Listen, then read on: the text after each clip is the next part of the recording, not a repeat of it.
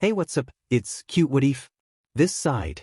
Today we will be seeing what if Deku got a second chance. Before we move ahead with the FIC, leave a like and subscribe to the channel for future what ifs like this. On July 15, 2121, two children were born 10 minutes apart, a boy and a girl, bringing joy to their family. Their parents were Inko Yagi, formerly Shimura, and Toshinori Yagi. The boy, Izuku, was actually the biological son of Inko's former husband, Hisashi Shimura, who had been born Hisashi Midoriya and who had died in a laboratory under mysterious circumstances. Toshinori was aware of this but resolved to raise his stepson as his own. The two children were named Izuku and Izumi Yagi. Inko did not know the full details of Hisashi's past. 4 years later, at 9 in the morning, the two small Yagi children burst into their parents' bedroom and jumped onto the bed. Izumi announced that it was their quirk discovery day, and Izuku hurried everyone awake, noting the time and the appointment at 9:45. At the mention of the appointment, their parents bolted upright and found the children on the bed. Izuku had always been unusually observant and articulate for his age thanks to his uncle Nizu, and he kept to a strict routine, waking early and insisting on punctuality. Inko yawned and asked them to get up, then nudged Toshinori and called for him to wake up. When she threatened to withhold udon for the rest of the month, Toshinori sprang out of bed and saluted, promising to get up. The little ones exchanged embarrassed looks at their parents' antics. Inko told the three of them to go downstairs and wait at the table while she made scrambled eggs for breakfast. Izuku cheered at the mention of scrambled eggs. When Izumi asked what scrambled eggs were, Izuku teased that it was simply the thing they would eat today, which made Izumi pout and call him a meanie in a soft, childlike way. The family moved out of the room while Inko braided her hair and went downstairs to prepare breakfast. About 10 minutes later, Izuku pressed Toshinori about why he could not come with them to the appointment. Toshinori apologized and explained that he had important business to finish. Izuku asked why that business kept him from seeing his own children's powers and why he was never present at the events they attended. Inko and Toshinori were startled. They had always let Inko attend those events while Toshinori stayed away. To keep things simple, Inko said that their father worked for an agency that helped people with finances and other difficulties, an answer meant to reassure the children. Izuku's eyes widened at the idea that his father helped people, and he apologized for assuming otherwise. He then promised to take care of Izumi no matter what, smiling with earnest sincerity. Their parents felt a surge of protectiveness at his purity.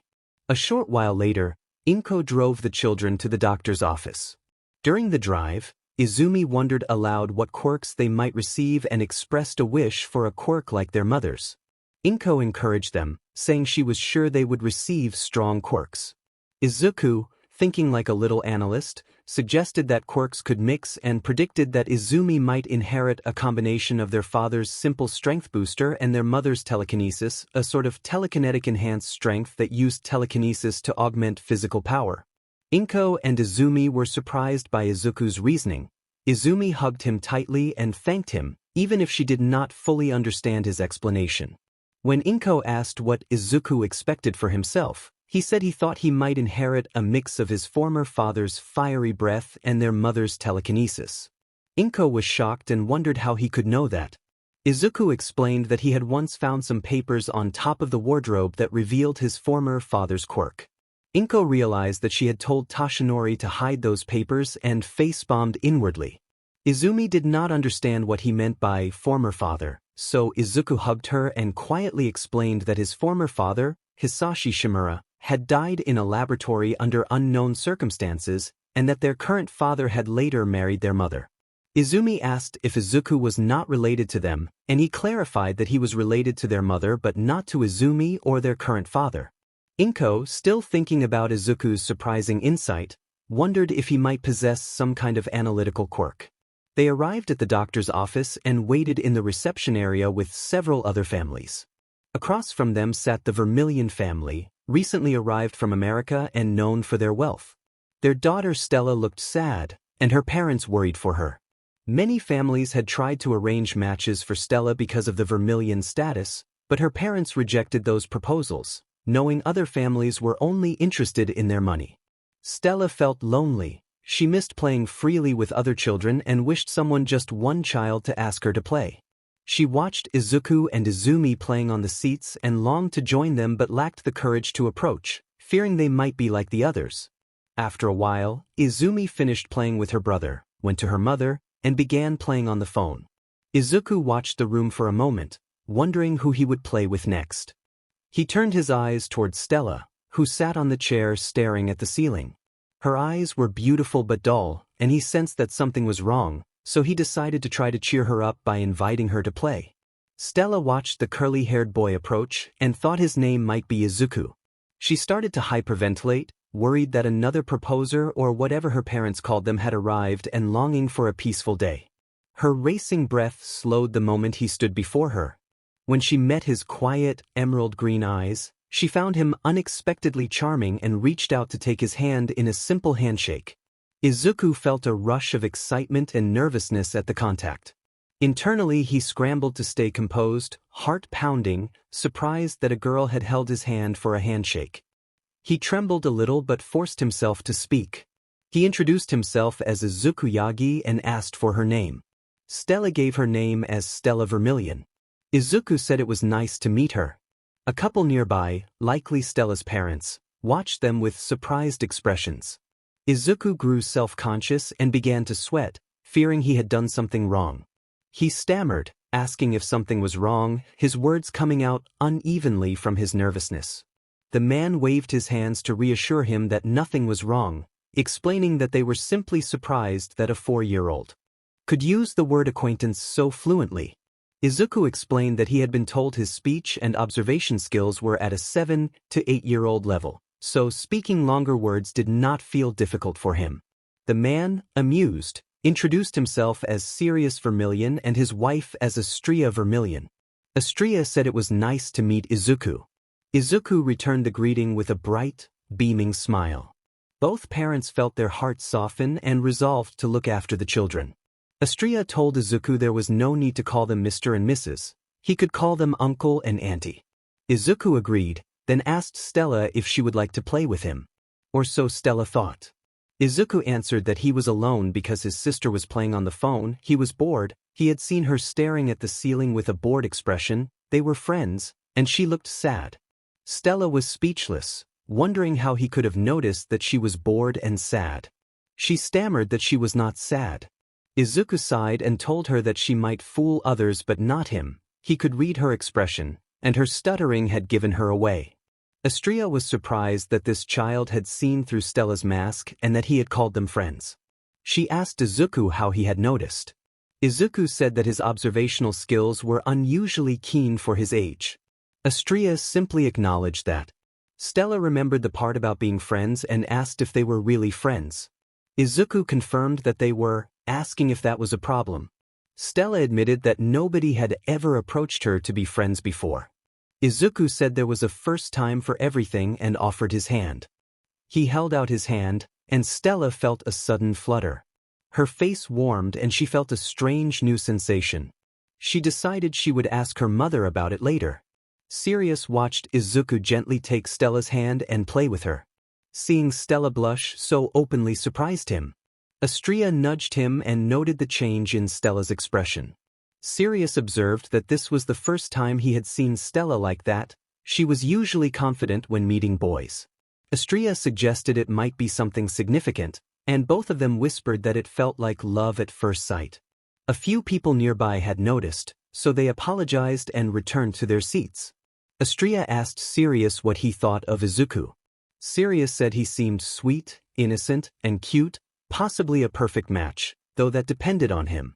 Astrea cautioned that Stella was still young, and they decided to wait until she was older to discuss it properly. Sirius smiled in agreement. The children continued playing while their parents watched. Astrea even captured a photo of Stella falling and Izuku reaching out to help her. After about 20 minutes, a nurse announced the Vermilion family's turn. Astrea called Stella, who reluctantly went with the nurse as her parents followed. Astrea told Stella that it was time to find her quirk and that they had to go home. She promised to give Izuku their phone number so he could contact them. Stella protested that she wanted to play more with Izuku but went along.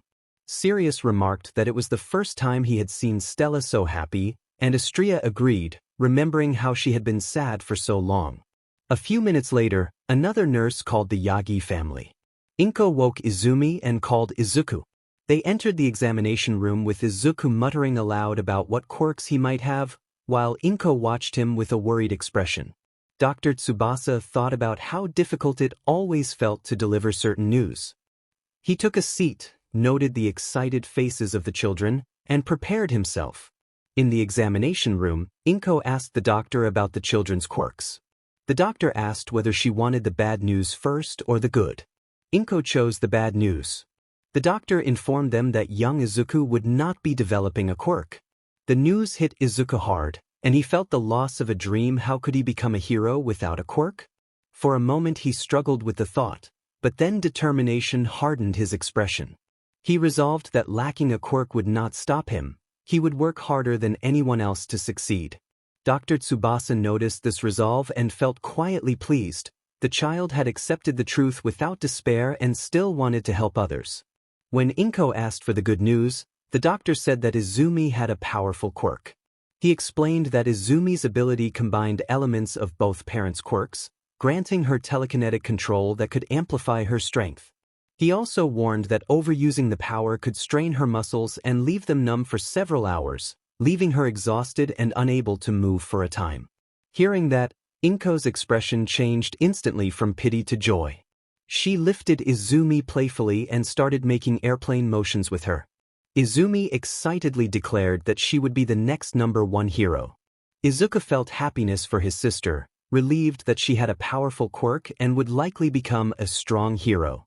Now he began to contemplate what he would do next. Dr. Tsubasa wrote a small note and handed it to Izuku. Izuku opened it and read that the doctor wanted him to meet after his mother finished the registration forms because the doctor had a secret to tell him. Izuku nodded. Time passed while Inko filled the quirk registration documents.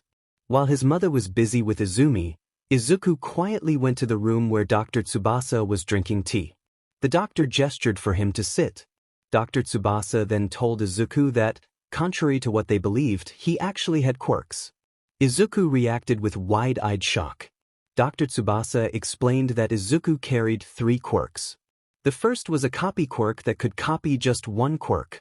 The copied quirk would remain with him while the copy ability itself would disappear. The second was a fire quirk that varied with emotion and could currently reach a maximum of 7,857 degrees Celsius at normal emotion. The third was an ice quirk that also depended on emotion and could reach temperatures approaching absolute zero under certain conditions, surpassing what even Rei Todoroki could achieve. Izuku listened in stunned silence, realizing he possessed not 1 or 2 but 3 powerful quirks. Dr. Tsubasa added that Izuku also appeared to have a minor physical enhancement component. He explained that normally a person could not handle so many quirks, but Izuku's quirk genes seemed to have evolved. Izuku expressed disbelief, and the doctor confirmed there was yet another ability. Dr. Tsubasa told him that a mutation-type ability allowed him to produce bioelectricity from his body. Izuku compared it to Spider-Man's Venom Blast, and the doctor confirmed the similarity and noted the electricity was orange in color. Izuku described it as a combination of Hammond and a Venom-like blast. The doctor then revealed the problem. All of Izuku's quirks remained sealed because his body could not yet handle them. He would need to train his body before the abilities could awaken, so for the time being he was effectively quirkless. Izuku felt dejected at the news. Dr. Tsubasa explained that to activate the bioelectric ability, Izuku would need to experience an electrical shock of a particular wattage. Izuku reacted with dry humor at the name the doctor used for the ability, and the doctor chuckled. Izuku asked why the doctor had not told his mother and sister. Dr. Tsubasa sighed and said the powers were exceptionally strong, stronger than Izumi and many top heroes. If revealed, villains might target Izuku and threaten his family. Ultimately, it would be Izuku's choice whether to disclose the truth. After considering it, Izuku stated that he would rather die than let his family suffer because of his abilities. Dr. Tsubasa thought silently that Izuku was selfless and in need of protection, then asked what names he wanted for his quirks and promised to prepare an updated file. Izuku chose names. He decided to call his fire and ice quirks Rainfire and Frost Star. He asked to leave the copy quirk simply as copy for now, and requested the doctor investigate the source of his strength quirk before naming it. For the bioelectric ability, Izuku chose the name Overdrive Blast. Dr. Tsubasa approved the names and handed him a slip with his number, telling Izuku to call if he needed help and wishing him luck. As Izuku started to leave, Dr. Tsubasa called him back to offer one last piece of advice. The doctor told him that his journey would be difficult as a quirkless child for now, urged him to stay strong, and reminded him to always strive to go beyond his limits. Izuku, with tears in his eyes, promised to try his best and to meet the doctor again once he had become a hero. Dr. Tsubasa expressed his belief that Izuku would prove the quirk doomsday theory wrong and that he looked forward to seeing him as a respectable hero. Later, when the Yagi family returned home, Toshinori had finished his hero work early out of excitement to learn about his children's quirks and to consider a successor. He changed and waited for his wife and children. When they arrived and gathered in the living room, Toshinori asked Inko what had happened and what the quirks were. Inko answered that Izuku was quirkless. Toshinori felt a moment of sadness but understood, having once been quirkless himself before receiving one for all. Inko then announced that Izumi had inherited a mixture of both parents' quirks and could increase her bodily strength using telekinesis. Inko was ecstatic, and Toshinori's expression shifted to pride. He lifted Izumi in his arms, declared that she would become a great hero, and suggested they celebrate with her favorite meal.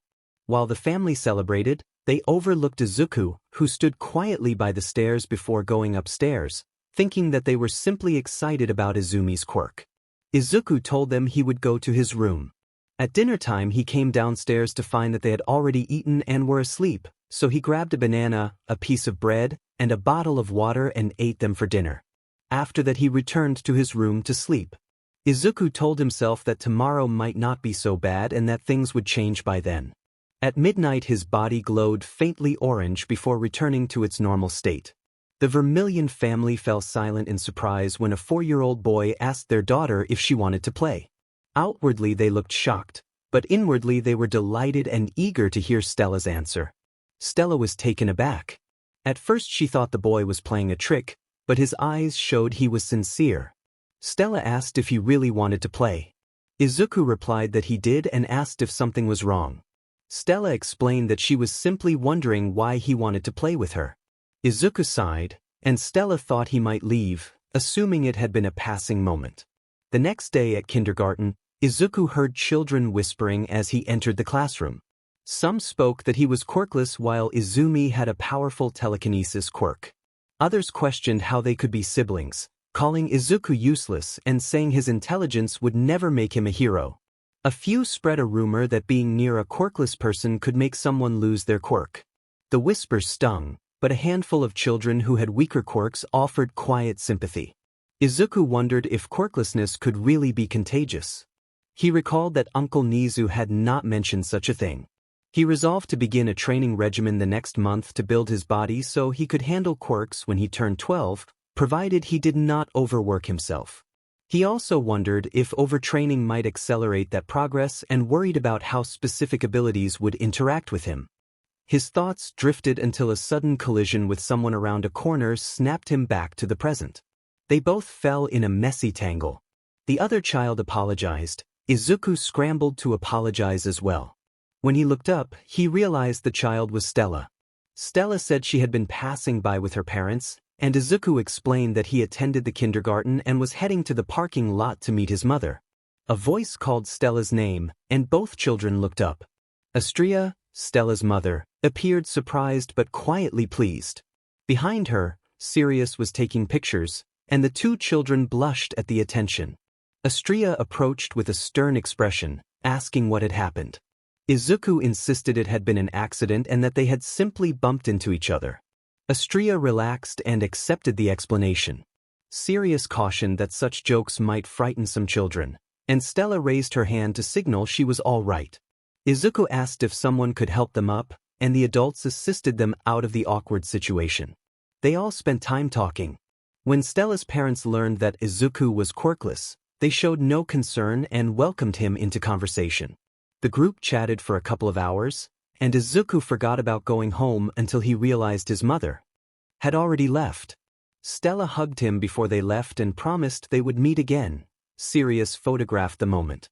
On the way back to their mansion, Istria whispered to Sirius about how quirkless children were sometimes treated and expressed concern that Izuku might face bullying or neglect. Sirius agreed that they should do what they could to make him feel welcome whenever they met. They discussed the new friendship between Stella and Izuku and had no objections. Stella slept on the drive home while her parents continued talking about how to help their daughter and her new friend. After that embarrassing encounter, Izuku and the Vermilions always met near the lot during recess. Izuku was not often given meals at home. He imagined his parents busier with his sister, so he usually ate fruit. He looked cheerful to see the Vermilions that day, until tension arrived. During recess, the Vermilions had gone out and informed Izuku beforehand. Having been guided by Nizu, Izuku sat sketching hero costume ideas while classmates admired his work.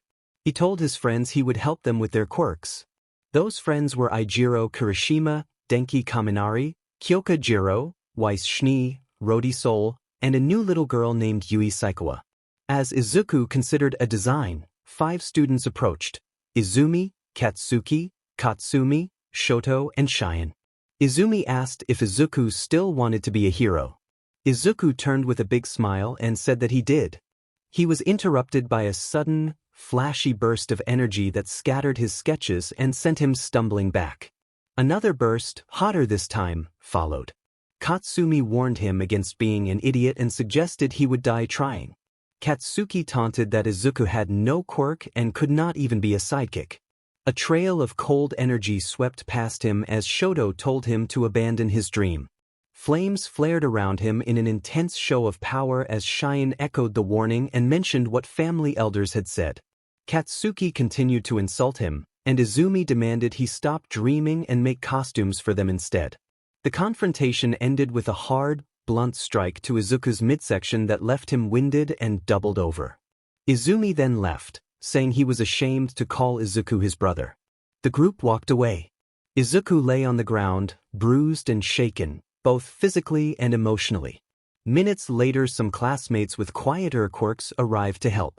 Weiss had seen everything and gone to fetch the others. Eijiro rushed over to check on him, and Rodi reacted in shock.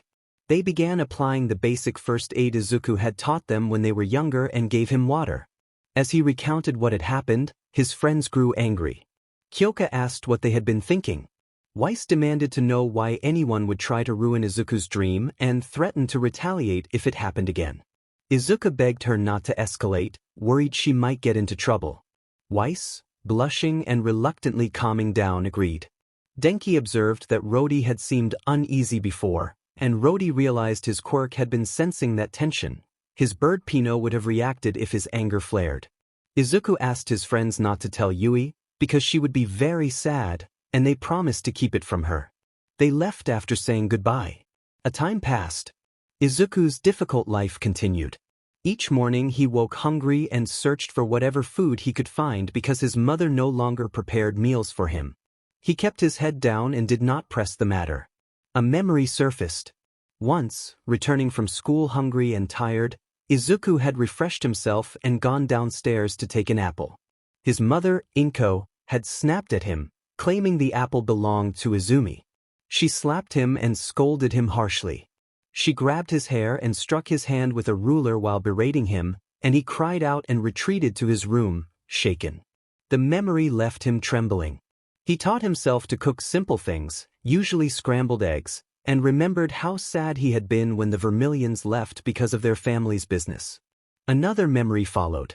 Izuku and Stella were playing at the playground when Stella's parents called them over. Stella's father told them that the family had to leave because of troubles with staff and that they needed to begin training elsewhere.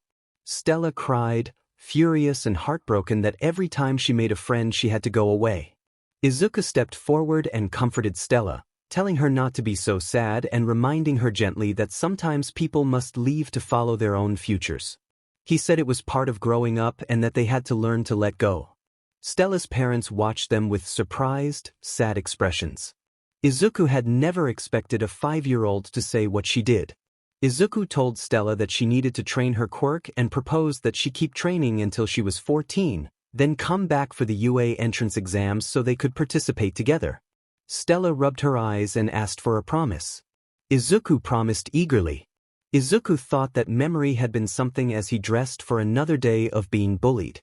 Years of abuse had made him forget the extent of his own abilities. A few scenes earlier, the 5-year-old Izuku sat in his usual spot eating when the group returned. Katsumi taunted him, asking if he was ready for their daily beating. Izuku begged them to leave him alone for the day. The Bakugo boy refused. Bakugo aimed an explosive attack at Izuku, but the blast struck the boy in front of him instead. The smoke cleared to reveal Ijiro standing there with his hands raised and his body hardened. Ijiro asked if Izuku was all right. Izuku assured him he was fine and thanked him. The Bakugo twins yelled an insult at Ijiro's hair. Izumi and Shine demanded to know what Ijiro was doing. Ijiro corrected them, insisting they call him Kirishima, and told them that he had grown tired of pretending to be friends with people who bullied Izuku.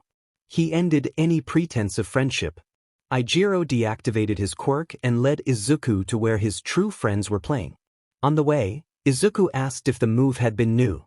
Ijiro said it was and that he called it unbreakable, thanking Izuku for the idea and patting him on the back.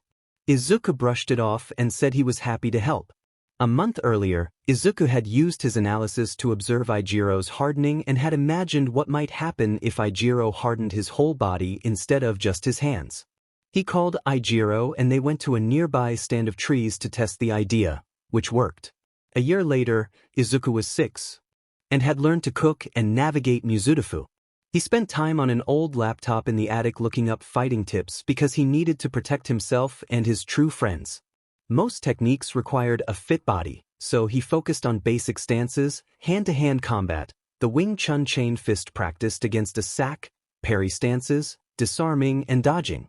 He stumbled across an article about basic jujitsu techniques and learned that old jujitsu tech was considered the birthplace of jujitsu. He decided to go there the next day after the usual attacks.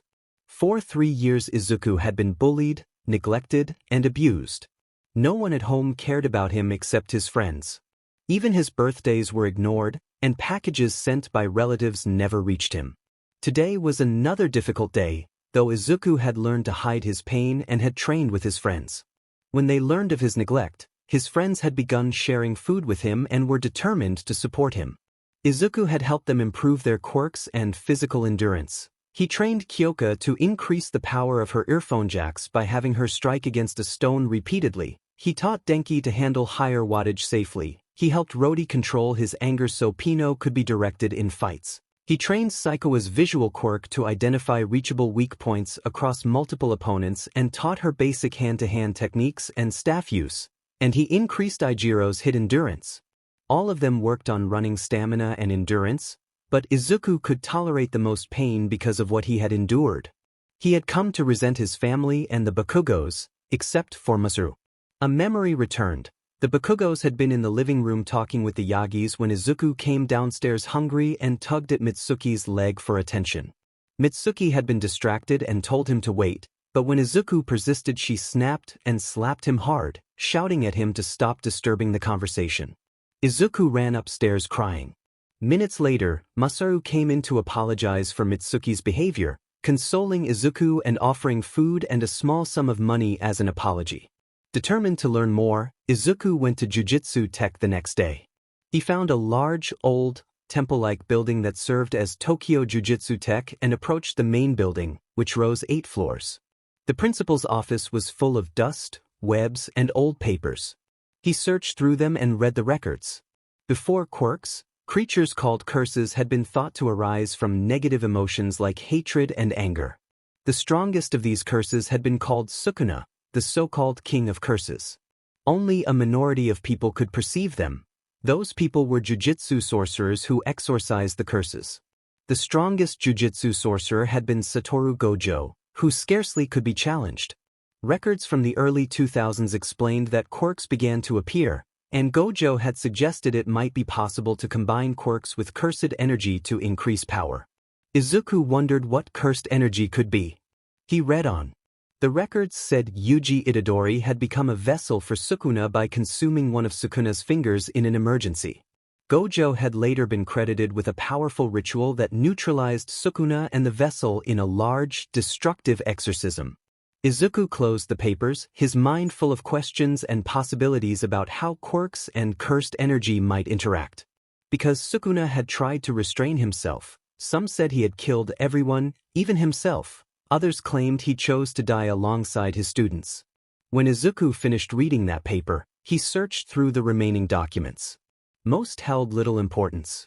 He found another page tucked in a dusty book atop the cabinet, climbed up, and retrieved it. The page contained information about cursed energy. These energies were present in most people, even those without quirks. Izuku almost celebrated until he read that cursed energy had to be properly channeled inside the body, and sometimes it produced no effect at all. He sighed. Without cursed energy, he could not learn jujutsu techniques. As he reached to put the book back, he noticed another volume on channeling cursed energy authored by Saru. He took that book along with a few DVDs and a small doll, then headed to the jujutsu warehouse where weapons imbued with cursed techniques were stored. He took a reference book on cursed weapons, the Playful Cloud, a 3-section staff, and Killer King, a tomahawk with a blade. Worried that the remaining weapons might fall into villains' hands, he resolved to collect them the next day but wondered where he could hide them. Until he found an abandoned cabin or warehouse, he planned to check on them regularly. When he returned home, he found his mother Inko standing at the door with Izumi behind her holding her wrist. He realized his belongings were in danger and managed to toss everything into his room from the hallway. Taking a deep breath, he prepared for his mother's anger. Inko accused him loudly of hitting his sister and called him a brat. Izumi stood behind her, feigning pain and tears. Izuku protested that he had not hit her, but his protest was cut short when his father Toshinori joined them, accusing him and striking him hard. Izuku was winded and staggered. Toshinori then announced that Izuku was grounded for a month with no technology and no allowance. They left him in the hallway. After half an hour, Izuku rose and hurried back to his room. He removed his outer clothes and fetched ice from the mini-fridge to press against the small cut on his cheek. Since his allowance had been suspended, he had begun doing small jobs around the neighborhood. Over the year that followed, he earned enough to cover his necessities. He muttered that their punishment did not mean he cared and reminded himself that he needed to start building his own technology soon or he would run out of supplies. He cleaned the wound on his cheek and applied a wet cloth. It stung. He wondered why his father had appeared to have blood on his hand and dismissed it as his father's own injury. He decided to take a shower. He removed his clothes to tend his injuries and took stock of the many scars left by past battles. He noticed how he had matured physically over the past 3 years.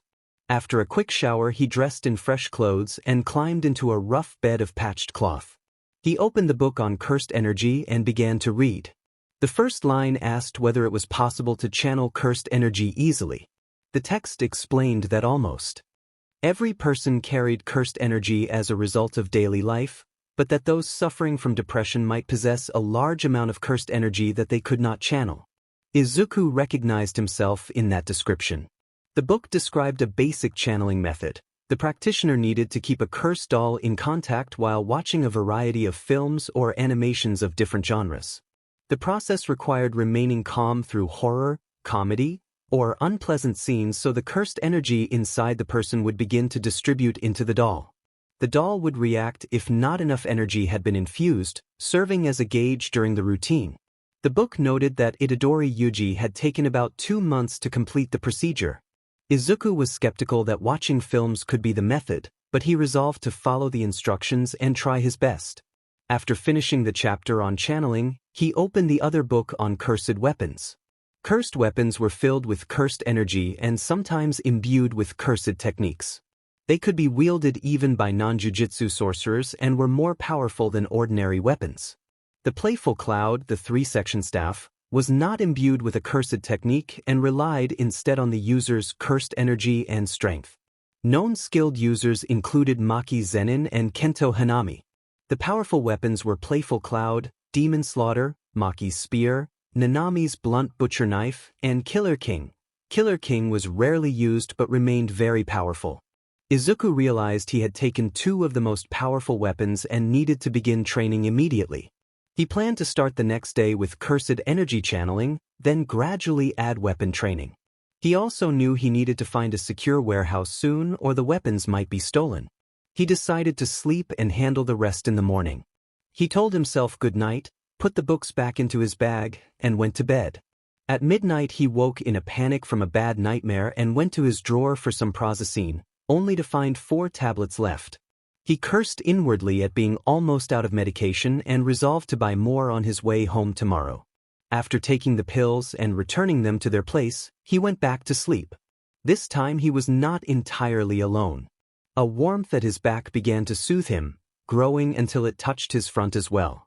The feeling calmed him, and he drifted back to sleep and eventually began to snore. The next day, the teacher announced that visitors would be coming to observe how the system worked. The students groaned while 5 of them smirked and made a show of themselves, boasting that they would prove how strong they were.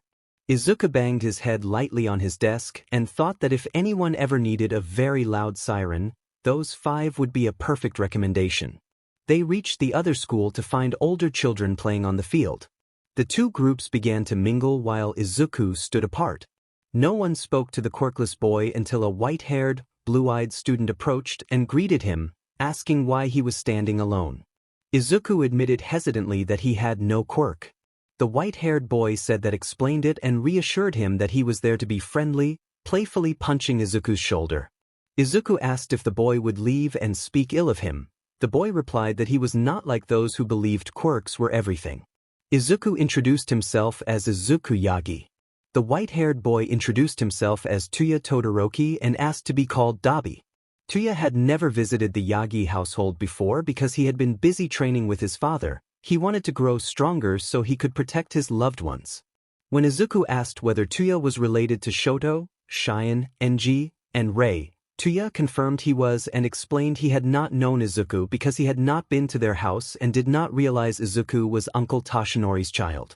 When Izuku asked about his quirk, Tuya explained that his ability, called cremation, allowed him to produce blue flames hotter than his father's and Cheyenne's, but that pushing beyond his limit risked harming his own skin.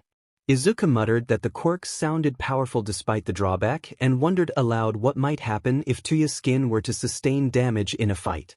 Tuya snapped him back to attention and said it was time to return to class. He went to fetch his bag while Izuku smiled at how friendly Tuya was. The mood changed when the 5 students returned. Katsumi shouted at Izuku, asking if he had given up on his dream. Izuku replied that he had not. Katsuki kicked him in the chest and declared that they had told him to quit and that they were going to get serious, even vowing to try to turn Kirishima against him.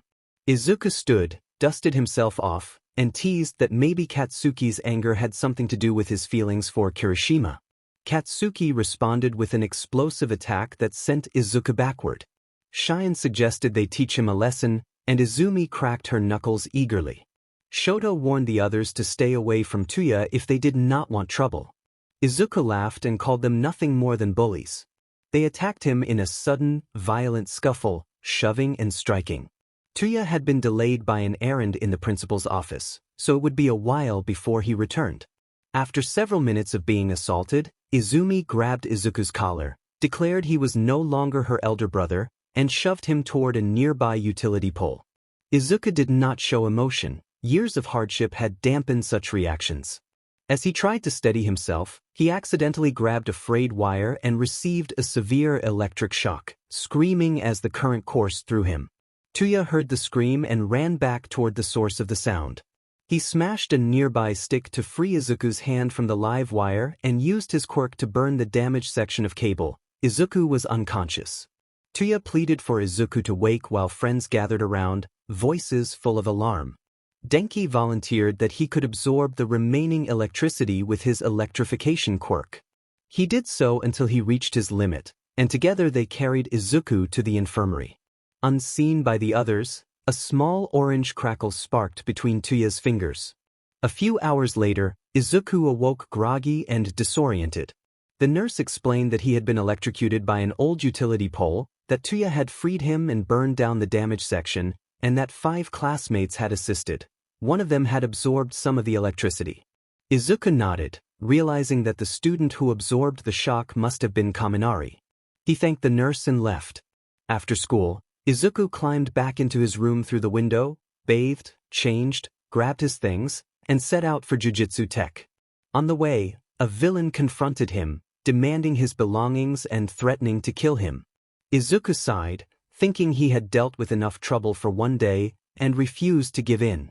The villain transformed his hands into blade-like weapons and charged. Izuku observed his movements, threw his bag to distract the attacker, and managed to strike the villain hard enough to stagger him. The villain, enraged, kicked up dirt to blind Izuku and pinned him down. When the villain grabbed Izuku's hands, he was suddenly jolted by a burst of electricity and cried out. Izuku stood, dragged the stunned villain to a nearby station, and left him there before continuing on his way. Izuku had no idea what had just happened until he remembered something Dr. Tsubasa had told him 3 years earlier about an ability called Overdrive Blast. Excited and muttering to himself about finally unlocking a bit of power, he walked on without noticing a sign and walked into it. The sign read Free Warehouse, and when Izuku turned to look at the building, he found a quiet, well-placed space near Jujutsu Tech in his school that seemed like the perfect spot for what he had in mind. Izuku turned chibi and cheered that he had finally found a warehouse for the cursed weapons. He planned to check whether it was really abandoned. He went inside and found the place run down, without any source of light. The warehouse was empty and large enough to hold all the weapons. Izuku set his bag in a corner, left for Jujutsu Tech storage to collect the rest of the items, and soon brought them all back. He decided to call it a day, closed the door and went home. He intended to follow the cursed energy training procedures by studying the DVDs that had been stored with the weapons. Training was not easy. A test doll struck his face repeatedly, and the hits increased in frequency until they numbered in the dozens. Izuku sighed. It was going to be a very tough road. 2 months later. It was happening. He finally managed to channel cursed energy uniformly through his body. The doll no longer struck him. Now he would find the next procedure. He opened the book and read that it was time to practice jujutsu basics. He could only perform basic techniques for now, since his cursed energy reserve remained small. The first was Divergent Fist, which allowed the user to deliver a double impact punch. To start, he had to channel cursed energy into his fists. It took many attempts, but after 50 tries his fists were finally covered in a blue veil with black borders. He tested them on a nearby tree. His hand hurt a little, but the tree shook violently. He reminded himself that at 7 years old he still needed to practice constantly and accumulate as much cursed energy as possible. Next was Hard Body, which resembled Eiji's Unbreakable. He only needed to distribute cursed energy to his skin and brace for impact. He had used something similar when defending himself from bullies, so he tried it now. He felt his body lock in place when he braced. It worked, though he could only hold it for 5 minutes at the moment. The most difficult and powerful technique was Black Flash. It allowed the user to deliver an attack with a multiplier of about 2.5 times their normal strength and simultaneously close the distance to the opponent. The book explained that Black Flash was so hard to master that not even Satoru Gojo could use it at will. The world record for consecutive Black Flashes belonged to Kento Nanami and Yuji Itadori, with 4 in a row. To perform even one Black Flash, the user needed steady concentration and precise control of breathing, eyes, and mouth for 10 seconds, with no twitching or movement. These requirements made it very difficult. He tried and failed, then went to a nearby playground to practice. He set a cement sack as a target, breathed normally several times, held his breath, and began channeling cursed energy while remaining perfectly still. After 10 seconds he lunged forward and experienced the technique. Space seemed to warp between him and the sack. In an instant he was in front of it and delivered a tremendous punch. The sack flew back and the contents sprinkled out.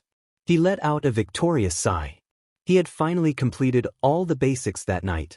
He returned home and lay down on his bed. 1 year later. Nearly a year had passed since he perfected the jujutsu basics. He had also trained with weapons ranging from a pocket knife to a kuzurigama and could use them with growing skill, though the training had been hard. He had found numerous tutorial videos to learn from. His favorite weapons were Killer King, a black sword he named Intetsu, and Nanami's butcher knife. He had made a small training ground behind the warehouse using a shovel. The neglect and beatings continued, but he had learned not to let them affect him. What frustrated him most was that the three girls, Izumi, Cheyenne, and Katsumi, had expressed that they wanted him to stay so they could be close to him, and he found that insistence infuriating. He decided it was enough and planned to find a new place like the warehouse. He also set about building homemade tech from salvaged materials and studied tutorials. He had repaired an old laptop completely. It looked and worked like new with a fresh operating system, programs, and antivirus. He visited Dagoba Municipal, a beach piled with trash, and found useful items among the debris. He discovered a pipe he initially considered turning into a dangerous device, but he discarded the idea. He also found a smartphone with an intact screen. The battery was water damaged, but he dried and repaired it, then made it off-grid. He saw someone discarding solar panels and discovered a set of 10 to 12 panels, some scratched and some slightly broken, and wondered why people would throw them away when they could be repaired and reused.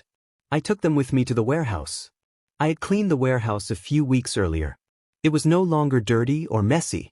On the roof there were several broken shards of glass. I could place the panels there. I started repairing all the panels.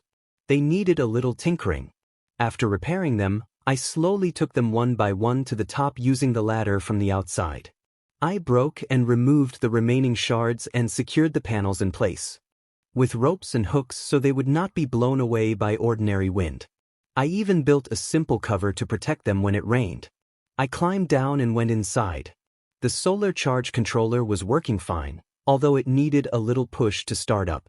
I used my overdrive blast at low power into the wires until the controller screen began to glow. After the screen lit, I started the panels. Then I went to the small generator and hoped it would work. I pulled the lever, but only sparks and crackling sounded in the warehouse. I face-bombed when I realized I had forgotten to change the bulbs and tube lights. I turned off the generator, replaced every light with my homemade ones, and started the generator again. The lights glowed brightly. I let out a small victory cry. Finally! It had taken a long time. I began setting up furniture in the building. I was not going to live in it. This would be my workplace, secret place, and armory. It would also hold support items. I could not make complex ones, so I focused on basic items and made them durable. After setting everything up, I felt relieved. My first goal had been completed. The warehouse now held an anvil, a repaired solar-powered laptop, tools like pliers and screwdrivers, and, of course, weapons. This place would be a safe house for me. I discovered another abandoned house that might serve as my future home. It was decent and could work. I searched it and found that only the water supply was working properly, which was enough for me. I started upgrading it as well. I took 4 panels from the warehouse to use as the power source and placed them on the roof. I replaced the electronics with ones I had made, turned on the generator, and everything worked. I opened my laptop and found a message waiting. A few days earlier I had found a username on a social site who seemed to be an inventor. She helped me with wiring sometimes, and we became friends online quickly, chatting for hours. That day she revealed her real name, Ruby Rose.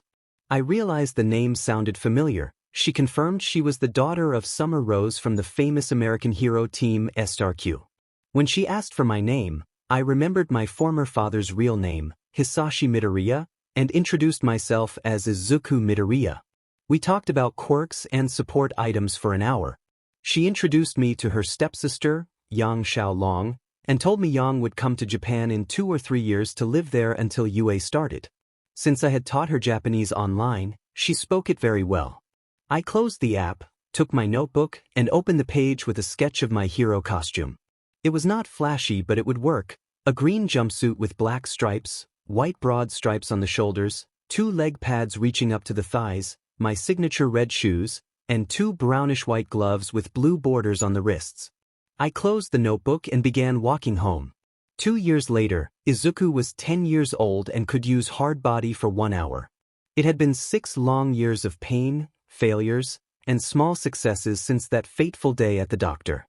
I had everything I needed to get by, a warehouse for training, a house I had upgraded by building another level and installing a roof with solar panels, and even a small swimming pool beside it. Now all I needed was a job to sustain myself until I could join UA. The bell rang for going home. I was packing my bag when 5 classmates came up and pushed me. Katsuki shouted that they had missed him. Another classmate agreed. Cheyenne asked whether I had finished working on their costumes. Shoto asked whether I had given up on my dream. Izumi ordered me to speak when asked and pushed me, but I did not flinch. I had used a bit of cursed energy on my skin and had grown a few muscles. They could not see the changes, but I felt steadier. Katsuki bragged loudly and prepared to put me back in my place. An explosive attack struck my chest first. I activated hard body and hardened my body with cursed energy. I acted as if I was in pain so they would not see the change. The twins followed with a trail of ice and a blaze of fire, and the powered-up punch came next. Something felt off, though the ice did not feel as cold and the fire not as intense as before. I could not tell whether the Todoroki twins were holding back out of mercy or for some other reason. They attacked for about half an hour and then began to leave. Before he walked away, Katsuki suggested that there might be a way to get a quirk. The bullies taunted him, telling him to pray for a quirk in the next life and to jump off the roof, then laughed as they left. He deactivated his hard body as they walked away. His friends arrived to check on him and found him standing without showing pain despite the wounds. They asked what had happened. Ijiro asked if Izuku was okay and noted that he did not seem to be in pain. Rodi wondered aloud whether Izuku had awakened a quirk. Everyone else looked at him incredulously. Izuku chuckled and explained that he was fine and that it was not a quirk he had awakened but something very old from before quirks existed. They reacted with wide eyes. Izuku said that although he did not feel pain when he activated the ability, his wounds still needed to be closed to avoid infection and asked if they could help patch him up. They agreed and began cleaning and dressing his injuries while he explained the old jujutsu techniques he had learned. Ijiro asked if Izuku could teach him. Denki added that it might help him too. Izuku apologized and said their cursed energy was too faint and they could not see it, so he could not teach them to perceive it directly. They lowered their heads in disappointment. Izuku offered instead to help them develop new moves and techniques as a practical replacement. Their faces brightened immediately, and they began talking excitedly about training plans. Izuku set the first sessions for the start of next month. They agreed, parted ways, and returned home. Sometime later, Izuku hoped Toshinori would cancel his UA registration form. If that happened, he planned to leave the house. He chose a different route to the warehouse and walked through a tunnel with his earbuds in. A sewer lid opened behind Izuku and a sludge-covered villain emerged. The villain spotted Izuku, crept forward, and lunged. The villain attempted to assault him, and Izuku struggled briefly before deciding he had had enough for the day. He activated Overdrive Blast and used his technique, Hamon, to stun the attacker. The attack knocked the villain back and caused the sludge to disperse across the tunnel in a dramatic anime-style burst that left the villain incapacitated but without any graphic detail. Izuku stood, dusted himself off, scanned the area, and smirked at having handled his second villain encounter in years. A sewer lid blew open and a boisterous, larger-than-life man appeared, laughing loudly. All Might arrived and, seeing the scene, approached to ask whether Izuku had defeated the villain. Izuku, muffled by his earbuds at first, did not immediately recognize the voice. When he realized it was All Might, he reacted with stunned excitement. All Might, slightly flustered, reiterated his question about who had defeated the villain. Izuku explained that the villain seemed to have overused his quirk and had exploded on his own, and that he had not been the cause. All Might praised Izuku for his presence and said he would hand the villain over to the police. Izuku then asked All Might whether it was possible for a quirkless kid to become a hero. All Might regrettably said that being a quirkless hero was basically impossible in the current age, given how powerful villains had become, and suggested other respectable careers like becoming a police officer. Izuku countered by bringing up Eraserhead, who fought despite being nearly quirkless. All Might acknowledged that Eraserhead was powerful but insisted that some villains required overwhelming force rather than skill alone. He excused himself and left. Izuku stood in the tunnel, tears forming as he processed the disappointment of his idol's words. He wiped his cheeks and resolved that he would not let despair overwhelm other quirkless children. He vowed to become a beacon of hope for those with little or weak quirks and prove that they could become heroes through determination. A distant explosion startled Izuku. He took out a notebook and pencil to take notes on whichever hero would respond and hurried toward the source of the blast. When he arrived, he saw the sludge villain again. Izuku was stunned that the villain had escaped All Might, and he called attention to it.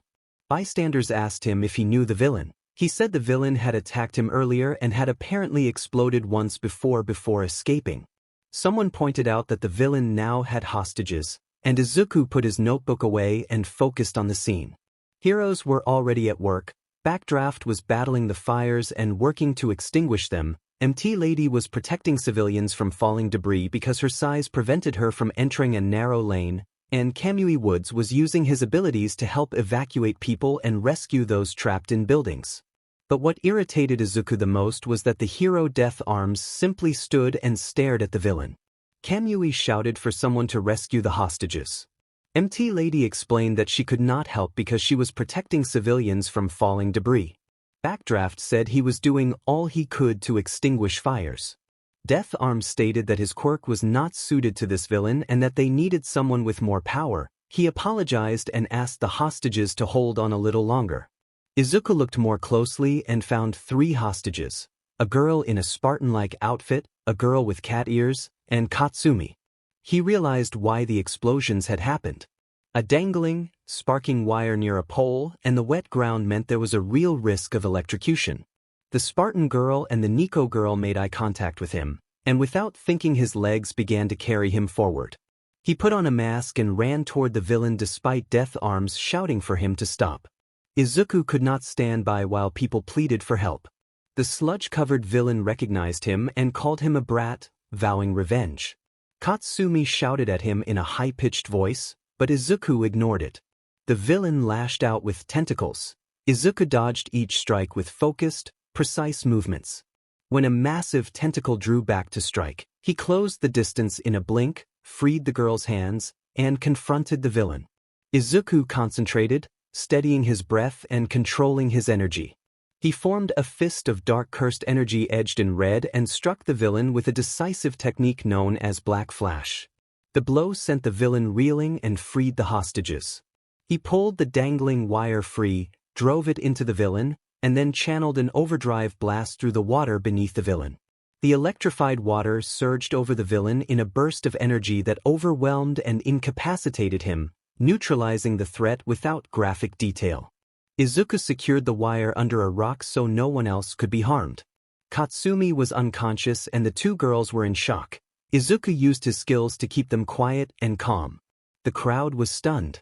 A young boy, a junior school student, had run in and saved 3 hostages while defeating a villain. People began to cheer, praising his bravery. Kamui and Death Arms approached. Kamui asked the boy his name.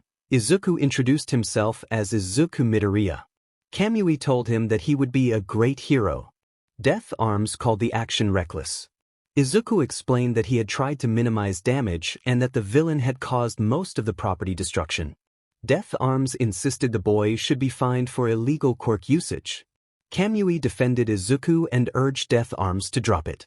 Izuku said he was likely a late bloomer and had not manifested his quirk yet, adding that he was practically quirkless. Both heroes reacted with surprise. Kamui applauded him for saving people without a quirk and encouraged him.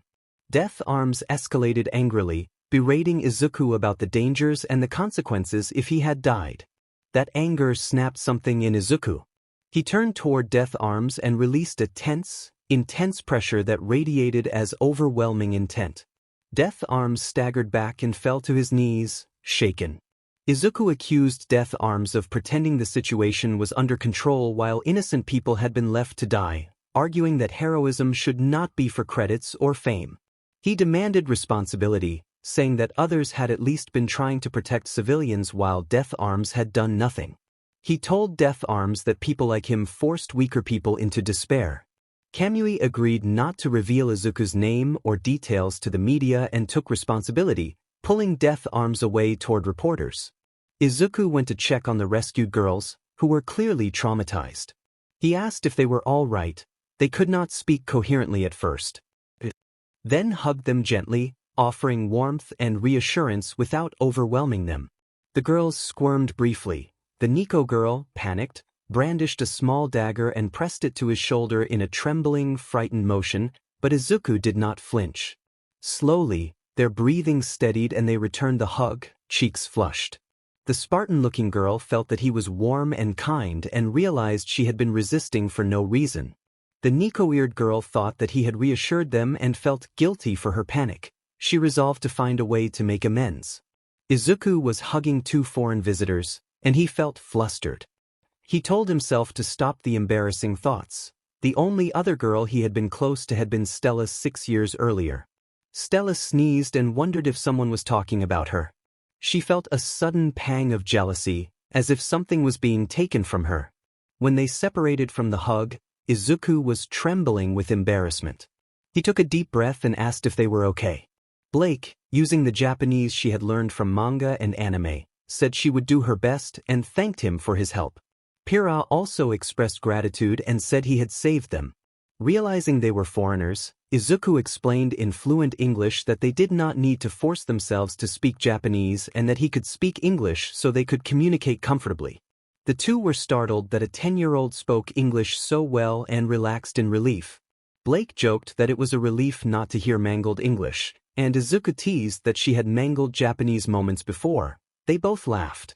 Blake introduced herself as Blake Belladonna and her friend as Pira Nikos, and both thanked Izuku again. Izuku said he wanted to become a hero and that helping others was part of that goal. Pira was impressed by his ambition. Blake felt guilty and apologized for the earlier scuffle, explaining she had been frightened and resisted. Izuku brushed it off, saying he had dealt with worse and it had been only a scratch, then asked where they were from. Pira explained they had arrived from New York that day and planned to live in Japan while preparing for UA's entrance exam. Their father had forgotten to arrange housing, so they had been lost and waiting for instructions when everything happened. Izuku scratched his chin and offered them a place to stay. Blake hesitated, worried about being a burden, but Izuku insisted they should not call themselves burdens. He said he had an unused place between Mizudafu and Tokyo where they could stay as long as needed. No one else lived there, and he only checked supplies occasionally. Blake asked if he lived alone, and Izuku replied that he would in the future. When Pira asked what he meant, he said he could not say. He told them to pick up their fallen belongings while he waited behind the crowd, and Blake acknowledged this. Izuku then asked if they had seen One Punch Man, and Blake admitted it was her favorite anime. While Blake and Pira gathered their things, Izuku slipped behind the crowd to eavesdrop. He spotted All Might meeting Izumi in an alley and wondered what All Might wanted with her. As Izuku moved closer, All Might appeared unusually strained, as if affected by a quirk drawback. All Might appeared with his usual booming energy and introduced himself as Toshinori, revealing that he was Izumi's father and that her mother was the hero number 17, Turq Polaris. Izumi reacted with stunned excitement at the revelation. Toshinori then offered Izumi the chance to inherit his power, one for all, and asked if she would become his successor. Izumi accepted without hesitation, saying that if it meant protecting her brother she would take the responsibility. Toshinori smiled and told her they would begin training the next day. Izuku watched from around the corner, frozen and numb. The man he had admired for years was standing in his neighborhood and claiming to be his stepfather. Izuku pinched himself until the pain confirmed it was real. He felt betrayed and overwhelmed, thinking that the idol he had idolized had given such a gift to someone else. Toshinori explained the origin and nature of One for All in full. Izumi quietly took notes as he spoke, trying to absorb the history and implications of the power. After hearing the explanation, Izumi still struggled to process everything, and Toshinori admitted that he had been shocked in the same way when he first received the quirk. Izuku watched from the shadows, drowning in a mix of hurt and outrage. He could not understand why he had not been chosen. Toshinori addressed that question directly, explaining that Izuku had been an early candidate but had started to distance himself from the family. Toshinori said Izuku lacked the heroic spirit and the physical resilience needed to handle One for All safely, He had even cancelled Izuku's UA registration because he thought another path would suit him better. Toshinori told Izumi again that he believed she had the right combination of spirit and body to be a successor. When Izumi affirmed that she would accept if it meant protecting her brother, Toshinori expressed pride and said they would begin training the following day. He and Izumi left through the alley to avoid attention. Izuku remained standing in the rain, the mask on his face soaked with tears. He told himself that no matter what happened he would become a hero for everyone. He resolved to begin training immediately, determined to grow strong enough to protect others and to prove himself. A tap on his shoulder drew his attention. Pura and Blake stood there, ready to go. Izuku agreed and Blake asked to see his face. He lowered his mask to reveal his freckled features and slightly green-tinted hair. The girls smiled and looked pleased. Pura thought he seemed kind and earnest, and Blake, after a moment of composure, collected herself. They traveled together to Izuku's home and found an old-looking house in a quiet neighborhood. Izuku admitted that the exterior had not been decorated yet but assured them the inside was comfortable. Inside, the furniture looked new or cleverly repaired. A TV and a laptop had been refurbished from old parts. Izuku explained the layout of the living space and offered them food from the fridge. He also revealed that he had taught himself practical skills and electronics from a very young age, building and repairing items from scrap. The girls were surprised and impressed. When they asked about Izuku's quirk, he hesitated and said he would explain more the next day. He suggested they all rest first.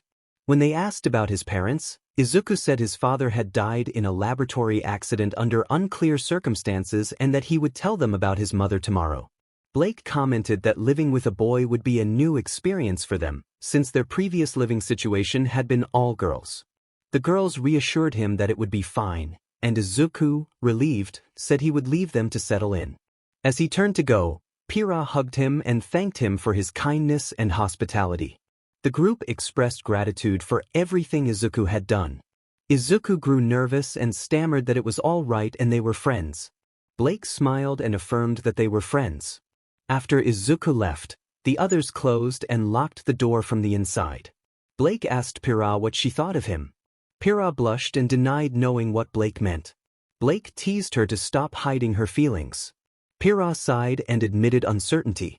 Blake told her to be patient and not rush anything. Some time later, Izuku walked toward his soon-to-be former home with a headache, worried about finding a job and how he would manage when his supplies ran out. His gaze landed on a poster on a wall advertising a waiter position at Recco Cafe and a contact number. He blinked to make sure he was not dreaming. Relieved, he headed for the cafe. The place was a little rundown, but he did not care. An older man greeted him at the door, introducing himself as Recco and calling Izuku a little guy with a smile. Izuku explained that he had seen the poster and wondered whether Recco would hire him. Recco noted that Izuku looked quite young and asked his age. Izuku admitted that he was 10 and explained that his former guardians had stopped giving him allowances, so he needed to support himself. Recco frowned at the mention of those guardians and said he disliked that kind of neglect. He asked Izuku what he could do to help make the cafe better known. Izuku offered to work as a waiter, suggest new menu items, and even sing while serving. Recco laughed and said he liked the idea. He had an old karaoke machine that needed repairs. Izuku assured him he could fix it, and Recco decided to hire him. Recco warned that he might not stay in town forever because his wife lived abroad and might call him back, and he planned to leave the cafe in capable hands if needed. When Izuku questioned how an old-looking man could still have a wife, Recco explained that he was 52 and that his aged appearance was a side effect of his quirk, which allowed him to transform into a bear. Izuku marveled at how powerful that sounded.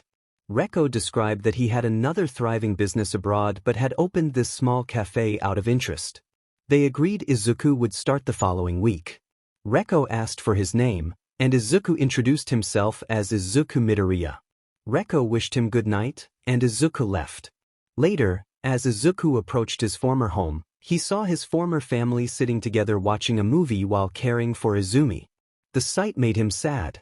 He had decided to leave them, but it still hurt that he had not been treated like part of the family. He still longed for affection. Heading toward his old room, he noticed a box on the table labeled "To my little hero, Izuku." Surprised, he carried the box upstairs. His room looked the same as always, old and dusty, the floor marked by faded stains and scuffs from past incidents. The sight reminded him of the times he had been mistreated and roughly handled, and he shuddered at the memory. He gathered what he needed: his lamp, earphones, and notebooks, and opened the box. Inside lay a small white cape and 2 white gloves. He realized the gift must have come from his step-grandfather, Sorahiko Torino, the former pro-hero Gran Torino who now assisted the police. A letter accompanied the items. The letter explained that it was from Grandpa Torino. He wrote that he had heard about Izuku's lack of a quirk 6 years earlier but had been unable to visit because he was on an investigation on Island. He admitted regret for not reaching out sooner and recalled that Nizu had told him about Izuku's early intelligence and his habit of sketching hero costumes. Remembering Izuku's fondness for small capes, Torino had sent one of his own capes and 2 gloves for Izuku to use as part of a hero costume and encouraged him to train hard, expressing his belief that Izuku could become a hero. Izuku wiped his eyes at the letter. His grandfather's faith boosted his confidence. He packed his belongings, fell asleep, and dreamed that night. In the dream he saw 7 shadowy figures standing together in a dark room and an 8th figure standing apart. One of the shadowy figures told him that it was not time yet and that he needed to train more, and said they would meet again when he turned 13. The figure's touch woke him. Confused, Izuku could not recall meeting 8 people at once and wondered why the 8th had stood apart. After that encounter he managed to sleep without nightmares. The next morning Izuku woke early, stretched, and checked his watch. It read 4:15 a.m. He was still confused about what had happened the night before. He could not remember what had happened the night before. Everything after packing up and sleeping one last time in that hellhole had gone blank. He needed to get out of the house as soon as possible. He slung his bag over his shoulder and left quickly and quietly. He walked toward his new home and opened his hero suit sketchbook, unfolding the design he had drawn. He needed to gather materials, so he headed to the Dagoba dumping ground. It was the same as ever, full of trash. He sighed at the sight of people who treated the area like a landfill. The materials he required were not many: 2 flat but slightly thick aluminum plates for knee pads, white cloth, 2 bendable aluminum plates, 16 bolts, a large sheet of light metal to make a makeshift respirator, and a hooded mask. He searched through the trash. After almost 2 hours, he found everything except the bendable plates. The hood could be shaped from the leftover sheet. Thankfully, he also found a big bag nearby and kept the items in it before heading back to his old warehouse. He planned to store the materials there first, then return to his house to unpack before coming back.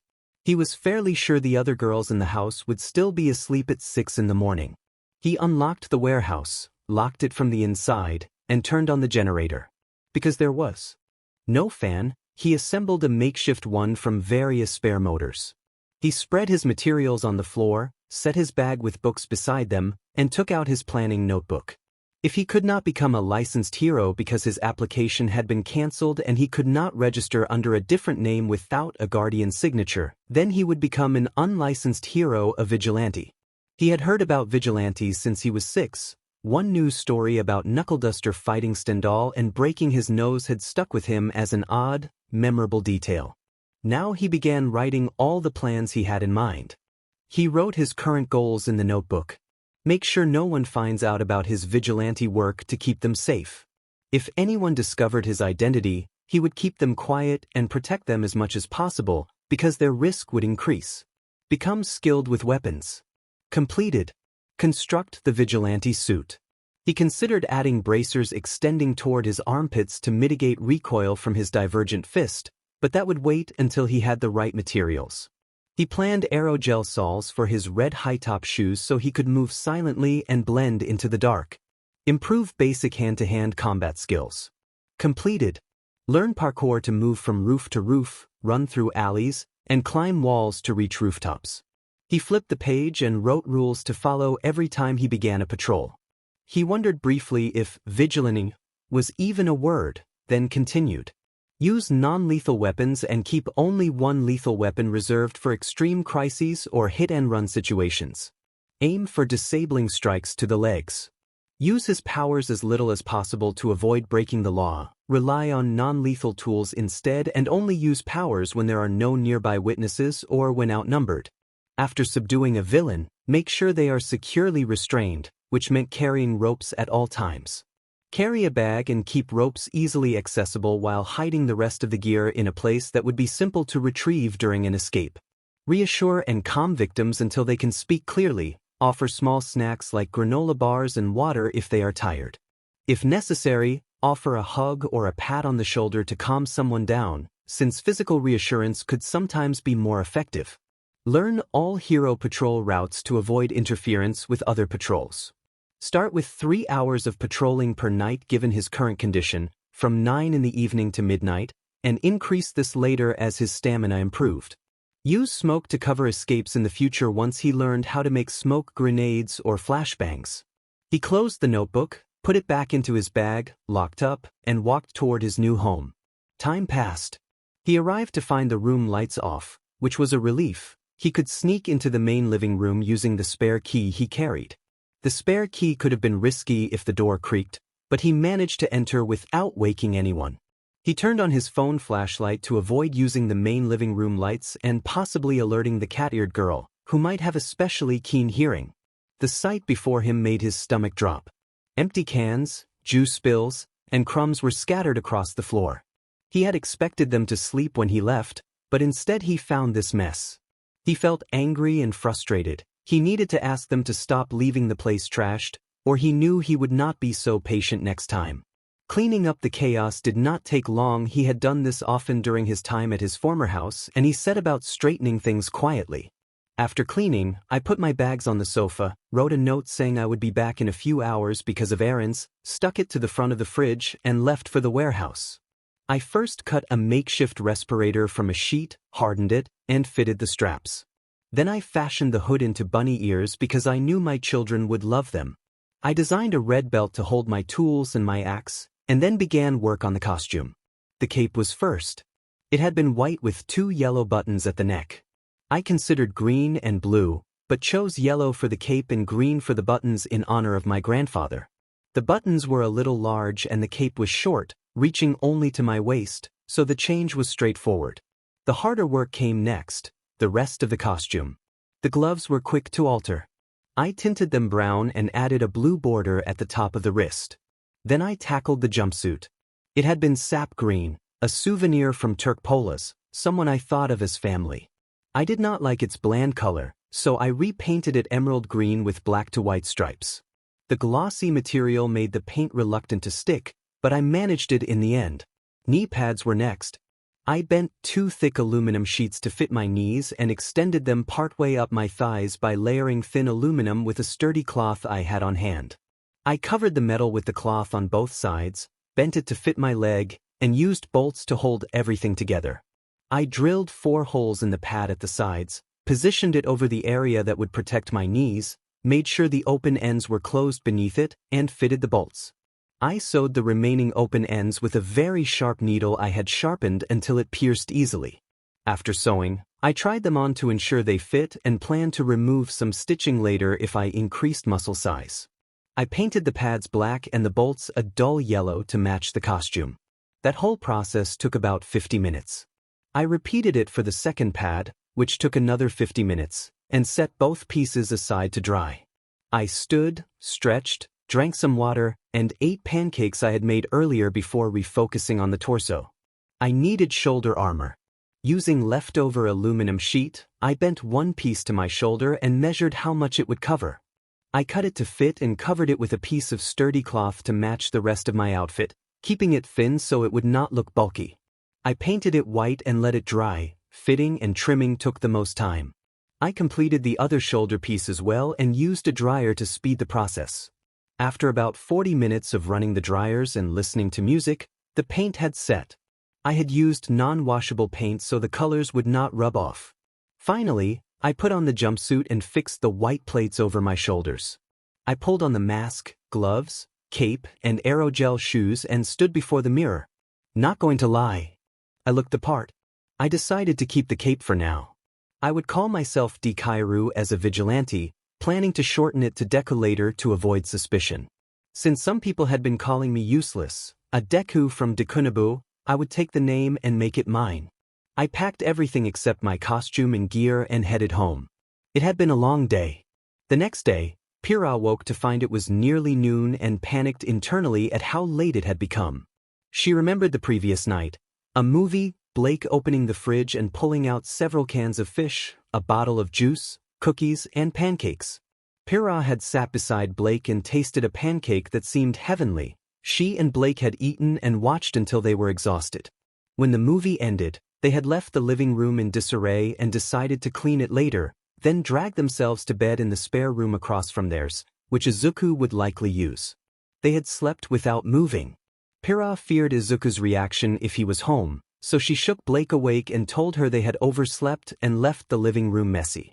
Blake sprang up as if startled, and they hurried downstairs. The floor was unexpectedly clean, which made them suspect Izuku had a spare key. Izuku sat at his laptop in the living room. Pyrrha greeted him awkwardly and apologized for the mess. Izuku smiled and reassured them that it was fine, that he understood they had been tired, and asked them to be more careful next time. Pyrrha blushed and accepted the apology. There was an awkward moment when Blake realized she needed to change, and she hurried upstairs to put on proper clothes. Izuku looked briefly uncomfortable, then turned his attention back to their conversation once Blake returned. Blake apologized for the mess and for the earlier embarrassment. Izuku, still a little flustered, said he was not angry and then asked about their quirks. Pyrrha explained that her quirk, polarity, allowed her to control certain metals within a range of 35 meters. Blake explained that she was a cat faunus and had feline features, and then teasingly asked him how he would address her, preferring a familiar, older sister style of address. Pyrrha gently scolded Blake for getting carried away, and Izuku explained nervously that he had called them seniors out of respect because they were older than him. Pyrrha put a hand on Izuku's shoulder and told him that they were friends and did not need such formal address. It made her feel old. Izuku offered to teach them Japanese, and they gratefully accepted. Blake then asked why Izuku had seemed tense when they had asked about quirks the day before. Izuku asked them to promise not to leave the room or the house while he spoke. Pyrrha swallowed and agreed, and he began to tell the story of his life, the quirk appointment, learning to find weapons and defenses, discovering the truth about his parents. It was a long, painful story that took nearly 2 hours and left all three of them emotionally raw. When he finished, Blake exploded with anger at the people who had hurt him, vowing fiercely that she would make them pay if she ever found them. Pyrrha, still in tears, asked how he had managed to survive for so long. Izuku said that his friends had helped, but then admitted that he had once hurt himself as a way to cope.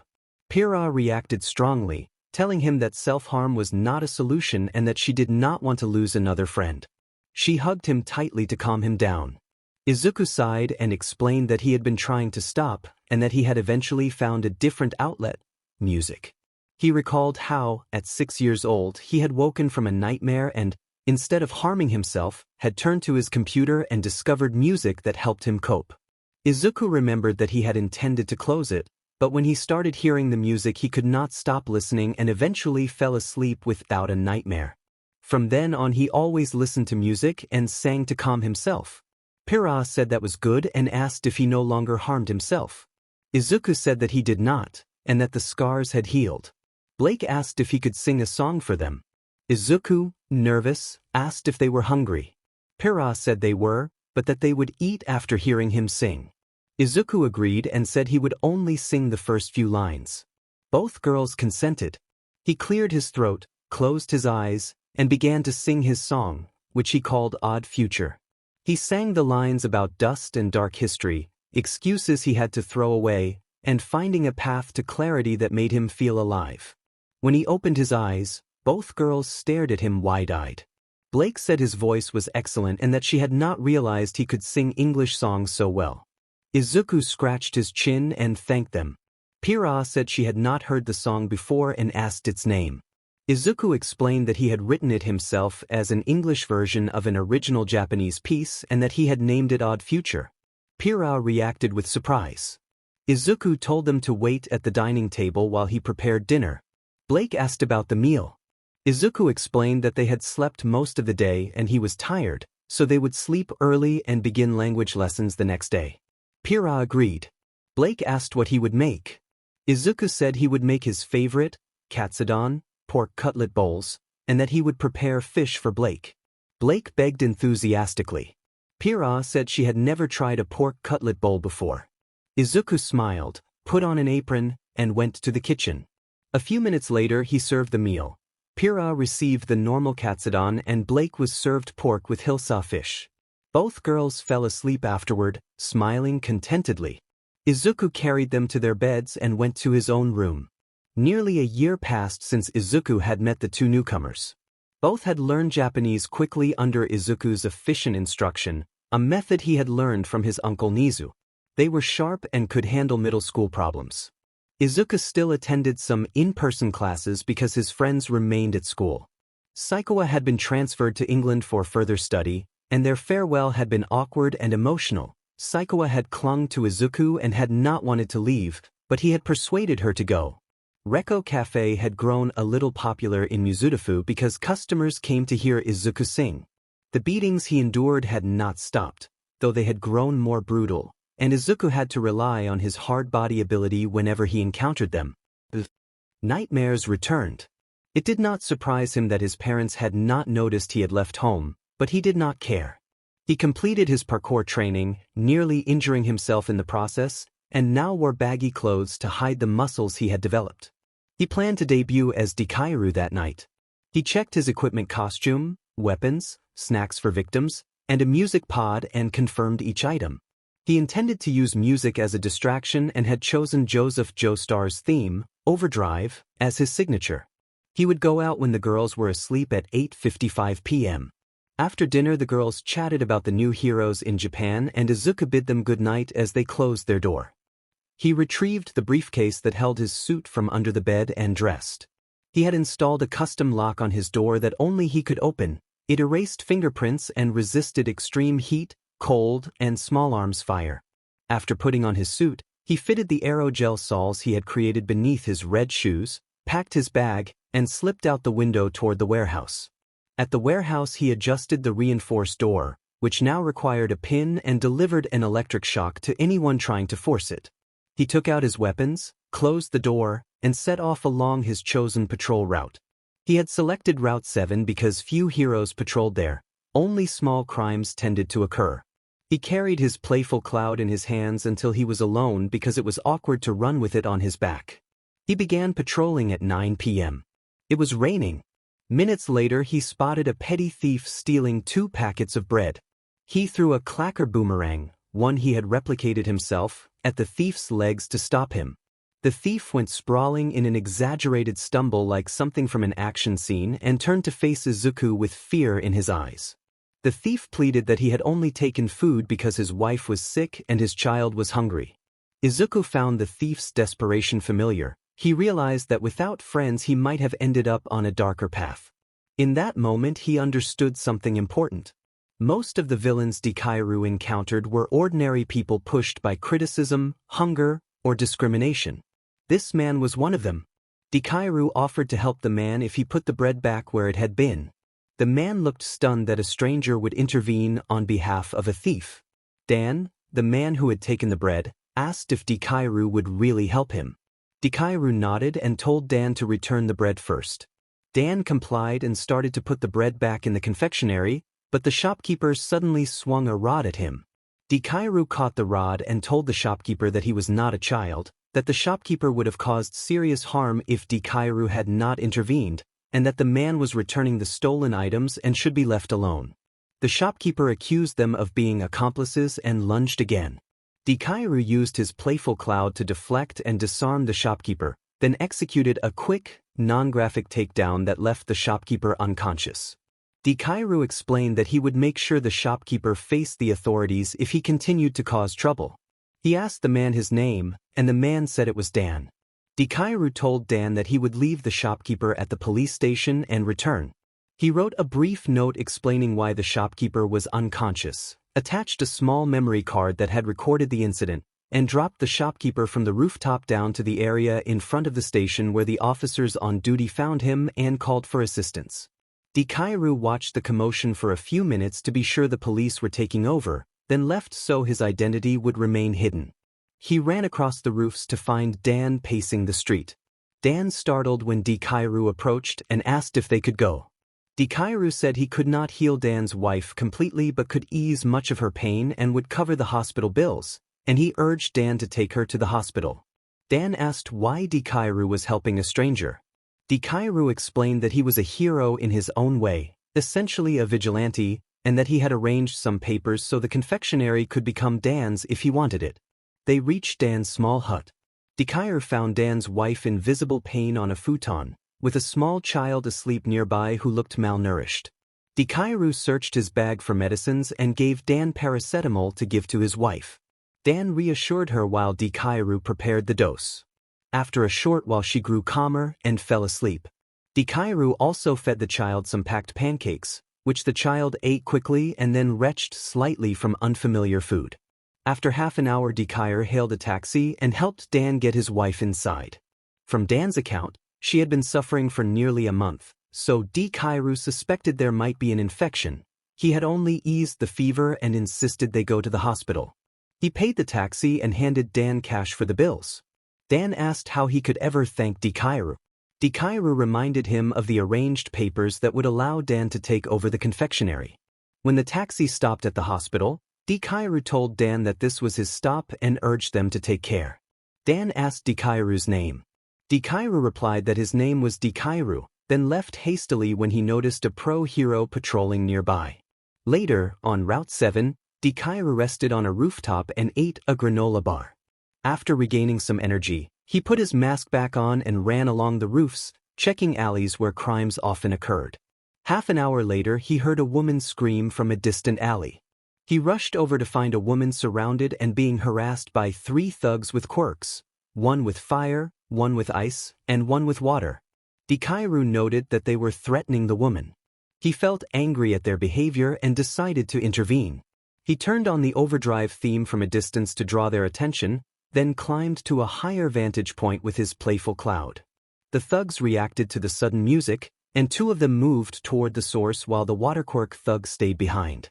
Deku energized his clacker ball with an overdrive blast and used a clacker boomerang to target the waterquirk thug, then moved to engage the others in a swift, anime-style confrontation that neutralized them without graphic injury. A blunt strike hit one thug and knocked him out. The other 2 had gone a short distance, so Deku descended toward the trembling woman. Deku asked if she was all right and whether she was hurt. The woman stammered and asked who he was. Deku reassured her that he meant no harm and introduced himself as a new vigilante named Deku, then asked if she was hungry or thirsty. The woman said she was hungry. Deku offered her a pancake and, noting how cold she was, told her to wait under the shop shelter while he dealt with the remaining attackers. She nodded and ran under the shelter. Deku climbed to a nearby roof and set his music player at the far end as a lure. The thugs noticed and argued about following the music. One demanded to know why they were being toyed with, and the other shouted for the coward to come out and face him. The music continued. Deku jumped down, vaulted over the fire-aligned thug, and quickly incapacitated him before he could react. The ice-aligned thug fired a burst of ice and briefly trapped Deku. The ice thug taunted that Deku was foolish and useless. Deku broke free with a smirk and dismissed the trap, explaining that he'd endured far worse assaults in his life. He energized his playful cloud with overdrive and cursed energy and prepared to move. He leaped from wall to wall while the thug attempted another ice trap, but the attack only hit the ground. Deku kept shattering ice on the walls by channeling his overdrive through his feet, melting and breaking the formations until the thug ran out of breath. Outwardly Deku seemed fine, but he felt numb inside. His legs felt frozen and needed time to thaw. Sensing Deku's unsteady stance, the ice thug sent a large trail of ice to pin him. Deku braced for the strike and, before being covered, he noticed 8 lights, the same 8 lights he had seen 1 or 2 years earlier. The ice thug laughed loudly, mocking Deku and blaming him for scaring the woman away. The thug's laughter was cut off by the sudden roar of intense heat. A blaze erupted where Deku had been trapped, then settled to reveal Dekairu standing, his legs thawed. The ice thug sent another ice volley that Dekairu intercepted with fire. Dekairu declared that he would not allow anyone to be hurt. The fire intensified, singeing parts of the thug's clothing. The ice thug managed to bind the group in ice for a moment, but the fire-aligned attacker began to melt it and failed to free them completely. Dekairu assumed a stance and began channeling cursed energy, overdrive, and flame into his fists. He introduced himself as Dekairu and lunged forward, teleporting in front of the thugs to unleash his most powerful attack. The strike drove the thugs out of the ice and sent them slamming into a wall behind them. Dekairu rose, went to the roofs to retrieve rope from his pack, and tied the thugs up. He turned off the music, looked at his hand, and murmured to himself as if welcoming his newly awakened abilities, Rainfire and Frost Star. Dekairu dragged the bound thugs toward the woman who still stood under the shelter, shaking. He handed her a jacket to warm up and wrapped her in a quick, reassuring embrace to calm her. The woman thanked him and asked why he had become a vigilante when he could have become an official hero. Dekairu explained that he had always wanted to be a hero, but circumstances had forced him down a different path. Even his father had cancelled his UA registration, so he had chosen to learn the hard way. The woman expressed sympathy, and Dekairu told her to take the captives to the police station and provide a brief description of what had happened. He then turned and left. 2 years later, Dekairu had become a feared and revered vigilante. On Mizudafu's route he had developed a reputation for kindness tempered by ruthlessness. He focused on taking down RPSTS, human traffickers, and other serious offenders. Everyone called him the second chance hero because he often gave criminals a chance to explain themselves. If their crimes stemmed from desperate circumstances like family hardship or survival, he listened and sometimes helped them. If their motives were power, cruelty, or pleasure, he drove them to the edge of defeat and then handed them over to the police with an explanation of why they had been punished. Some citizens hailed him as a hero, while others labeled him a villain for his methods. He also confronted corrupt heroes on occasion. Always seen as a dark figure wearing a bunny mask and running across rooftops with a backpack, he fought to the rhythm of the overdrive theme. Many villains of Mizudafu feared him so deeply that they would rather face a public hero than endure Dekairu's brand of justice. During this time, Reko left his cafe to Izuku when his wife called him away. Izuku renamed it Dekairu's Hero Cafe. At first, people assumed the vigilante owned the shop, but when Izuku revealed that he was quirkless, the speculation ended. He explained that he was simply a huge fan of Dekairu, which relieved him. No one suspected that he was the vigilante. He legally changed his name to Midoriya, and the cafe grew well known across Mizudafu. Izuku's coffee, pancakes, and cookies were well known, and he always sang while working, a small microphone clipped to his collar. One regular customer, a brunette with a constant blush on her cheeks, visited every morning. She hurried in, bought the cheapest pancakes, and ran off to catch the train. Worrying about her, Izuku began packing a specially made pancake for her breakfast each day. When she asked how much she owed, he told her that to pay him she should first catch the train and go to school. She was confused, and when she followed his instruction she realized he had been giving the pancake for free. When she asked why, he explained that he did not want a future hero's money and that she should save it for herself and her family, adding that she usually bought the cheapest option so this should be considered the same. She was amazed by such kindness and they exchanged numbers. Her name was Achiko Uraraka. The girls at home grew more affectionate toward him, and he did not mind. He had changed enough that former friends and even his uncles did not recognize him. He had grown a bit, his hair gained darker highlights, and his freckles were more distant. Even his sister did not recognize him. He always wore a green apron labeled Abel's Hero Cafe and a bunny hoodie, and he preferred to be called Midoriya instead of manager or waiter. If anyone made a mess or started a fight in the cafe, he stepped in and removed them firmly. Once, when a pair of troublemakers pushed things too far, he confronted them and left them unable to continue their harassment. On a Sunday, Izuku served a family with 2 kids and their parents, feeling a warm nostalgia for simpler times. Then the door opened and the last people he wanted to see walked in. Katsuki Bakugo and his group entered with loud, dismissive attitudes. Izuku greeted them and offered to help, then asked them to wait briefly while he brought extra chairs. Katsuki and one of his companions complained loudly about waiting and demanded to see the manager. Izuku calmly revealed that he was the manager. Tensions rose when Katsuki grabbed Izuku by the collar and berated him about arrangements. Izuku broke free and told the customers to continue their meals while he dealt with the disturbance. Katsuki escalated, shouting about being insulted and launching an explosive attack toward the cafe interior. Izuku sprang into action to shield the family, taking the blast and protecting the patrons. The explosion tore his apron and damaged the counter. He was shaken and clearly hurt, but he remained standing. He told Katsuki that he would not be intimidated and would not allow anyone to endanger his customers. When Katsuki charged again, Izuku moved with controlled precision, striking to stop the attack without causing lasting harm. His blows landed with enough force to send the troublemakers reeling and leave them stunned and retreating. Izuku admonished them for risking bystanders' safety and warned them to never return if they could not control their behavior. He told the group that their actions had almost caused a tragedy and that such recklessness would not be tolerated. As the two continued to try to escalate, Izuku used a defensive ice technique to restrain them temporarily. He then unleashed a rapid series of martial arts strikes that, in style and speed, resembled techniques from his training, making it look like a blur of fists. The combination sent the rest of the group tumbling out of the cafe and cleared the space. Izuku closed the door behind them and secured the cafe. Afterward, his uncles Aizawa and Principal Niza began dropping by regularly to enjoy his special black coffee and Darjeeling tea. They did not recognize his altered appearance and were so impressed by the drinks that they became frequent customers. Izuku often gave them free pancakes as a small kindness. That evening, after closing the shop and finishing his final tasks, Izuku set aside the apron and prepared to begin his night of vigilantism. Although he felt strange, as if something was burning inside him and driving him with adrenaline, Izuku did not know why. It probably was not his rainfire. He was on his way home when he felt a small bump on his left as he passed an alleyway. Izuku looked down and saw a small pale girl in dirty rags with her hands wrapped in bandages who had crashed into him. She had a single horn on her forehead. He guessed it was a mutation quirk.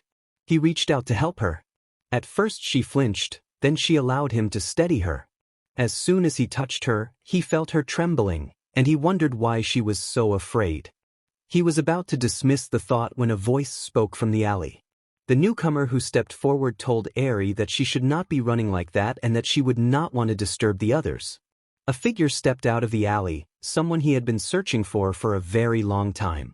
He probably tortured her, Izuku thought, remembering how he had trembled when he saw his own bullies. Eri was shaking, so Izuku handed her his music player and played Sunflower to calm her. It helped a little. He told her to close her eyes and turned toward Overhaul, who was trying to get up. Izuku demanded that Overhaul stop harming the child. Overhaul demanded his tool back. Izuku used a partial black flash to close the distance and prepared to strike, but his arm began to glow with a different intensity. He unleashed a powerful technique, an Inferno-style overdrive smash, that sent Overhaul flying into the wall and left him clearly incapacitated. The attack also recoiled through Izuku in an unexpected way, causing a jolt of pain that made his arm feel badly strained and bruised. Overhaul had been taken away by his cronies. Izuku went over to Eri, who still had her eyes closed. He tapped her shoulder and felt her trembling turn into sobs as she repeatedly apologized. Izuku soothed her and hugged her gently while trying to tenderly protect his injured arm. After some quiet comfort, Eri gasped at Izuku's injured arm and cried in concern. Izuku reassured her that it was nothing and that she should not blame herself. He insisted the injury had come from his own power acting oddly. Eri cried on his shoulder for a moment, then her horn glowed faintly. Izuku felt the pain ease as if it were being rewound. His arm healed completely shortly after. He asked whether that was Eri's power and whether she was some kind of healer. Eri explained that her quirk allowed her to rewind things, returning them to a previous state, and that she could even rewind living things, but she did not have full control over it yet.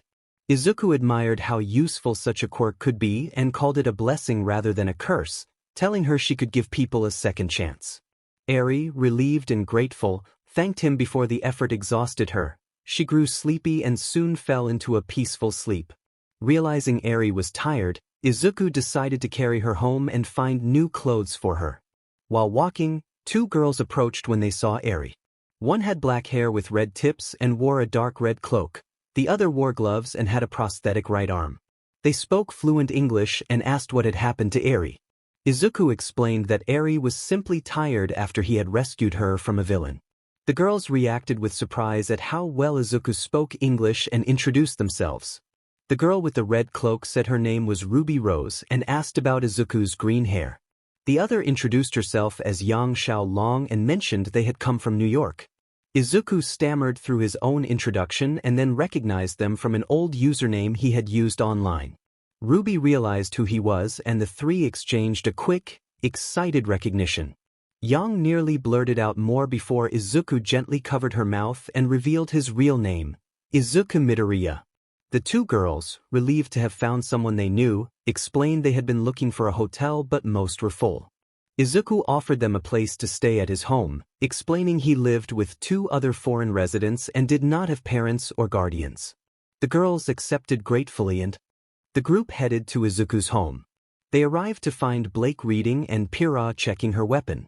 Blake greeted Izuku and then noticed the new arrivals. Pyrrha spun around in surprise when she saw Ruby and Yang. Ruby launched forward and hugged Pyrrha, expressing how much she had missed her. Izuku asked if they had missed him, and Blake replied that he had not. Yang asked Pyrrha and Blake if they had been staying here all these years. Pyrrha explained that they had been attacked by a villain and Izuku had come to their rescue. Yang praised Izuku and said that maybe living with him would not be bad after all. Izuku blushed and stammered that if they needed anything they could call him, and he asked to be called Midoriya in public. Yang teased him about blushing, and Ruby tapped Yang on the head to stop teasing. Pyrrha then asked whether Izuku had told them about that, and who the child in his arms was. Izuku became serious and explained that he had not told them about the matter, and that the child was Eri, who had been rescued from a villain named Overhaul after suffering grave harm. Yang and Ruby were surprised to see him so serious after earlier teasing. Pyrrha expressed sympathy, and noted that Izuku had done well for someone so young. Izuku said he had matured quickly and mentioned that after middle school he would take classes online. He also asked them to help teach the others Japanese, and then said he was going to make dinner before heading into the kitchen.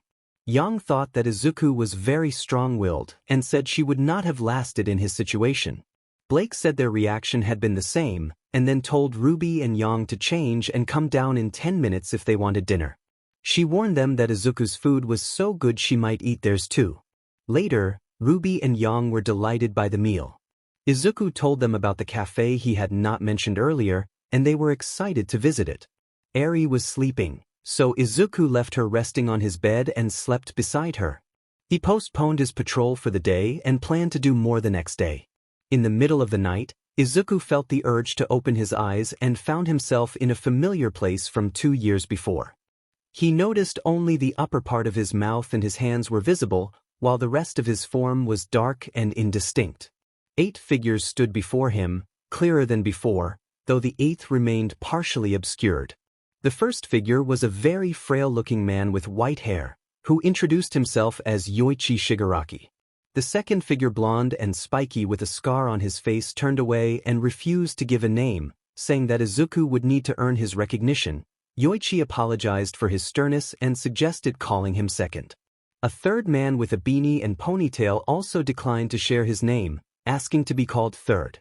A scarred man identified himself as Hikage Shinomori. A large bald man in a dark suit introduced himself as Diagoro Banjo and greeted Izuku warmly.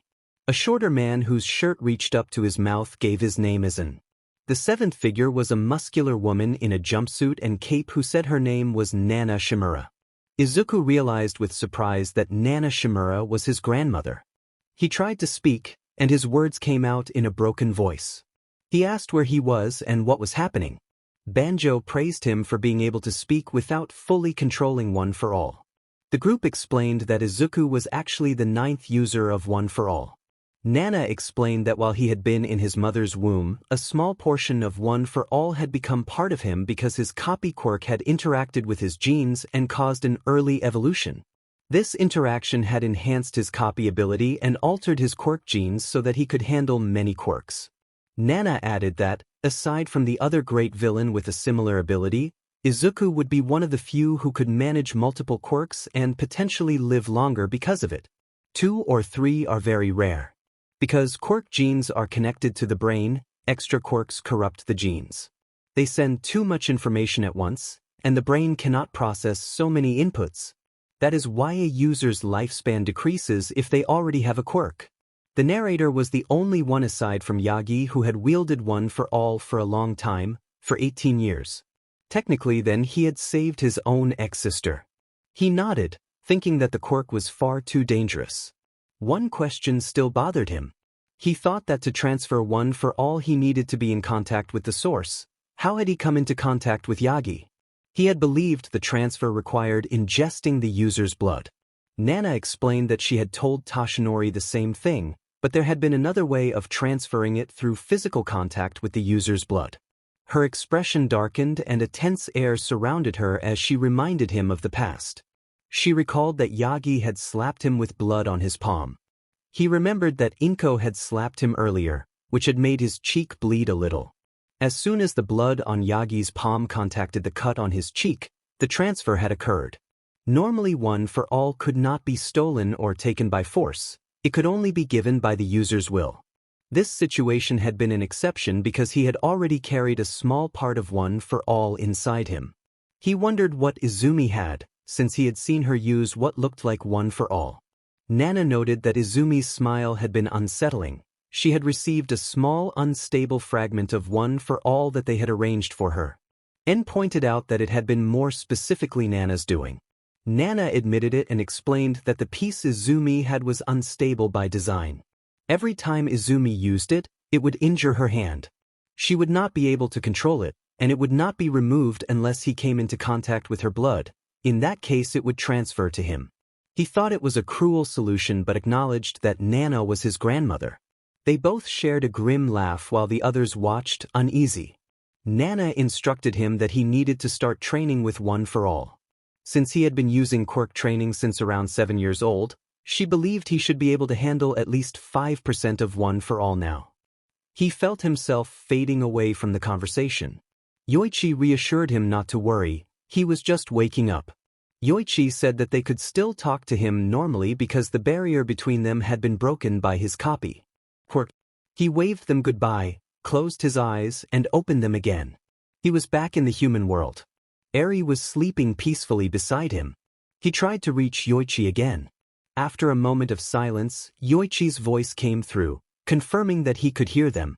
Yoichi explained that currently he could only hear their voices. If he trained to at least 20%, he should be able to see them. He asked a few questions. He asked if a successor had to be quirkless. Banjo replied that he would not need to find a successor anymore. He was going to be the last user of One for All. Another agreed, adding that One for All had reached a stage where, unless a successor was as physically robust as Yagi, their body would not be able to handle it. He muttered that that was just great. He stood, stretched, and slipped outside in his green tracksuit to begin his morning exercises. One of them noted that if he trained well, he might eventually be able to use some of their quirks more naturally.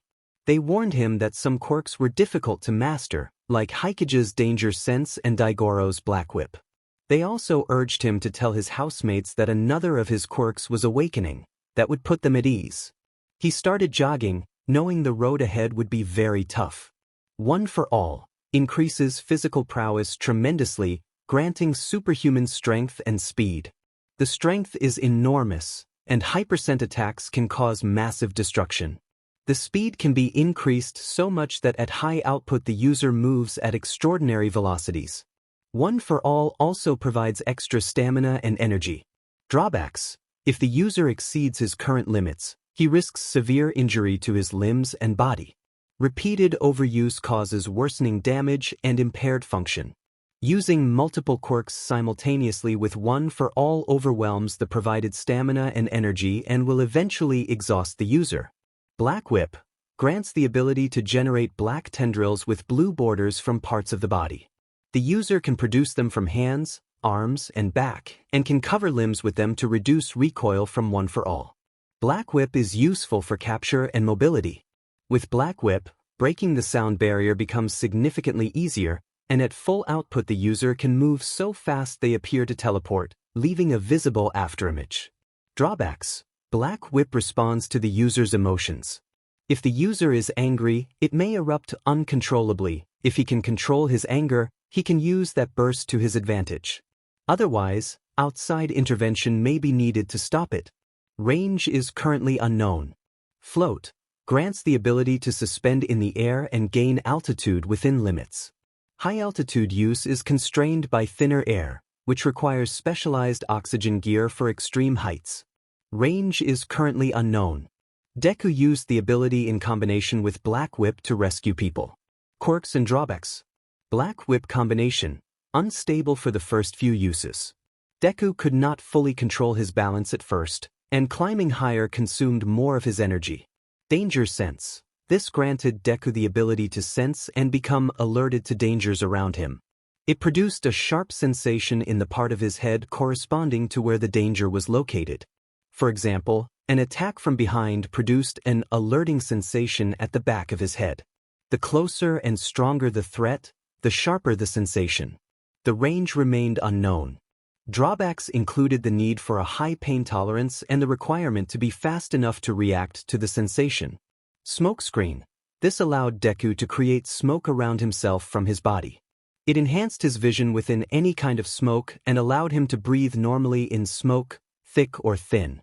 Its current range depended on Deku's emotions and could, at full extent, cover a whole city. There were no notable drawbacks. FA Gene. This allowed Deku to store kinetic energy and release it as explosive bursts of speed and power. It functions similarly to Yang's backfire, storing kinetic energy from opponents' hits. Because he constantly moved with OFA full cowl, the kinetic energy rarely ran out unless he exceeded full cowl. At maximum FA Gene, Deku could reach speeds faster than the Concord by a factor of 3. With 45% full cowl and maximum FA Gene, he could mimic his 100% full cowl. At those peaks his speed could approach extraordinary levels and his strength could match a full smash. His body emitted smoke when he used it. The drawback was severe fatigue from the kinetic energy use. At 20% full cowl he would succumb to exhaustion after a single use, and he could not use it from an 8% starting point. FA Gene could be used only in bursts, not continuously. Unknown quirk, not revealed in the source material. Rewind. This allowed Deku to rewind an object or person to a previous state and to forward a rewound thing by touching it. He could heal others and himself and heal limbs, though scars remained. No horn protruded from his forehead when using it. The drawback was energy consumption. Healing others used energy and healing himself used even more, causing rapid fatigue. He could not maintain 100% full cowl while using this quirk. Rainfire. This allowed Deku to produce fire from any part of his body and to absorb his own fire. The temperature of the fire depended on his emotions, with a stated maximum. If he exceeded his limit, the affected body part would begin to feel pain and continued use would damage that area. Frost Star. This allowed Deku to produce ice from any part of his body and to absorb his own ice. The temperature depended on his emotions with a stated minimum. If he exceeded his limit, the affected body part would begin to freeze, and continued use could cause hypothermia or frostbite in that area. Abilities and drawbacks. Divergent Fist allowed Deku to deliver double impact punches by channeling cursed energy into his fists. He used it in conjunction with OFA, FA Gene, Black Flash, and Overdrive Blast.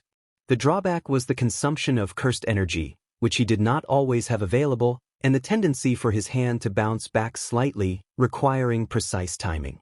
Black Flash allowed Deku to make strikes that hit with amplified force by briefly distorting the space between him and his opponent. He used it alongside OFA, Divergent Fist, FA Gene, and Overdrive Blast. The drawback was short-term fatigue after performing the space distortion. He could only perform it a limited number of times. Hard body allowed Deku to harden his body by channeling cursed energy beneath his skin. He could currently maintain hardening for a limited duration. The drawback was that if he activated it too late, he still felt the attack and his body could stiffen, leaving him unable to move. Overdrive Blast allowed Deku to produce bioelectricity from his body to electrocute or incapacitate opponents and to absorb electricity. OFA enhancements made it more powerful. Continued use caused pain and burn-like effects in his hands. Time skip a few weeks later, third-person perspective. A few weeks had passed since Eri's incident. Izuku had learned that she had accidentally caused her father's death and that her mother had abandoned her. He allowed her to live with him because she refused to leave his side. Because she loved candy apples, Izuku always made the best candy apples for her while working at the cafe. He trained with OFA and could handle 5% but still struggled with reaction speed. They had recently gone shopping for Eri's clothes and had bought a red dress, brown shoes, and a small red bag. She felt safe only around Izuku, so she stayed close to him. Izuku was deciding which quirk to copy permanently. He considered Pyrrha's polarity, which granted control over certain metals, Ruby's petal burst, which increased speed and dispersed petals during spins, and Yang's backfire, which absorbed attacks and released them as bursts of power with a smaller speed component. He was uncertain which to choose. Eri asked Izuku for a candy apple, and Izuku agreed, asking for a moment. It occurred to him that Eri's quirk, Rewind, might be the right choice. He considered that copying Rewind would allow him to heal others and himself. Izuku explained to Eri that his copy quirk allowed him to permanently copy one quirk and that if she was willing, he would like to copy hers. Eri tilted her head and asked if he was sure. Izuku reassured her that it was fine if she did not feel comfortable. Eri agreed and said she wanted him to save many people. Izuku thanked her, thinking how pure she was. He then put his hand on her head. Since he did not know how to activate it, the other users forced the activation for him. Izuku warned Eri not to move and began the transfer. He felt a strange suction sensation in his hand. After a few seconds, when the suction stopped, he withdrew his hand. Izuku checked that Eri was all right and unhurt, and she reassured him that she was fine. Izuku offered 2 candy apples as thanks. Eri jumped around in delight, and Izuku chuckled and told her to calm down. Banjo praised the choice, and Hikage commented that Eri would be able to heal and save more people now. Izuku thanked them. Later, Izuku took Eri to see his friend Dr. Tsubasa. The doctor sometimes helped Izuku with supplies, and Izuku wanted a new profile for himself and for Eri. He arrived 15 minutes early and watched Eri eat a candy apple while he took photos. A nurse called for Izuku Midoriya, and he and Eri followed the nurse into the clinic. The doctor signaled the nurse to leave. Dr. Tsubasa asked how he could help Mr. Midoriya. Izuku asked whether the doctor did not recognize him, and then reminded him playfully that he was Zuku. Dr. Tsubasa's surprise turned to recognition, and he asked whether Izuku had changed his name and left the Yagi family. Izuku confirmed that he was no longer a Yagi. Dr. Tsubasa remarked that he had expected Izuku might leave someday and then pointed at Eri, asking who the child was. Izuku explained that he had recently rescued Eri from overhaul and that she had been living with him because she felt safe and comfortable there. Dr. Tsubasa praised Izuku for already being a hero to her. Dr. Tsubasa then asked whether Izuku's quirks had unlocked. When Izuku confirmed they had, the doctor handed him a form and a pen and asked him to fill in the information. Izuku completed the entries for Eri and for himself, creating both a fake profile and a real profile to protect their identities. The files recorded Eri's name, a birth date, Izuku as guardian, and her quirk, Rewind. The fake profile for Izuku listed an assumed name, an alternate birth date, a guardian entry of none, and advanced energy manipulation as a quirk. The real profile listed Izuku's true name and multiple quirks, Rainfire, Frost Star, advanced energy manipulation, and Rewind. Dr. Tsubasa asked when Izuku had learned energy manipulation. Izuku explained that he had found the source in his ex-father Toshinori's quirk and that it had somehow transferred into him. When the doctor inquired about Rewind, Izuku said he had used his copy on Eri. It rewound an object's state to a previous state, and his energy manipulation enhanced that ability, though he still needed to practice. Dr. Tsubasa began to tell Izuku that with such a quirk he could be a good hero, but Izuku cut him off, saying he was no longer able to be a hero by the law. When Dr. Tsubasa asked why, Izuku explained that his ex-father had cancelled his UA registration and that without a guardian he could not register. Izuku added that he was working at a cafe to earn a living. Dr. Tsubasa expressed disappointment at the behavior of Izuku's father and said he would visit the cafe. Izuku named the cafe as Dekairu's Hero Cafe. Dr. Tsubasa confirmed his understanding that Izuku was still acting as a hero but outside the law. When the doctor asked if Izuku was a vigilante, Izuku reluctantly admitted that he was. Izuku said he had told Dr. Tsubasa because the doctor was one of the only people he considered family. Dr. Tsubasa, moved, wiped his eyes and thanked Izuku for that trust. Izuku asked the doctor to keep the fake profile on hand in case anyone asked about him and said he would keep the real file safe at home. Dr. Tsubasa handed the real file back and urged him to keep it secure.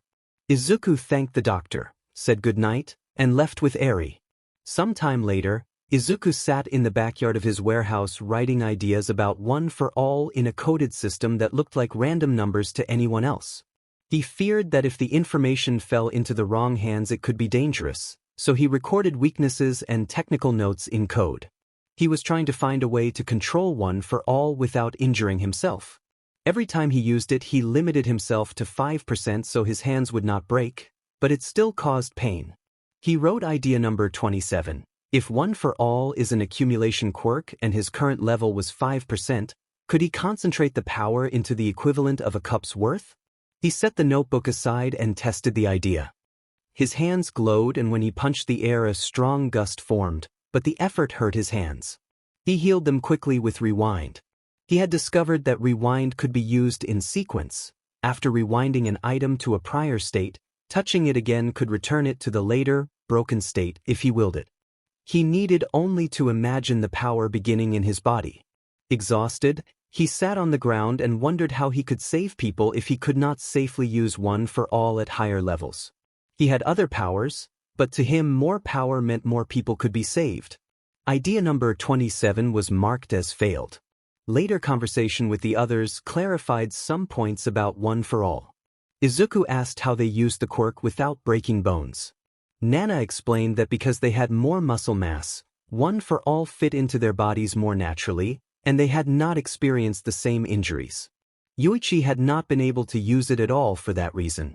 Izuku asked why Toshinori did not appear in the user realm as a manifested, golden figure. Nana explained matter-of-factly that they had not accepted Toshinori as the 8th user because of how he had treated Izuku, so only his shadow appeared. Once Izuku gained full control, his shadow would also manifest. Izuku acknowledged this with a quiet response. He then subconsciously activated his overdrive blast and felt electricity gather in his hand. Seeing the electricity for a few seconds sparked a new thought. Could he use one for all in a similar way to his overdrive blast? He got up again and started writing in his notebook. Banjo asked if he had another idea. Izuku said that he did, and that he thought there was a possibility he could now control one for all. He labeled the entry idea 28 and wrote out his thought process. If one for all was an accumulation emitter quirk and his overdrive blast behaved similarly, could he control it? What would happen if he spread it across his body? If he could not use a cup's worth of one for all, then he would try a spoon's worth. A few days earlier, Blake had placed a fish-shaped pastry on a plate in the microwave, and Izuku used that image to guide his concentration. He pictured the energy that had been focused in one part of his body spreading throughout his whole body. His body glowed faintly and green lightning danced across his skin. Because it was his first time spreading the power, his muscles began to ache. Nana exclaimed that it was impressive that he had managed to control one for all's power. And observed that he was probably the first user to produce visible electricity from his body. Hikage asked if he thought he could move in that state. Izuku grunted and stammered that he did not know, but he would not find out unless he tried. He decided to test it by jumping onto the roof of the warehouse. He bent his knees and leapt, and the jump succeeded. He landed on the roof easily. He saw a dry leaf falling from the tree beside the building and tested the power on it. He activated one for all full cowl and punched forward, producing a gust of wind that sent the leaf flying. He quickly returned to the ground, shut off one for all, and lay on the earth exhausted. Second congratulated him, noting that he had managed to control one for all without outside help. Hikage said it was impressive that he had learned so quickly, recalling that it had taken him 2 years to do the same without severe repercussions. Izuku admitted that moving while keeping the power flowing through his body was still difficult and wondered why he had not felt muscle pain as soon as he started moving. Nana suggested that one for all had accelerated his adrenaline rush. Izuku responded that it was awesome and that they should head back. Idea 28 was marked as a success. 1 year later, Izuku had added another floor to his house, though it remained empty. The girls had learned Japanese with his help because Pira and Blake had been poor teachers. His cafe continued to thrive. Many people came each day, and he did his best to serve them despite the stress that aggravated his depression. The housemates sometimes felt jealous when he received so many phone numbers from customers, and Achiko, who had become friends with many of them, shared their jealousy. He had also invited his school friends to visit the cafe, and Tuya had begun to drop by. Izuku planned to wait until the end of middle school before changing his vigilante name to Deku.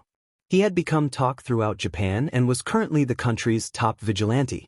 He had developed a visible effect to his quirk. His body glowed green whenever he faced opponents who were too strong.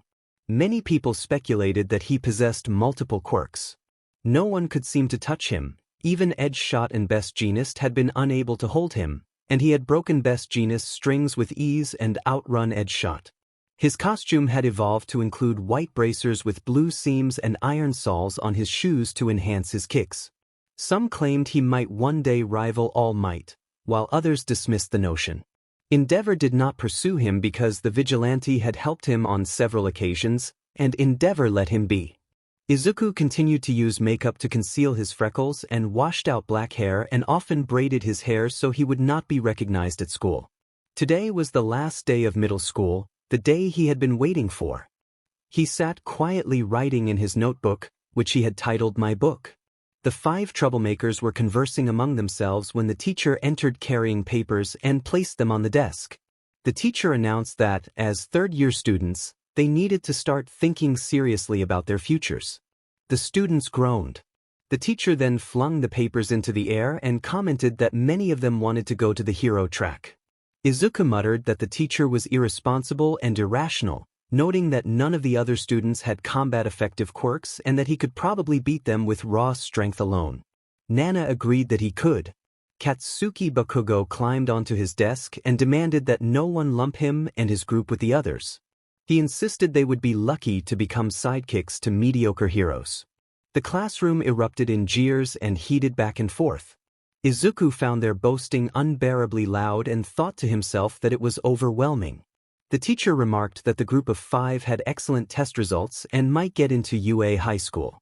Students reacted with disbelief, discussing UA's extremely low acceptance. The 5 argued that they were worthy and had aced the mock tests. Katsuki declared that getting into UA would make them famous and wealthy, and everything started with that school. Izuku banged his head in frustration, thinking how loud and obnoxious they were.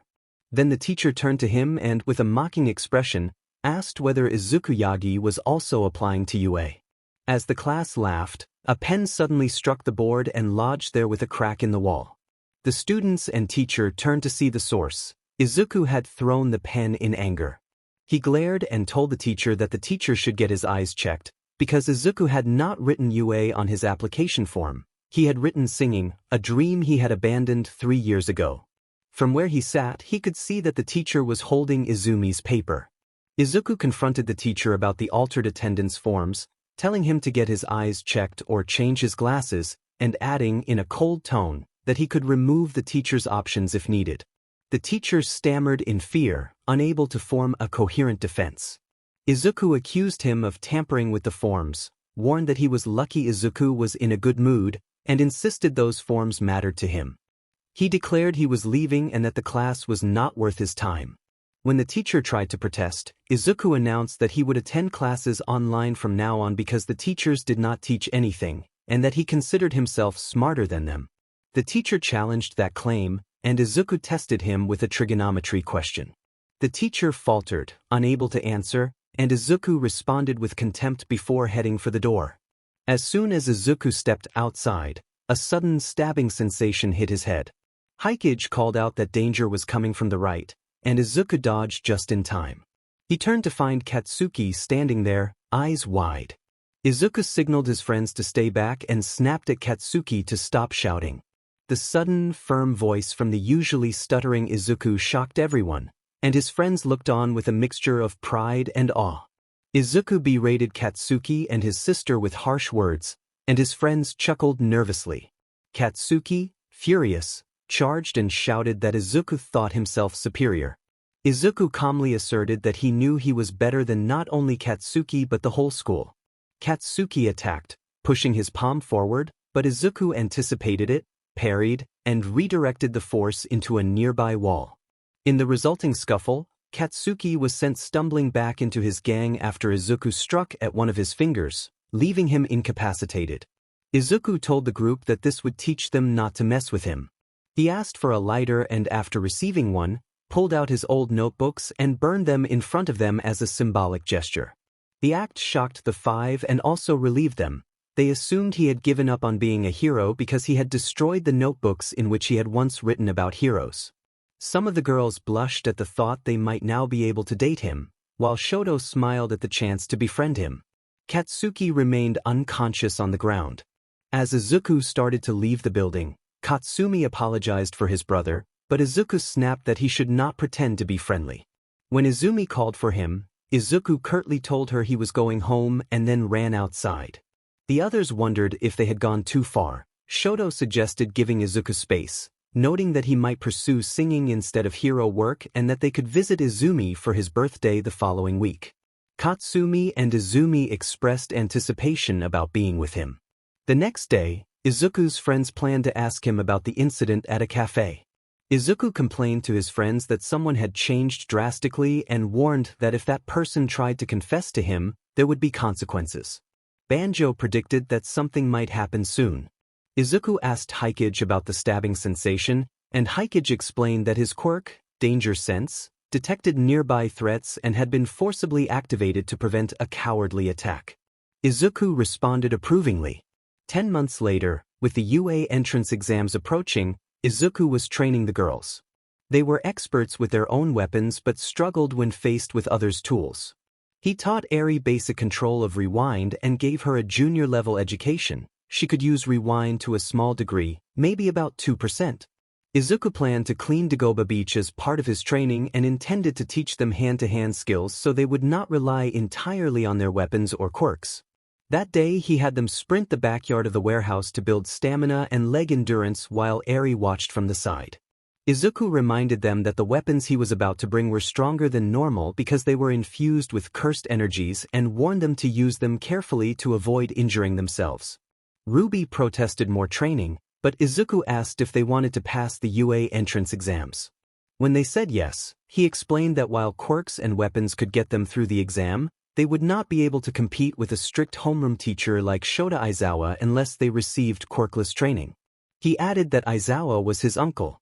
While Izuku went inside the warehouse to retrieve weapons and let the others rest, Eri noticed a cut on Blake's hand and offered to heal it. Blake accepted gratefully, and Eri began to use rewind. At first it seemed to work, and the pain eased. Then Eri began to cry out and lose control as the rewind effect widened unexpectedly, enveloping all the girls. Izuku rushed out when he heard Eri scream and used a quick, precise technique enhanced by a partial black flash to reach her. He administered a controlled, incapacitating strike to render Eri unconscious safely and stopped the runaway rewind. Once Eri was down and the situation stabilized, Izuku checked on the others. They appeared unharmed, but when Izuku handed out a mirror, the girls reacted with shock at a sudden change in their appearances. Their features had shifted, they were now a little shorter and looked noticeably different, and they screamed in astonishment. The group stared in disbelief at how young they looked. Pyrrha asked what had happened, and Izuku explained that it was Eri's doing. She had probably lost control over rewind and reverted some of them from 17 or 18 down to 13 or 14, making them roughly his age. Blake acknowledged this calmly. Izuku asked if she was not surprised, and Blake replied that she was not, adding that it was better this way and they would manage. Izuku announced that there would be no more training that day because Eri was tired, and he would take Eri to his house. Later, Blake tried to broach an awkward subject with Pyrrha, but they quickly shifted to a lighter conversation. Several of the girls admitted that they had liked Izuku since they first met him, describing him as kind and sweet. Blake teased that he had gathered quite a group of admirers. Yang asked who the others were, and Blake listed Kyoka, Weiss, and Achiko as friends who also had feelings for him. They went back to their house. That evening the small family ate dinner together. Izuku fed Eri while recounting the morning's events, and everyone laughed. After the meal, Eri sat on the sofa watching television while the others chatted and Izuku washed the plates.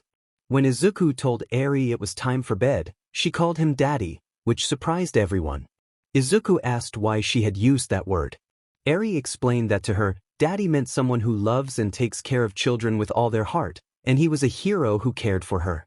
Izuku was moved to tears and accepted the role, telling her from then on she would be Eri Midoriya.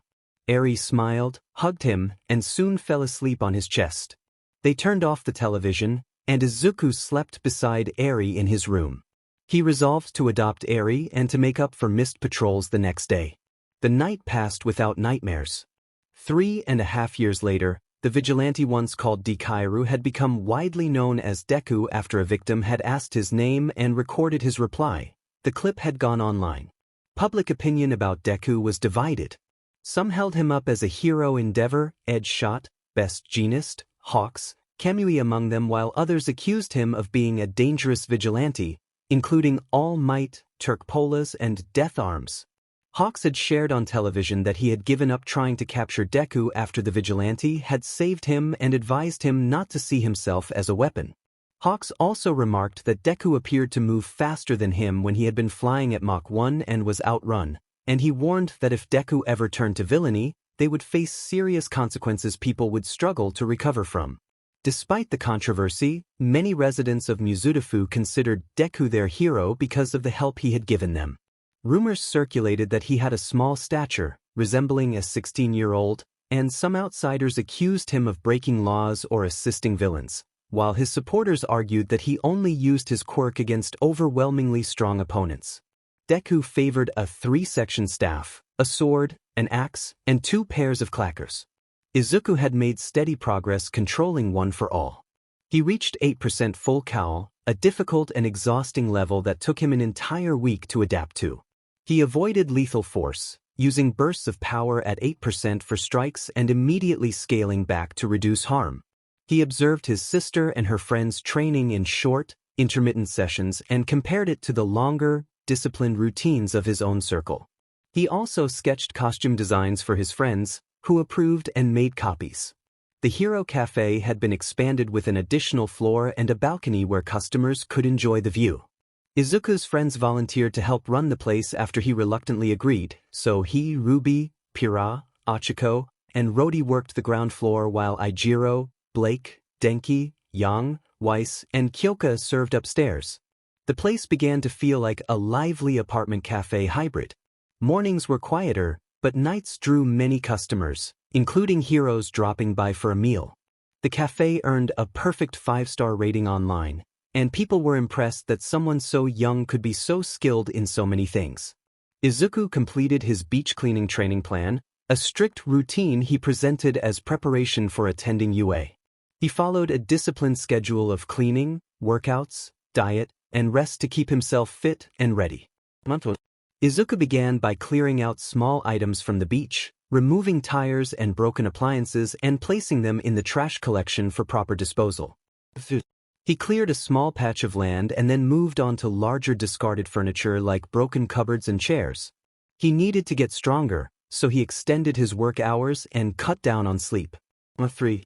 The girls worried because they always saw Izuku leave early and come home late, exhausted. Izuku explained that he was training like them but harder, and they prepared dinner for him. By then he had cleared a quarter of the beach. 4. Izuku moved on to the broken televisions. There were at least 37 of them. He handled them carefully to avoid the glass, but he still sustained many cuts on his hands, legs, and chest. He began wearing long sleeves to hide the scars from the girls and planned to show them only when his training was over. 5. To keep his clothes from getting caught, Izuku removed his outer shirt while working and turned his attention to the refrigerators, starting with the small ones. 6. After finishing the refrigerators, Izuku took a 2-day break and studied online classes. A teacher who used the name Ratsugod gave him lessons and tests. Izuku used the name Alex Midoriya to avoid suspicion, and his test scores were consistently around 98.7%. After the break, he resumed cleaning. Month 7. One day Izuku carried a wardrobe on his shoulder and ran until he lost his footing. He crashed to the ground with the wardrobe beside him and found he could not move. He struggled, thinking his muscles refused to respond. Someone lifted him up. It was Mr. Nicholas, the father of the family Izuku had helped a few years before and a regular customer. Nicholas had come because someone had been cleaning the beach and he had wanted to see who it was. He noticed how exhausted Izuku looked and asked if he was overworking and whether he planned to join UA. Izuku explained that he could not join. His UA registration had been cancelled years ago and he could not enroll without a guardian. He said he had been training this way to simulate the pressure of the entrance exam and because he wanted to clean the beach. Nicholas offered to help Izuku join UA, but Izuku declined, saying he ran his own cafe and could not leave it. He was only trying to make himself strong enough to protect his loved ones and his customers. Nicholas offered to take him somewhere, and Izuku asked to be taken home so he could sleep and change his routine. Time skip 3 months later. 2 weeks remained until the entrance exam. The girls prepared to take a short trip to the city and passed by the beach. When the sunlight hit their eyes, they squinted before taking in the sight. The sand was spotless, gleaming under the sun. It was so clean that even Levi would have approved. Then a triumphant shout rang out. They turned and saw Izuku standing at the top of a mountain of collected trash, shouting his victory. He had finished his 10 months of training to clean the beach. Yang observed that he looked much stronger than before, and the others reacted with surprised admiration. They also noticed the dozens of scars on his back, clear proof of the hard work he had endured. Izuku jumped down, wiped himself with a towel, and put his shirt back on. He expressed relief and pride at completing the task, but before he could continue he was tackled to the ground by Ruby, who had barreled into him in an enthusiastic hug. Izuku was surprised by the sudden embrace. Ruby held on tightly. The others arrived and the group exchanged notes. Izuku explained that his shout had been a victory yell for finally finishing the cleanup and asked Ruby to let him up. Ruby refused at first. Eri, concerned, asked whether he was hurt. Izuku reassured her that he was fine and that his cuts and bruises were evidence of intense training. Pira invited him to join them on a trip to the city, but Izuku declined, saying he needed a bath and rest and suggesting Ruby might need a rest from her excitement as well. Ruby hugged him even tighter for a moment, making him gasp for air, and the other girls, mildly envious, gently pried her off him while he caught his breath and blushed with embarrassment. Yang told Ruby to let him go, and Ruby complied after a brief apology. Izuku warned her not to surprise him like that again, then prepared to head home. Eri asked if she could go with him. Izuku, aware of her shyness, encouraged her to socialize and proposed a challenge. If she managed to talk to a few strangers during their outing, he would give her 2 extra flavored candy apples. Eri eagerly accepted, and the group headed off while Izuku returned home. Later, while writing new move ideas in his notebook and chatting with customers online, Izuku found himself wondering about Yang's missing arm and whether there was more to its story. Nana suggested that he ask Yang about it directly. A bell signaled the group's return. Izuku opened the door and greeted them. Eri ran forward and hugged his leg. Izuku called her his snowball and asked if she had enjoyed herself. Eri answered that she had. Eri proudly told them that she had even met a few heroes and talked with them. Izuku chuckled and said that was good, and since she had won the challenge he would make the candy apples he'd promised. Eri brightened at the news. Izuku then asked her to go change with her aunts and asked Pira to take her to be bathed and changed. Pira agreed and led Eri away. Yang opened her prosthetic arm and set it aside before going to get a drink of water. Ruby hugged her partner, crimson rose, while Izuku walked over to Yang and asked her to sit beside him after she finished drinking. Yang teased him playfully and asked if he wanted to spend some time together, but Izuku answered seriously that he needed her to come if she wanted his help. Yang looked confused, and Izuku told her she would find out soon, then left for his room. Later, they sat on the sofa in awkward silence. Yang broke the quiet by asking what he wanted to talk about. Izuku asked how she had lost her arm. Yang deadpanned that she had mostly forgotten about it, though the wires from the prosthetics still hurt where they connected. Izuku pressed again, asking how the arm had been lost. Yang admitted it had happened during a fight with a man named Adam Taurus. Izuku recognized the name and noted that the man had been accused of violent crimes. Yang explained that Adam had intended to attack Blake and that she had jumped in to protect her. In the heat of the moment she had lunged forward and he had easily swept her arm away. She regretted her rashness but found she still struggled to control that instinct in combat. Izuku advised her to work on controlling her anger, then asked whether she would still want to train if he could restore her arm. Yang was shocked when he said he could, and he briefly explained the nature of his copied quirk and how it manifested for him. Yang eagerly accepted. Izuku focused his quirk and activated Rewind, focused restoration. A soft greenish-blue light glowed on his hand as the stump extended and regrew into a full hand. When he deactivated the quirk, he felt noticeably tired. Yang was ecstatic, pressing her restored hand to her face and shouting with joy. She then wrapped her arms around Izuku in an enthusiastic, overwhelming hug that left him momentarily breathless. She thanked him profusely before leaving to change, and Izuku stood there catching his breath. After that, Izuku prepared candy apples for Eri and helped with dinner before heading out to patrol. He wore his grandfather's cape for the first time and left his weapons behind. Sitting on a rooftop, he took out some snacks and wondered when more of the copied quirks would surface. Hikage told him that which quirks appeared depended on the situation and his resolve. For example, a long-distance rescue might produce a whip-like ability. Hikage also reminded him that he could control only 20% of one for all for brief bursts about 10 seconds before the pain became overwhelming. Izuku explained that while he had endured worse external injuries before, activating even 20% felt like something tearing him up from the inside, and it was harder to bear. Nana suggested he take his time and see what he could learn. A loud explosion cut the conversation short. Izuku leapt to his feet and sprinted toward the sound without playing any dramatic music. This was a rescue, not a show. He donned his mask, powered one for all to 8%, and sped to the scene. At the bridge, multiple heroes were working to rescue people trapped on the far side of a gap caused by an explosion. A villain had planted charges and detonated them, and the structure was breaking apart while the villain attacked the heroes on sight. A crimson-haired girl sat frozen in her car watching with a shocked expression. Izuku moved through the wreckage, asking a nearby injured hero what the situation was. The hero explained that the bridge had been blown and people were trapped on the other side, with the villain overpowering the frontline heroes.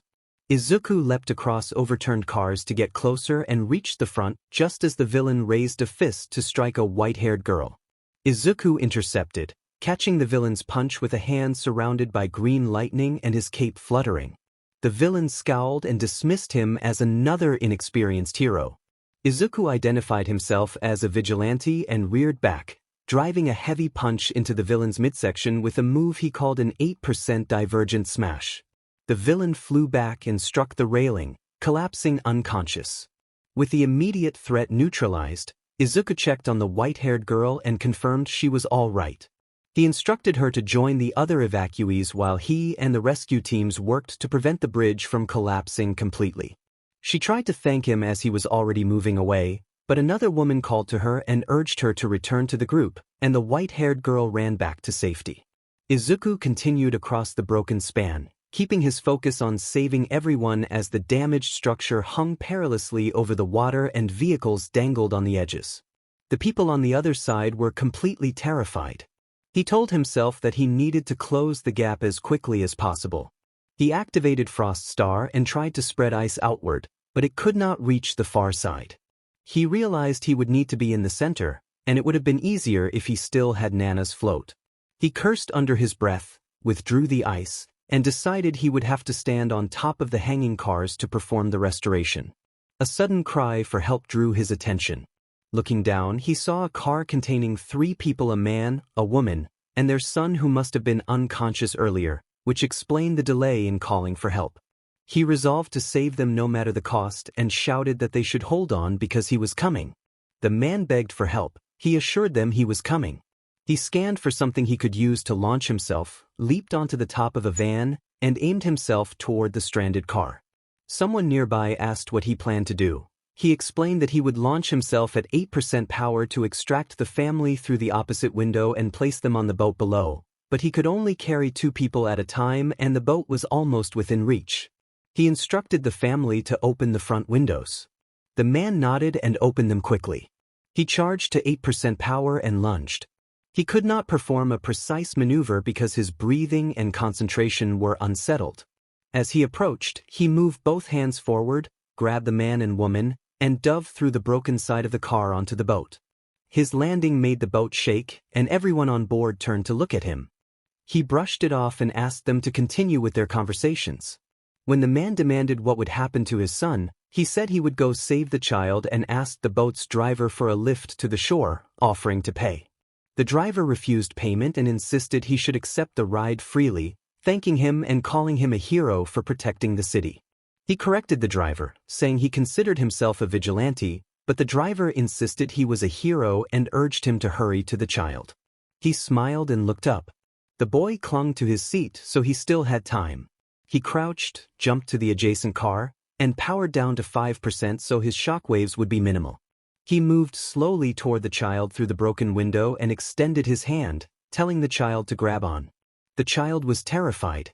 He pulled down his own mask briefly to reassure him and asked the child his name. The boy stammered that his name was Kimika.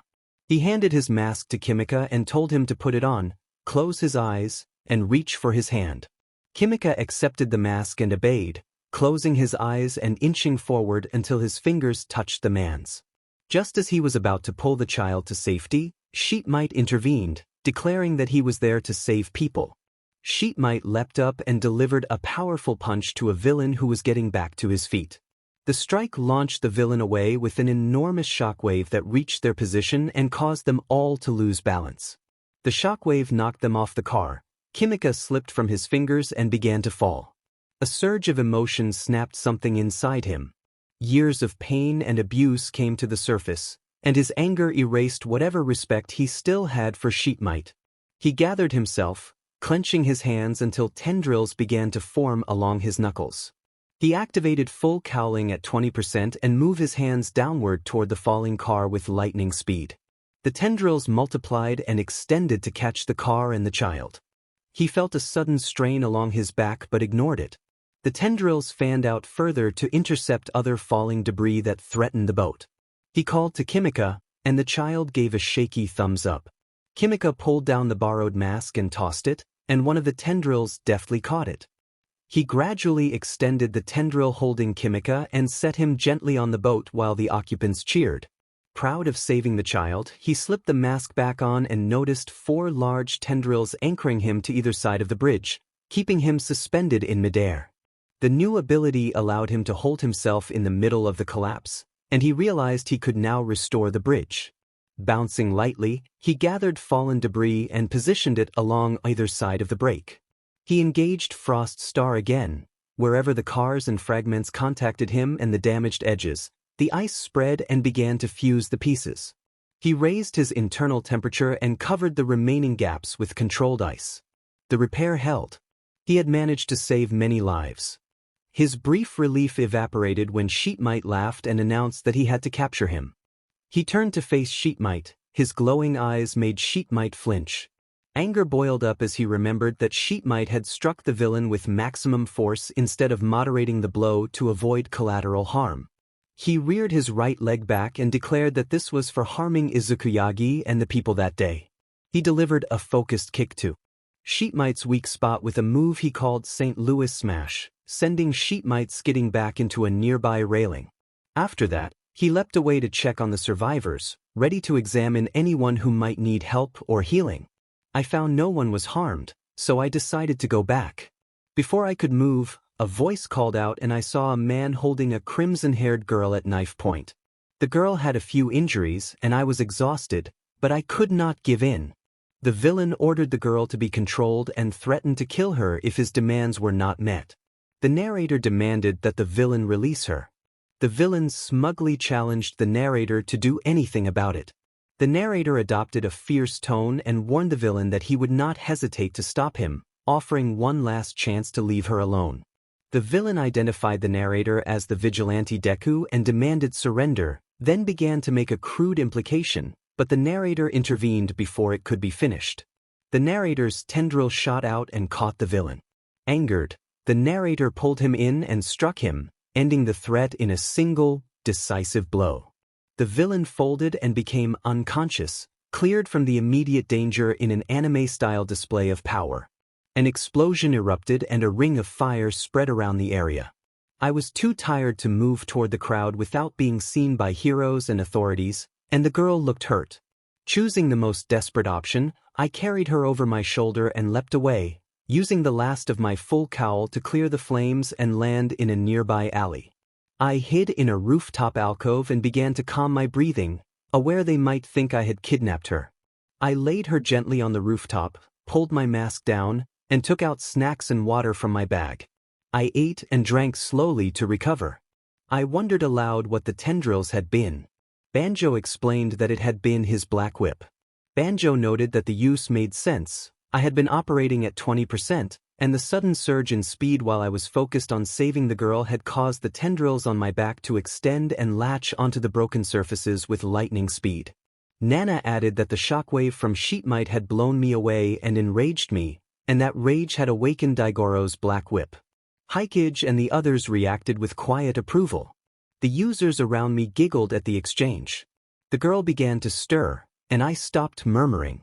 I was low on energy and kept my mask down to stay hidden for the moment.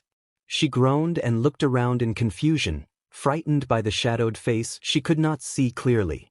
She asked who I was and where she was, asking if she had been kidnapped. I assured her calmly that I was the vigilante known as Deku and that I had saved her from the knife-wielding attacker. I explained that I had been too exhausted to bring her to her parents then and had to evade nearby heroes and police, but that I would get her back to safety once I had regained some strength. She sat up and winced. I warned her not to move, saying that sudden motion could make her injuries worse, and that I would tend to her when I was able. I offered her a small pancake, which she accepted hesitantly and ate. She nodded when asked if she felt better. She asked why I had become a vigilante instead of an official hero. I explained that circumstances had compelled me down this path and that my UA registration had been cancelled years ago, which prevented me from becoming a licensed hero. She expressed sympathy, and I told her not to worry, I had come to terms with it long ago. I said that I would heal her and take care of her.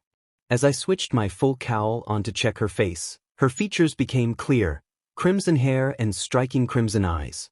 The eyes were eerily familiar, and a memory hit me with the force of a black flash. Her name rose to my lips, and when she looked up at me, recognition sparked in both of us. Stella realized Izu had to be the boy she remembered.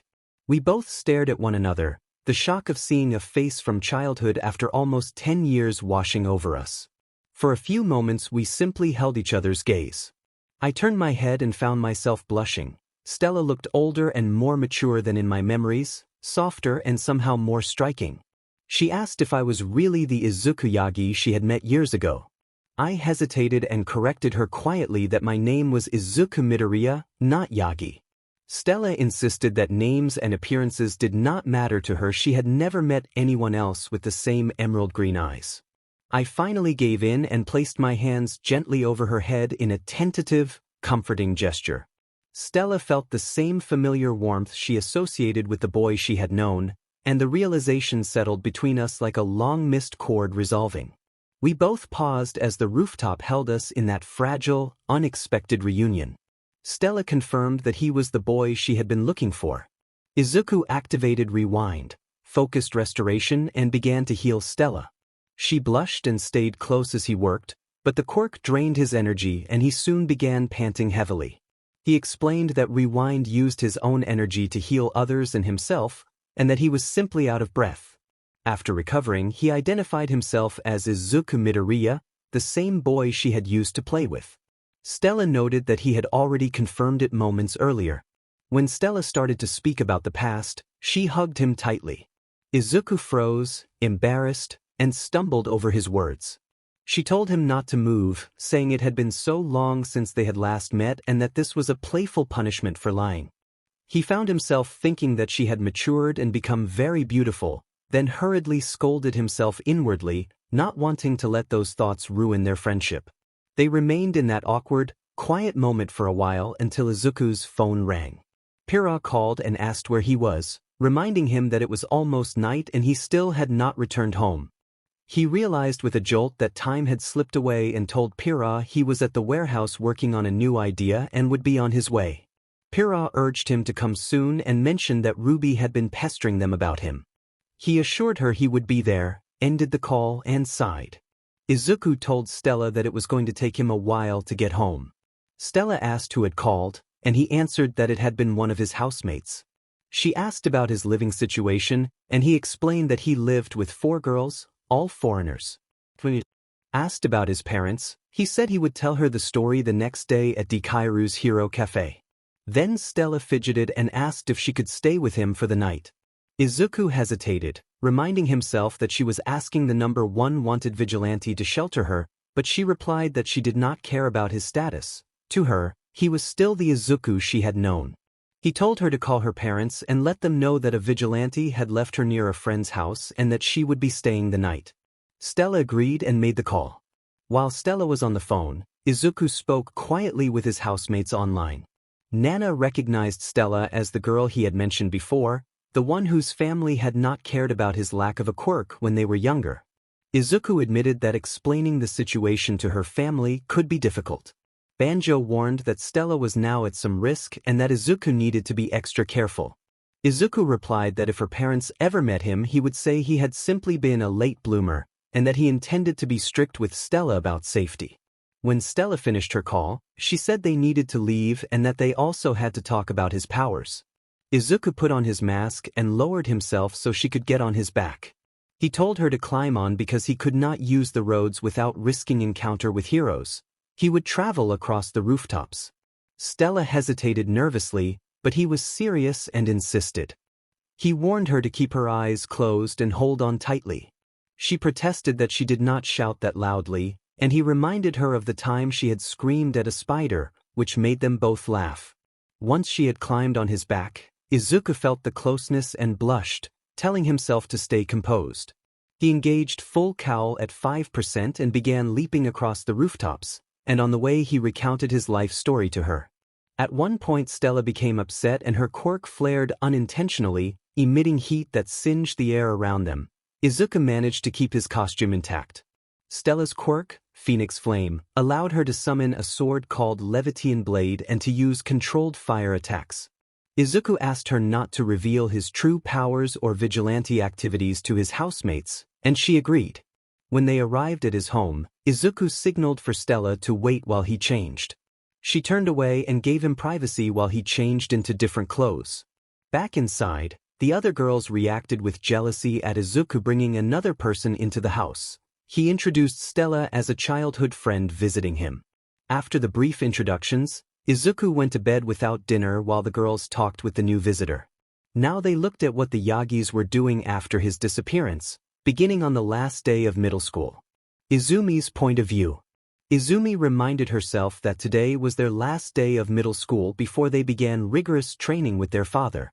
She still did not understand why she could not use one for all at all. Whenever she tried, her hands ached so badly she felt like tearing them away. At least she had improved her telekinetic strength considerably. Their father had estimated that at her current full power she might be able to match him at around 20%. There was no way she could expect to beat him in a full-strength spar. When the teacher entered with the choice papers, Izumi turned and saw Izuku writing in his notebook. She thought he had given up his dream, and the sight annoyed her.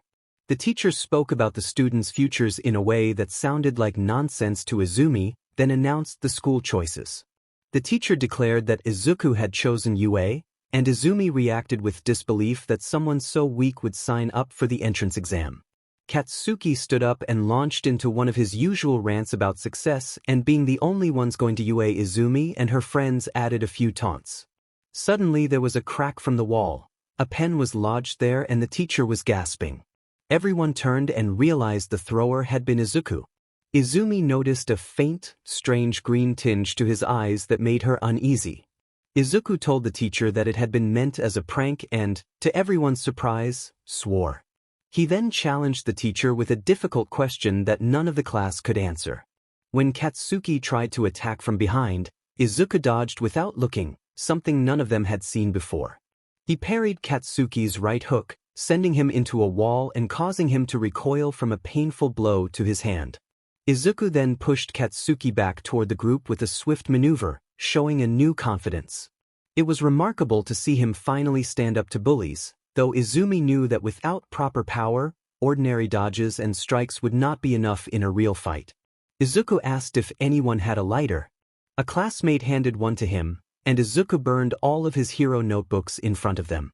Izumi and the others cheered inwardly, believing they had finally made him give up the dream. Katsumi apologized for her arrogant brother as Izuku snapped that he was not interested in playing buddy-buddy and used harsh words in return. Izumi was surprised that he had cursed. Izumi called after him to ask where he was going, and Izuku answered that he was going home, using another crude insult. He then ran off. Katsumi, Shine and Izumi were ecstatic, though Izumi felt they might have gone too far. Shoto reassured her that Izuku only needed time and space, that someday he would see they had acted for his safety and would come around. They imagined a future where they fought villains together and supported each other. Izumi admitted she thought of Izuku as someone very important to her and pictured growing up with him by her side. Katsumi and Katsuki escorted Izuku's discarded things back home while the others went their separate ways. Time skip third person. For the whole week, Izuku stayed in his room and did not come out. At least, that was what Izumi believed. In truth, no one in the house knew his whereabouts for 6 years. Today was Izumi's birthday. The Yagi family had been busy with preparations and Izumi's guests, so they had not celebrated Izuku the previous day. Their mother had decorated the house and relatives began to arrive. The Bakugos, the Todorokis, and later some pro-heroes and acquaintances. Enji Todoroki had not yet come because of work. When the guests had gathered, it was time for cake cutting. Everyone loudly wished Izumi a happy birthday and Izumi thanked them. She blew out the candles, cut the cake, and handed out slices. Conversation flowed until Rei noticed someone missing. Rei asked where Izuku was. Inko suggested he was probably in his room. Yagi complained that he spent too much time playing games and rarely spoke. Enji remarked that it was odd for someone who wanted to be a hero to be gaming all the time. Inko asked Izumi to fetch him. Izumi went upstairs and knocked at Izuku's door, calling for him to come down because everyone was waiting. There was no answer. The rest of the group gathered at the doorway. Shine asked what was wrong. Izumi explained that Izuku had not been answering. Katsumi guessed he might have headphones on. Katsuki called for him loudly, and when there was still no response he announced they would go in. Katsuki forced the door open, and smoke billowed out. The girls screamed and the group hurried upstairs. Inko rushed forward asking if anyone was hurt, then recoiled at a sharp, metallic smell in the air. She scolded herself that she had told Izuku to keep his room clean. Rei commented on the smell, and Enji and others noted that it had an odd, metallic tang. When they looked inside the room, they were stunned. The space seemed void of color. Torn posters hung on the walls and broken action figures were scattered across the floor. The bed was little more than cotton between two futons. Several trash bins filled a corner and the cupboard stood open. The sight and the smell made everyone uneasy. The windows were streaked with dried crimson. The adults fell back on the stairs to catch their breath. Even Eraserhead, who had seen the worst and kept his composure, felt queasy. Nisa's memory dragged him back to the days of his own experiments. They put on masks and returned to the room. Inspector Tsukachi demanded to know what had happened and declared that it looked like a murder scene. Rei immediately wondered whether someone had kidnapped him. Masaru pointed out that the bed looked handmade, like cotton between two futons, and Gran Torino grew suspicious and angry at the Yagi family. Sorahiko Yagi confronted Toshi and Inko, asking why the room was so filthy and why the boy had no proper bed. Toshi said he did not know. He claimed he had bought a new bed a few years ago and accused an enemy quirk user of tampering, announcing he would go find whoever was responsible. He began to tense up, but Gran Torino stopped him and asked when the bed had been purchased. Toshi answered that it had been around 4 years ago, though he couldn't remember exactly. Inko said it had been 2 years back when they bought Izumi's bed. Sorahiko felt his suspicions moving in an uncomfortable direction. They remembered Izumi's bed clearly but could not remember Izuku's. Sorahiko asked when they had last spent time with Izuku. Izumi said the previous vacation and said Izuku had been distancing himself from them, that he never played with her. Sorahiko could not believe it. Izuku had always been sociable and able to make friends easily. Enji stepped forward and opened the diary tucked under the bedding. After reading, his anger flared. He activated his hellfire briefly, nearly burning the page, then surged with such speed that Gran Torino's breath caught. Enji charged All Might and struck him, sending All Might tumbling down the stairs. Rei called out in alarm. Night Eye demanded to know why Enji had attacked. Enji demanded everyone read the first page of the diary. He handed it to Masaru. Masaru read and immediately broke down crying. In a sudden, violent outburst, he struck Mitsuki across the face. Mitsuki cried out. Masaru blamed her, accusing her of causing the boy's suffering and of driving him away. Recovery Girl asked for clarification, and Masaru explained that the Yagis had neglected Izuku and that Mitsuki had once struck him so hard he could not bear the abuse and had left long ago. Sorahiko, furious, demanded whether this was true. Toshi denied it, insisting they had always fed and cared for Izuku. Sorahiko asked again when they had last spent time with him. Inko faltered and could not remember. She could not even bring his face to mind. All she could recall was the one time she had struck him. Masaru recounted the incident. When Izuku reached for an apple at lunch that Inko claimed belonged to Izumi, she had struck him with a ruler. The group reacted to the cruelty of that memory. Sorahiko lost his temper completely and shoved Toshi into the group, condemning him for neglecting his own child simply because the child had no quirk. Rei, seized by rage, struck Inko repeatedly in retaliation. While the shouting and scuffles unfolded, Nizu had stood very still, gripping a teacup tightly. The cup cracked and fell to the floor, the sound stopping the room. Everyone turned to Nizu in sudden fear as he fixed them with a severe, unreadable expression. Night Eye thought to himself that Nizu had reached a breaking point. Nizu requested the diary and said he would read it aloud, clearly. Masaru handed it over. Nizu read the first entry, dated year the 4-year-old author had written that today they were going to have their quirks checked. The child guessed that Izumi's quirk might be a mixture of their parents and guessed, incorrectly, about his own quirk.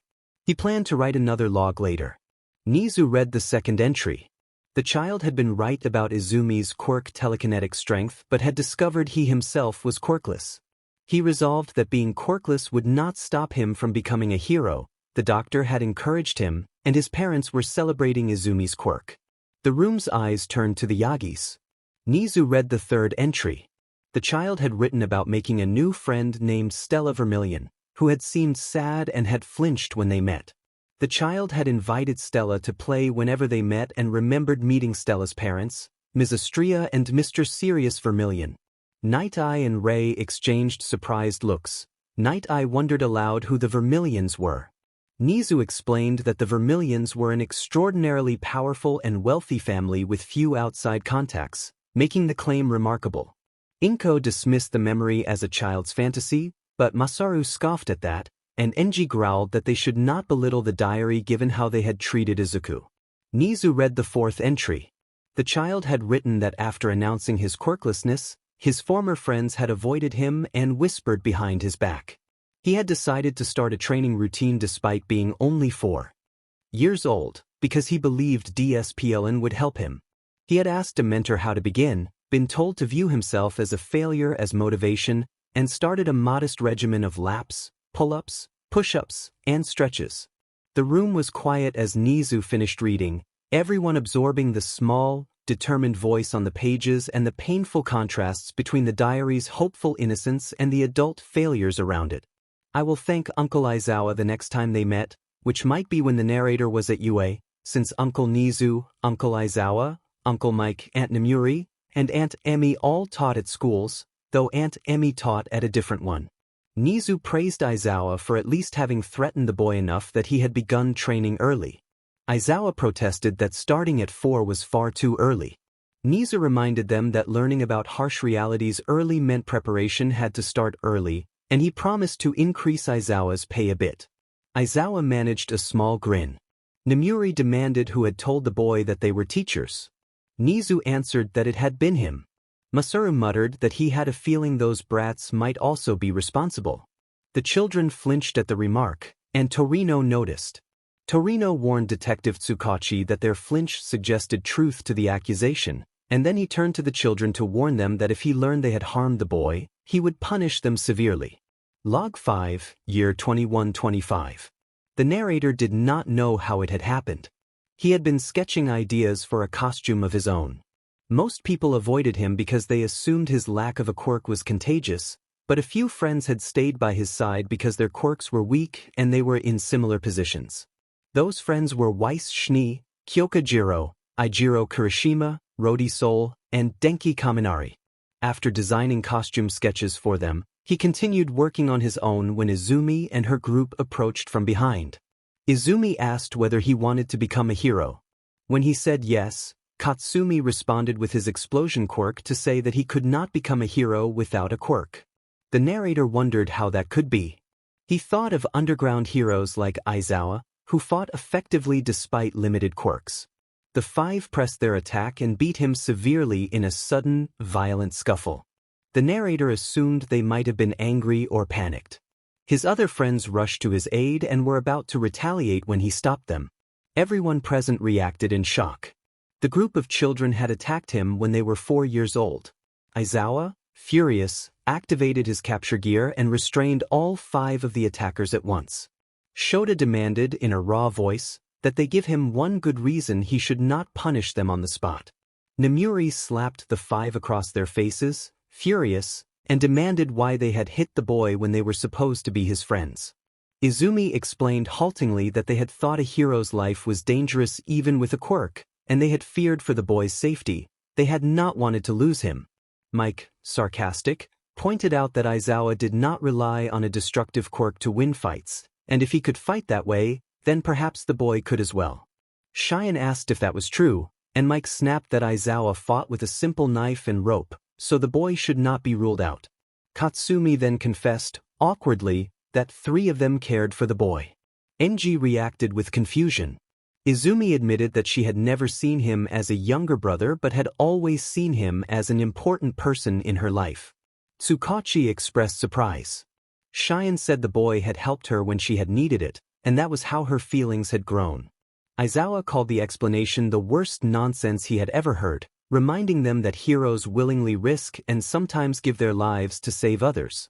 Torino chuckled darkly and asked whether they seriously believed the boy would return their feelings after what they had done. Katsumi insisted that the boy Izuku was forgiving and would befriend anyone. Nizu and Aizawa exchanged a brief, stern comment about how betrayal could change someone's heart.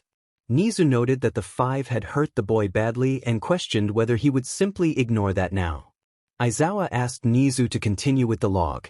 Log 6, Year 2126. Life at home had been difficult. The boy's parents no longer paid attention to him or celebrated his birthdays. Only Izumi still showed him care. Stella and her parents had to return to America, and Stella cried when she left. The narrator promised Stella they would meet again at UA when she returned for the entrance exam and resolved to train hard to reach at least half the level of an average quirked person. The adults reacted to the news with mixed emotions. Night Eye raised a question for later. The narrator kept his determination to himself. Log 27, Year 2127. The narrator felt wronged and hurt when Mitsuki Bakugo, whom he had once called Auntie, slapped him after he had called to tell his mother he was hungry. She had questioned his mother's parenting, and he felt betrayed by people he had trusted. Masaru told the children they deserved harsh punishment for their behavior. Aizawa warned that they would face even more DSPLN when they started at UA. Torino threatened Inko for allowing her child to be called a brat. Log 28 Year 2128. The narrator reached a breaking point and decided to leave the house. He had found an empty house he thought suitable and planned to decorate it. He had also learned some basic hand-to-hand techniques and a few disarm methods from the internet. Money was tight. He sometimes had to skip meals to save. His former mother had stopped giving him allowances and buying things for him, so he took small jobs around the neighborhood to earn what he needed.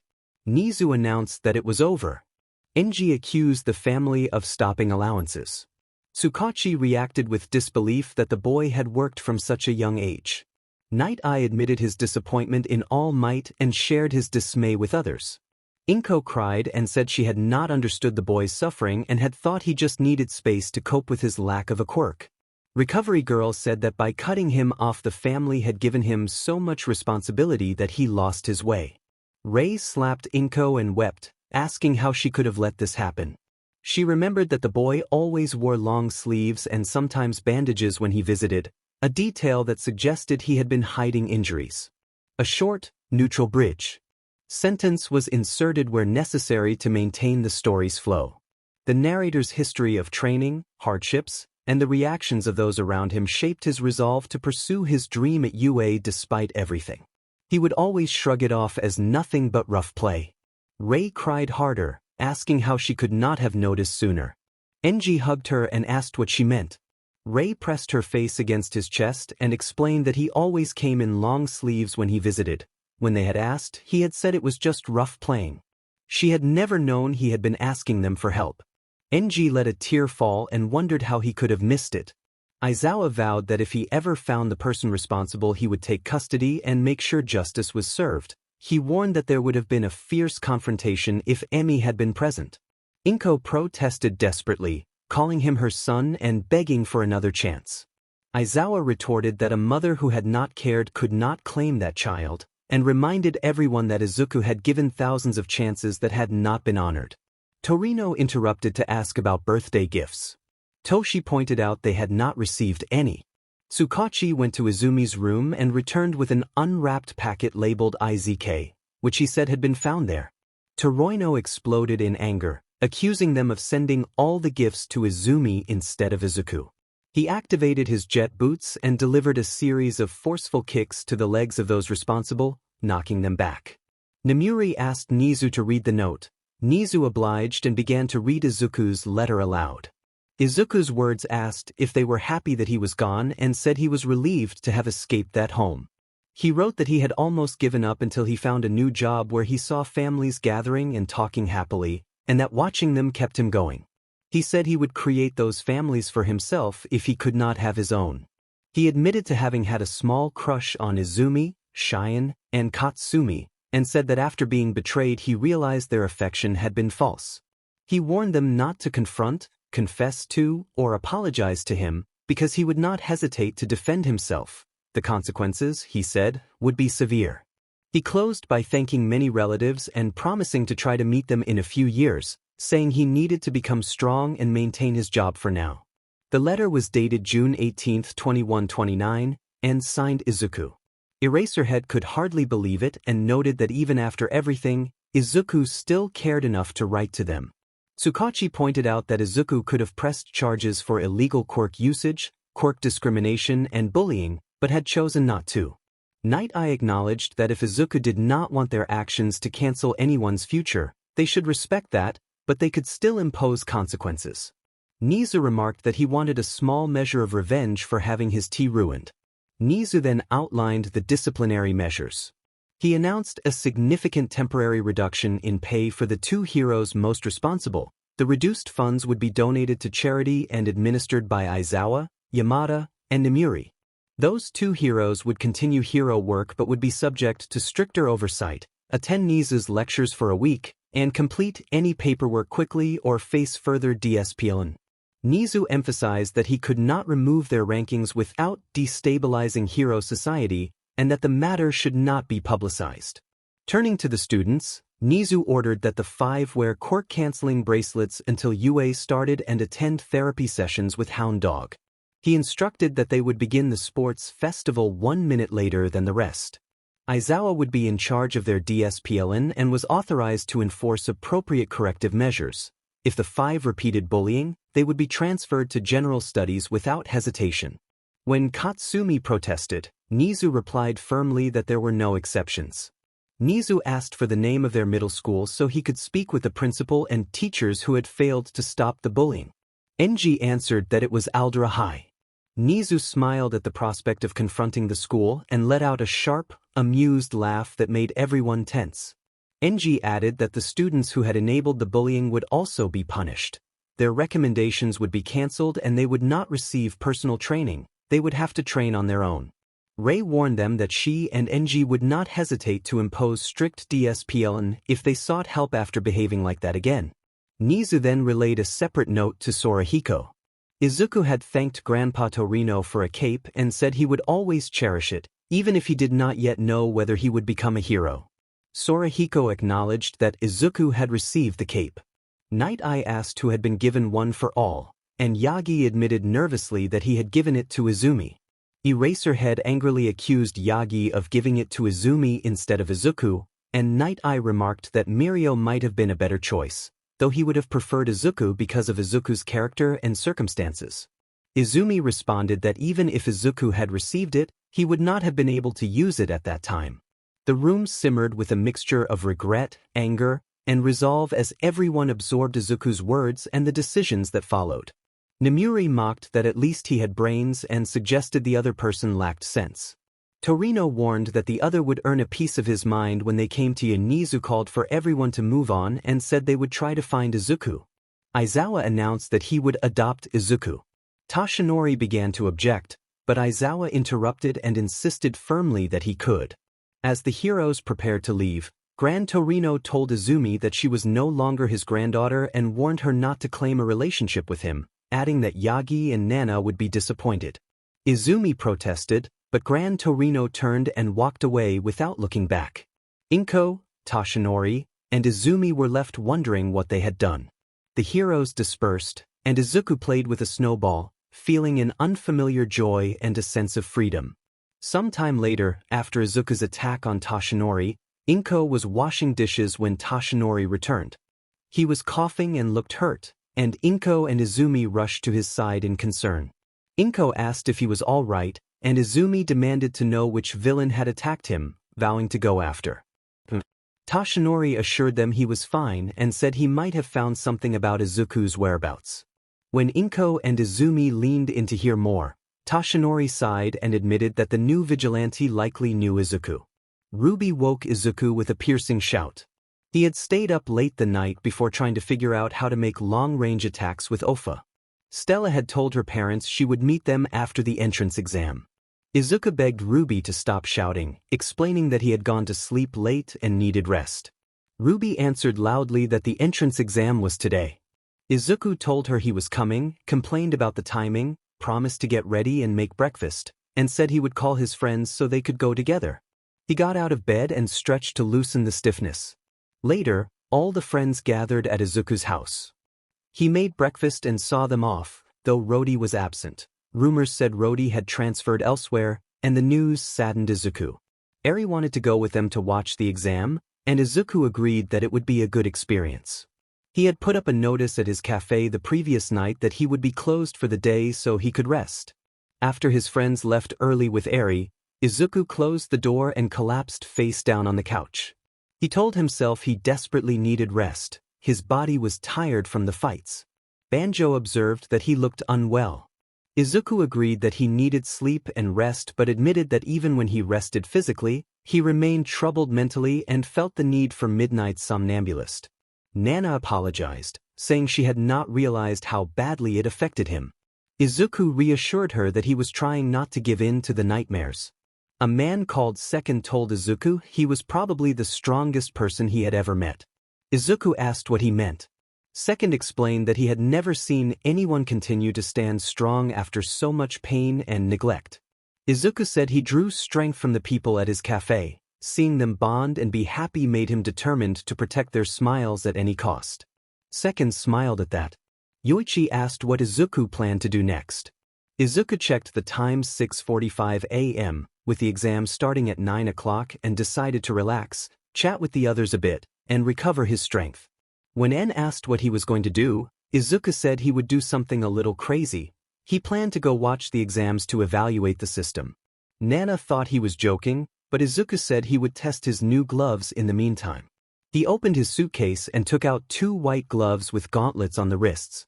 Banjo asked about the plan. Izuku explained that he had tried making long-range attacks with his fingers and had hurt them using Ofa at full power. He had realized that using a small amount of full cowl at his fingers and then flicking could create air pressure. If 100% produced hurricane force wind, then a controlled 20% might produce wind bursts. His idea was to ready his fingers at full power, reduce to a low percentage, and then power up briefly to release focused air bullets.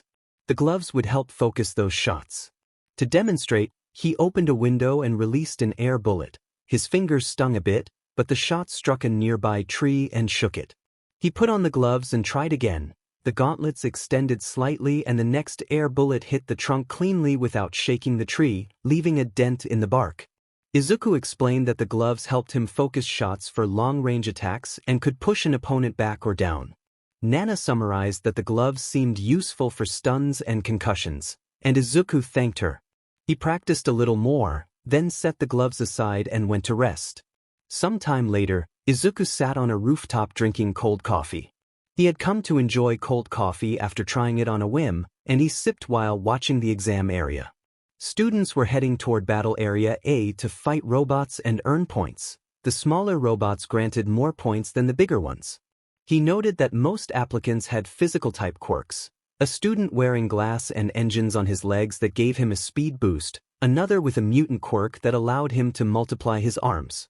He thought about students with mental quirks, remembering Hitoshi Shinso and his brainwashing ability, and felt that those quirks deserved fair tests too. If he were in charge, he would design trials to give mental quirk users better opportunities.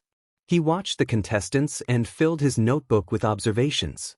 Then he heard a shout cut through the noise, the same irritating voices he recognized, and tension flared across the competition area.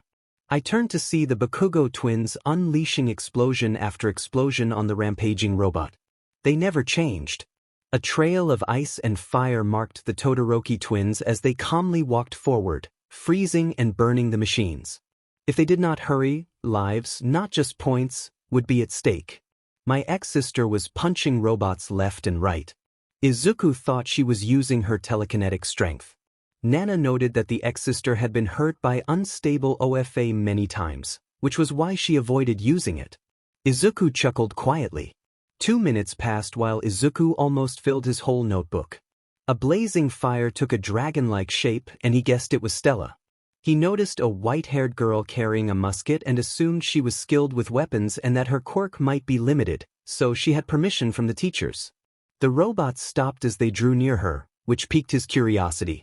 A few minutes earlier, the teachers sat in the observation room watching the students' performance. Nemuri observed that this year's batch looked very promising. Ectoplasm agreed and pointed out students who used their powers for reconnaissance, noticing Jiro and Shoji. Vlad admired the raw power of the Bakugo and Todoroki twins and Izumi. Mike commented on students who used intelligence, watching the white-haired girl disable robots with precise shots and short circuits, and thought this one might interest Snipe. Snipe admitted he was intrigued by her precision and asked Nizu for her name. Nizu recognized her and smiled. He explained that she was famous not in Japan but in London, named Siesta, the former great detective of the 12 Tuners of London. Nizu described her quirk as blood repulsion. She used her blood as projectiles that repelled enemies and slowed them as they approached, but the blood had to make fast contact with the opponent's blood. That explained her need for a musket, which fired bullets made of her own blood. Snipe expressed surprise that she had been one of the 12 tuners, and Mike connected this to why she had requested permission to use the weapon. Snipe asked why she used a musket instead of pistols, and Nizu explained that her musket was made of steel and special alloys that would not rust or melt easily. Nemuri suggested they could procure more weapons for her, and Nizu agreed. Nizu commented that the first 10 students were performing exceptionally well. All Might attributed it to his daughter and a few others training hard. Nizu clarified that the top 10 did not include them. Aizawa chuckled that foreigners tended to outshine the rest. Polas asked who was first. Nizu listed the top 10: Siesta, Ruby Rose, Pira Nikos, Blake Belladonna, Yang Xiaolong, Weiss Schnee, Achiko Uraraka, Ijiro Kirishima, Denki Kaminari, and Kyokajiro. Ectoplasm expressed surprise that students 2 to 5 were from America, and Nizu explained the recent moves and that the Schnee family had relocated to Japan when Weiss was 2 years old.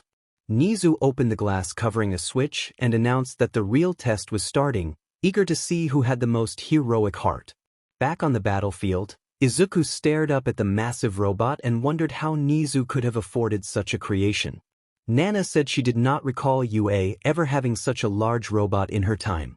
Banjo thought it looked cool and was met with deadpan looks from the others. Izuku pulled on his mask, packed his gear, and scanned the surroundings. Students were running away from the robot, shouting in fear. Izuku judged them cowards for expecting to be heroes while fleeing from a greater obstacle. Banjo remarked that Nizu would never allow those students into UA, and Izuku pointed out that running would not save them because the road offered no real escape routes. He saw his friends helping others and smiled. They knew what to do. He turned to jump away when a cry for help rang out. 2 girls were trapped under a large piece of rubble, Uraraka and the white-haired girl. Izuku doubted that the girl's quirk would help in this situation. Izumi glanced back at the trapped students and, despite appearing initially indifferent, she scratched her leg before running forward to assist. Izuku sighed at Izumi's willingness to help and thought that, had she still been his sister, he might have handled things differently. The robot was closing in, and Izuku panicked at the imminent danger. Aizawa urgently asked Nizu to stop the robot because 2 students were trapped under debris in its path. Nizu tried to react but reported that the controls had malfunctioned. All Might assessed that he could not reach them in time and prepared to act, but the situation remained tense as the robot advanced. A shout of St. Louis smash rang out as Deku struck. The robot's head tore apart in a single, dramatic explosion and a familiar streak of green light flashed across the sky. Everyone at the scene reacted in shock. Aizawa demanded to know how the vigilante had managed to get there. A few seconds earlier, Deku had powered up to 8%, jumped down, and run toward the students trapped beneath the debris. He asked the girls if they were all right and what injuries they had sustained. Uraraka, panicking, said her ankle was broken. The white-haired girl answered that hers was injured as well. Deku told them to hold still and moved the rubble himself. He asked if either of them could move, and when Uraraka admitted she could not, he urged her to calm down and promised to carry them. He lifted both girls sack-style while one of his tendrils retrieved the musket belonging to the white-haired student, then set the girls down on a nearby rooftop and left them there for safety. He warned them he would go deal with the robot. Deku sprinted toward the towering machine and realized it was dangerously close to the rooftop where he had placed the girls. He reacted quickly and ramped his power to 20%. Announcing the name of his attack, he launched himself up, using the robot's hands as footholds until he reached the head. His roundhouse strike hit the face with a massive impact. The face shattered in a burst of sparks and fragments, the front section crumpled and collapsed, and the whole head gave way in a spectacular, non-graphic explosion. Debris began to fall toward the rooftop where the girls waited. Deku activated Black Whip and used a flash-bind maneuver to catch the pieces. In a matter of seconds he had gathered the falling fragments, bundled them up, and tossed them far away from the students before returning to the girls. The white-haired girl teased that Deku had saved her again and wondered if it was coincidence. Deku recognized her as the girl from the bridge and laughed, insisting it was coincidence and that he did not even know her. He then offered to heal their injuries. When the girls expressed surprise that his quirk could heal, Deku refused to reveal his secrets and told them to come closer. He activated Rewind, focused restoration and touched their ankles. The swelling subsided and their skin returned to normal as if nothing had happened. He turned Rewind off, wrapped his black whip around their waists, and brought them down to the other students. The students watched and began muttering among themselves, recognizing the vigilante. Some praised the display of power. When Deku glanced at them with his full cowl active, his green eyes glowing, They fell silent. He demanded to know why they had not bothered to check on the two students who had been trapped. His anger carried a warning. How could they call themselves heroes if they did not save people? He told them none of them would be selected if they believed heroism was only about fighting villains. Ingenium's brother adjusted his glasses and suggested that Deku had broken into UA and should be arrested. Deku dismissed the idea of respect and told him to save it. He told the students they should not expect to become heroes if they did not learn to save lives. He singled out Izumi and said bluntly that she had no place there after what she had done to her brother. He warned her to stay away from the brother, whom he claimed as a close friend. Izumi protested that she had worked hard to be there. Deku replied venomously that her supposed hard work did not excuse what she had done, and then he left, offering a cold, ambiguous answer when she asked where Izuku was. He jumped away, a grin visible beneath his mask and a cold sense of satisfaction at the reaction he had provoked. Izumi's friends flocked to her side, concerned. Katsumi asked what was wrong and Shoto asked if Deku had hurt her.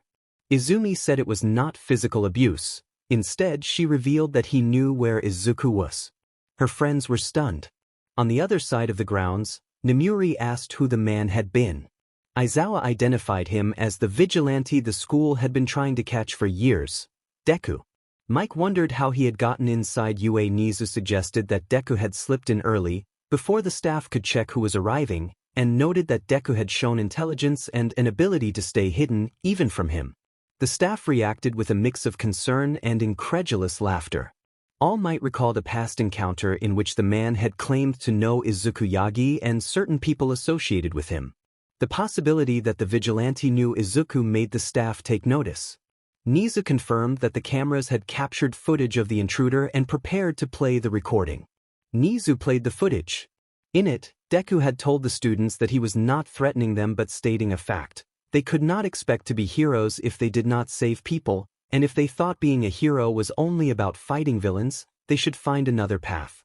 The recording ended, and the staff absorbed the implications of his words. He pointed at Izumi and said she should not be there at all. He then stood up and turned away. Izumi protested that she had come with her friends and all their hard work. Before jumping away, he told her in a venomous voice that shook the teachers that after what she had done to her brother with her other friends, it would be better if she did not try to speak to him. He insisted the brother was a very good friend and he did not understand why she would hurt him, and he warned her to stay away from both the brother and himself. Her eyes widened as she stammered, asking where is. He replied that no one knew. The recording ended. Mike remarked that he had sounded terrifying and that the voice had nearly frightened him out of his wits. Aizawa admitted he had never heard anything so demonic. Ectoplasm asked who he had been referring to. All Might stated plainly that it was his son. Aizawa could have sworn he muttered something like, "Ex-son." Snipe related that he had heard the man was extremely strong and possessed remarkable reflexes. He recalled that Lady Nagant had once told him about a person who had managed to escape her bullets. She had fired a dozen rounds, 3 sniper bullets, 5 curved bullets, and 4 explosive rounds. The target had been scratched but still managed to get away. Nemuri expressed disbelief that Japan's top sharpshooter could be outrun. Snipe said Lady Nagant had said the man had been running exceptionally fast, perhaps faster than All Might, and had even caught 3 of her bullets. An almost impossible feat given her accuracy. She had speculated only America's #1 hero, Star and Stripes, might match him. Nizu found the case intriguing and asked Aizawa to have a small chat with the man to see whether he could fight without using his powers. Aizawa questioned the plan. Nizu explained that if the man could defeat or escape Aizawa, Nizu would consider admitting him as a UA student. The suggestion caused an uproar among the teachers. Vlad objected that the man was a villain who would put students in danger. Turq Polaris worried that his daughter would be hurt. Nizu responded that he did not think that would happen and, since the man knew about Izuku, asked Aizawa to make him reveal Izuku's whereabouts. Ectoplasm agreed it was a good idea, noting that even if they could not defeat him, the man could at least teach the students some real fighting experience. Mike agreed as well. Aizawa, muttering about not being paid enough for this, reluctantly accepted. Nizu declared the matter settled and turned to his teacup with a grin, thinking he would like to see how Vigilante Deku would manage to fight without powers. Izuku sat on a rooftop at night, eating a granola bar. After the exam fiasco, his friends had bombarded him with questions about Vigilante Deku and whether he was the Vigilante. He had explained that the Vigilante knew him and kept in contact. The Vigilante was a close friend who had adopted Izuku's nickname Deku. His friends had gushed over how impressive the Vigilante's kicks and actions had been. Stella had left to visit her family. He heard a cry, quickly finished the last of the bar, pulled down his mask, played his theme, and jumped toward the sound. He found two mutant quirked thugs mugging a man and sighed. He told them they should find a job. The thugs turned. The first one demanded to know who he was. Izuku replied with a joking retort and then used a black whip tendril to pull the first thug in close, knocking him unconscious with a swift, controlled 5% strike. He wondered aloud why so many villains were going down after just one attack, since he had used only a fraction of his power. The second thug produced a pocket knife and warned him not to come closer. Izuku immobilized the thug's feet, heard a faint giggle, and then advised him to find some kind of work. He activated his overdrive ability to deliver an electric shock that incapacitated the thug. The thug collapsed in a strange, awkward position. Izuku then trapped both thugs in ice. He checked the victim, who nodded in thanks. Izuku told the man he had trapped the attackers and asked him to take them to the police station. He offered the man a granola bar, which the man gratefully accepted before dragging the bound thugs toward help and shouting a thank you. As Izuku prepared to leave, he noticed a flying rope-like projectile that turned out to be a scarf. He recalled catching Shinso's scarf once while saving Uraraka at a mock battle and grinned at the familiar technique. He waved toward a rooftop and saw a figure watching him. He signaled, asking whether the person wanted him to come up or to come down. Eraserhead signaled for him to come up and said they should take the conversation to the rooftop. Izuku told him to retract the scarf first, and Eraserhead complied. Izuku climbed up. Eraserhead had been assigned to have a conversation with Vigilante Deku and had been running along the rooftops looking for signs. He noted that the Vigilante was known for moving through the city without using his quirk and that turning off his powers made him more rational and less conspicuous. He reflected that the Vigilante's lightning ability would have been noticed by villains, and that the Vigilante was known for playing a song called Overdrive while active. Eraserhead acknowledged that the man had done well saving two people and teaching others the real essence of being a hero. He admitted he was glad the Vigilante had acted. If the man ever joined you, Eraserhead thought he might make a fine teaching assistant. He also needed to find out where Izuku was. He resolved that if the Vigilante refused to reveal anything, he would make him talk. He believed he could take the man on. Physically, Vigilante Deku was known for an energy manipulation quirk that could also heal others, as seen during the exam. Eraserhead wondered whether the man had recently gained his quirk or had been hiding it all along, and he prepared himself for their meeting. I suspected he was hiding it, but as villains grew stronger he had to use it. I could not blame him. I had faced foes far more powerful than myself and learned to rely on my wits. A cry drew me toward its source. From a rooftop I saw the Vigilante running and eating a bar as he moved. He was human and needed energy like anyone else. I followed, though his speed and agility made it difficult, and the music in his earpiece was distracting but catchy. I made a note to download it later. We reached an alley to find two thugs mugging a man. Deku sighed and I suppressed a smile. No matter where you went, criminals turned up. He looked tired. He still looked young, and I worried about his health despite the good he did. One thug demanded who he was in a rough voice. Deku joked that he was the man's father returned from buying milk. I tried not to laugh as Deku used an energy tendril to pull the thug in and strike him, rendering him unconscious. The other thug pulled a knife and Deku mocked him, taunting about where he had gotten it. I let out a small giggle. Deku used ice to immobilize the thug's feet and then stunned him with an electric charge. He froze both attackers and handed the victim a granola bar. I had heard he offered food or drink to people he helped. Seeing it confirmed the rumor. After the man left, I threw my nightingale scarf toward him. To my surprise, he caught it. He was the first to do that. I relied on stealth and surprise, and yet he managed it. He waved, then asked whether he should come up or if I should come down. I decided the rooftop would be better and asked him to come up. He agreed but asked me to retract the scarf first. I hesitated and then reluctantly complied. He climbed up with impressive parkour, using ladders and pipes for footing even without obvious powers. It might be difficult to fight him, but we would see. Deku climbed onto the rooftop and turned off his music. He asked what was going on. I replied that he could not be seriously asking that to a hero. Deku countered with amused confidence, forcing me to admit I did not get paid enough for this. I told him that I only needed to ask some questions. He responded that I could not catch him anyway, so this was the easiest way to talk. I asked how he knew Izuku Yagi. Deku clarified which Izuku I meant and explained that he had met Izuku Midoriya when the boy was homeless and without a quirk. Deku had given him shelter and food, and that kindness was why he had taken the name Deku. He intended to change what the name meant. I asked how Izuku was, and Deku said he was good and that he saved people in his own way. I asked if Izuku was also a vigilante. Deku replied that Izuku preferred not to meet anyone until he felt strong enough to defend himself. Deku then told me that Izuku had said he cared deeply for me and the other teachers who had not harmed him and who had accepted him despite his lack of a quirk. He explained that Izuku had noticed similarities between me and his uncle, showed Aizawa long hair and a tired voice, and that Izuku was very good at analyzing people. I was surprised that Izuku knew so much. Deku suspected I wanted to arrest him. He proposed a bet to make the situation more interesting. If I won the fight, he would reveal his identity and secrets that day. If he won, he would reveal his identity the next time we met, and I would only tell Nizu about it. I asked why he would reveal his identity at all. Deku explained that Izuku admired me above all, that he trusted me because I had experience with vigilantes, and that he was asking me not to break his trust. He also hinted at a secret he could share. I decided he was dangerous enough and agreed to the bet.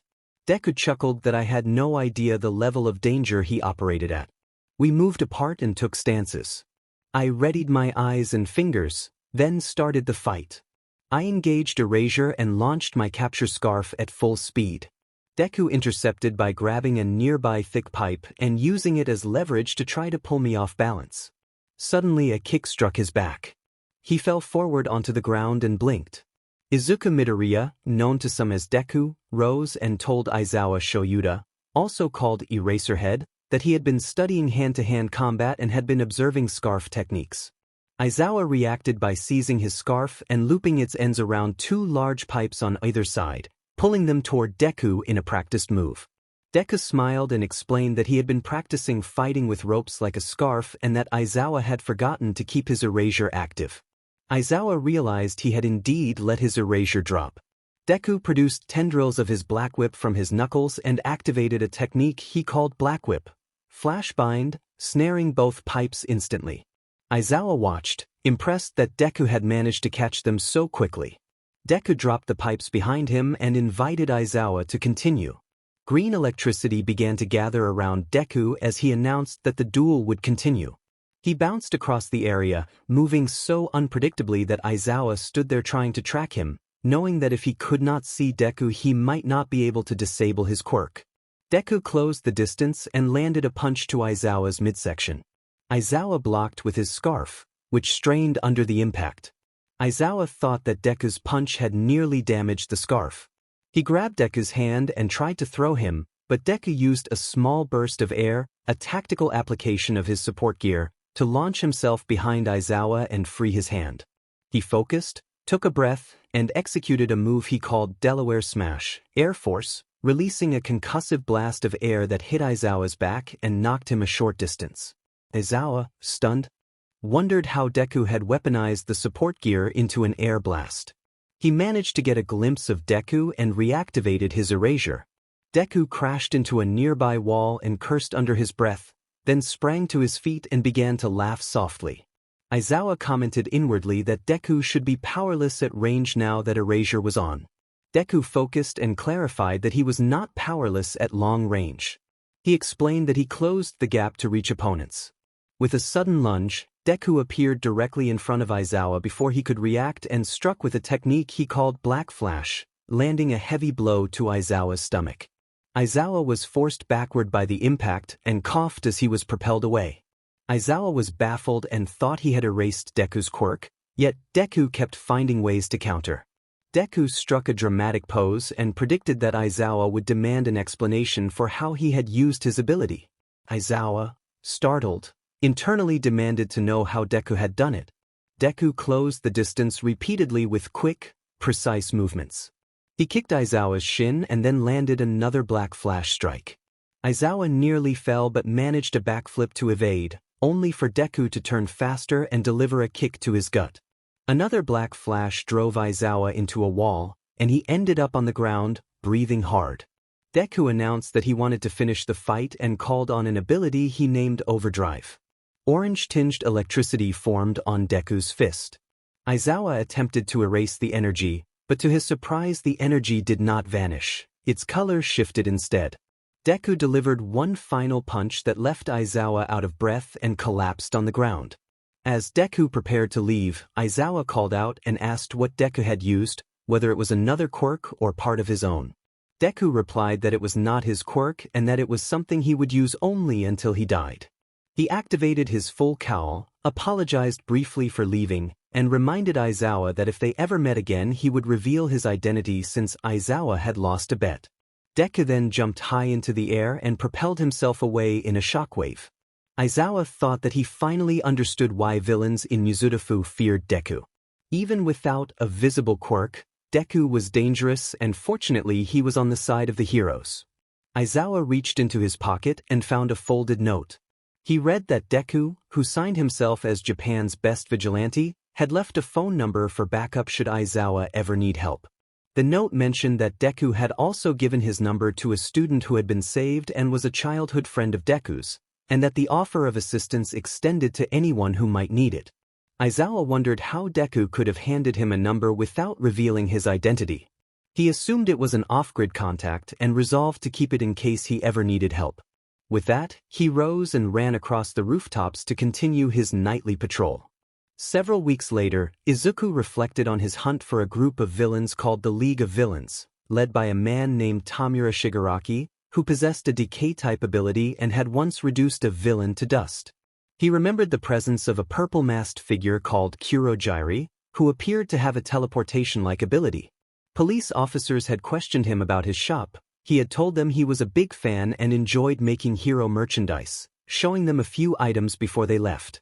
He had decorated the cafeteria with posters of various heroes, including some photos of himself, which made him a little embarrassed.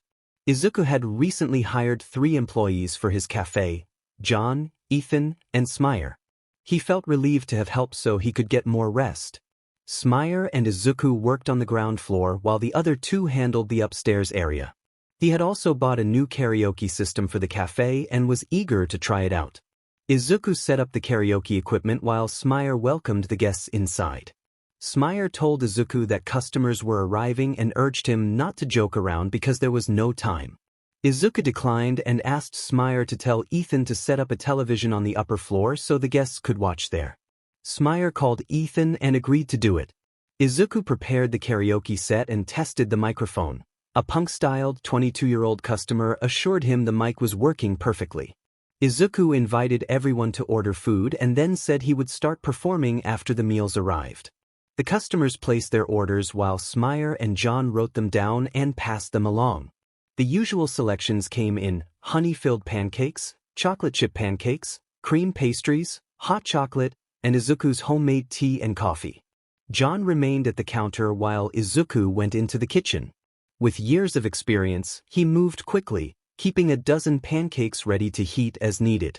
Watching the diners on the cameras, he felt both happiness and a pang of longing. He was glad to see families making memories here, but saddened because he had never had many of those memories himself. Lost in thought, he accidentally burned one pancake, sighed, discarded it, and made another. After finishing the orders, Izuku told John and Ethan to take dishes upstairs while he and Smire handled the ground floor tables. He began delivering the food and thought he had handed out everything until he noticed one order still remained. He approached the corner table and realized the remaining order belonged to the same white-haired, blue-eyed girl he had rescued from the robot and on the bridge. He had first noticed only her hair, now he took in her face properly and found her striking. She wore a gray jacket clasped at the top with a red bow, and her fair cheeks had a light pink tint. Her hair was a chin-length bob with blunt bangs and a few bobby pins to the right. A simple belt, black tights, and Mary Jane's completed an outfit that leaned toward a goth Lolita style. When their eyes met, Izuku felt his face warm and grew nervous. His heart raced and he found it hard to speak. He fumbled while giving her the 3 chocolate pancakes and cup of coffee. The girl introduced herself as Siesta and explained that she had recently moved from England with family and friends and had decided to enroll at UA in Japan as a student in Class 1A. She said she had heard the cafe was good and wanted to try it. Izuku gave his name as Izuku Midoriya. Siesta remarked that she had heard about him as the cafe's head and that she had expected him to be taller. Izuku smiled awkwardly, explained that he needed to warm up his voice, and walked away to prepare the karaoke set. A nearby customer told Siesta that Izuku was well known in Muzutafu for his singing and for using auto-tune cleverly during performances. He often sang a few songs to entertain guests while they ate. Siesta watched Izuku and slowly ate her pancakes, feeling that his face looked familiar. Izuku picked up the microphone, checked it one last time, and announced that his first song would be Devote Your Hearts from the anime Attack on Titan, performed in both the original language and English. He breathed in and started the music. Unknown observed the hushed conversation. Unknown 1 asked whether he would be the one. Unknown 2 confirmed that he would be the one. Unknown 3 expressed hope that he could handle it along with his nightmares, noting that he was far too young to be so afraid. Unknown 4 promised they would try their best to keep him calm. Meanwhile, a woman stood in the corner in a hero suit with a white cape and yellow gloves. She hoped the task could be completed without seeking revenge and addressed someone she called Ninth. The protagonist recognized the figure approaching as Overhaul, the villain known for a quirk that could disassemble and reassemble things. Overhaul apologized and said his daughter was a bit clumsy and often fell. The protagonist asked why the girl had bandages over her hands and why she was trembling. Overhaul explained that the child had been playing roughly lately and had recently been scared by the dark. The protagonist urged the child to go to her father. Eri, teary-eyed and frightened, begged the protagonist not to leave. The protagonist calmed down and promised to save her from Overhaul, urging her to go with her father and let him take her away. Eri looked back with wide eyes, then nodded and ran to Overhaul. As soon as his back was turned, the protagonist activated overdrive and struck Overhaul with a powerful blow that sent him reeling. The protagonist quickly pulled Eri behind him and made it clear that he would not be fooled. The protagonist asked Eri whether Overhaul had hurt her. When she nodded yes, anger flared. The sight of the bandages and her trembling made the protagonist desperate to protect her. A mechanical construct surged forward, and the teachers cried out in alarm. Everyone reacted with panic as the situation suddenly intensified. The crowd around them shifted into an urgent, determined chant that felt like a rallying cry. They wanted to believe no worse hell existed, yet humanity's worst days always seemed to arrive without warning. The knocking at the door never ceased, and the uninvited day of disaster felt like a nightmare. Those who betrayed the past were viewed as enemies to be opposed. Faces haunted them with questions about how they had been watched that day. Nothing could be spared, not even life or soul, if it meant overcoming the oncoming terrors. They called on one another to dedicate their hearts and to make sacrifices now for this moment, to carve a path toward the future with their own hands. Later, Izuku checked how everyone had enjoyed the performance. The crowd responded enthusiastically, with some telling him the performance had been awesome and suggesting he should work on anime soundtracks. The group chanted the rallying cry together, and several fans begged for an English version. Izuku agreed to sing the English version and then perform the translated song with the same driving background music. The English lyrics conveyed a determination to face worsening days and rise to the occasion despite fear. They spoke of marching to victory no matter the cost, setting aside weaknesses to cross the line, and standing firm against those who massacred so easily. The chorus proclaimed that they would offer up sacrifices until their hearts had stopped, taking a stand with their own hands to carve a path into the future and to live to see another day. Izuku then received praise and a few excited requests from the crowd. He blushed at the attention and asked everyone to calm down, reminding them it was only the first song. The crowd's excitement continued, with some girls calling out proposals and declarations of liking him. Siesta watched amused and began recording, noting mentally that he was a very good singer and that she was glad he did not seem to be a playboy. A nearby customer nudged Siesta and reminded her of a previous comment about autotune, and Siesta decided to watch closely. Izuku prepared for his next performance, announcing that his favorite and his own song would be played. He took 2 microphones, cleared his throat, and set the stage. He asked if the audience was ready and if they were excited, then signaled to begin. He launched into his song, leading the crowd as the performance continued. Izuku stopped and started coughing. It always hurt his throat a bit when he did not drink water. The audience stopped waving and looked at him. Izuku reassured them that he was fine and that his throat just hurt a little that day. He took a water bottle from the counter and drank, but the soreness lingered. He thought to himself that the customers were waiting for him to sing and that he needed to bear the pain. When he tried to start speaking again, another coughing fit cut him off. A customer suggested that Izuku had done enough for the day and should rest. Another, addressing him as Midoriya, told him he had done well and should let his throat heal. A third mentioned that they could listen to the recorded songs on loop.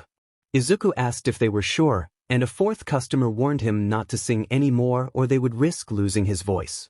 Izuku chuckled and offered to do one last song for them. The customers, a bit worried, relented.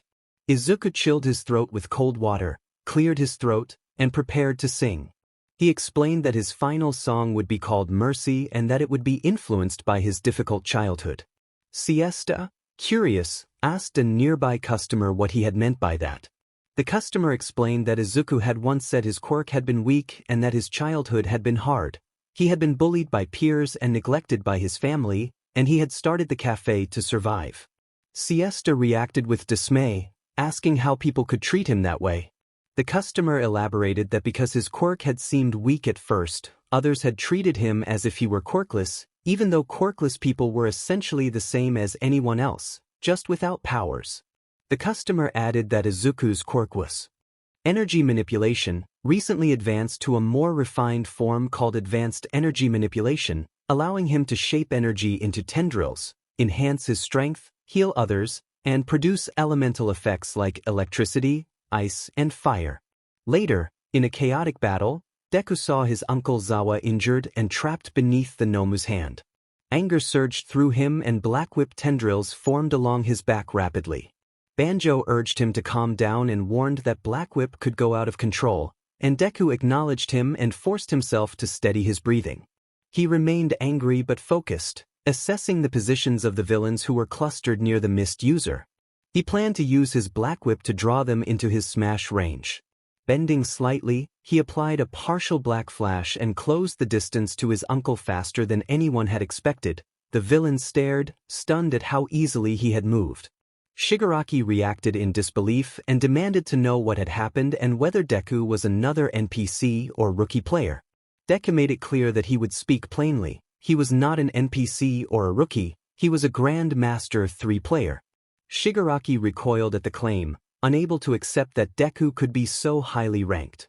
Kurogiri stepped forward and identified Deku as the current #1 wanted vigilante, Mizudafu's hero rumored to be as strong as, if not greater than, All Might. He suggested they might test him. Shigaraki dismissed the idea, insisting Nomu had been created only for All Might and that they had only one shot.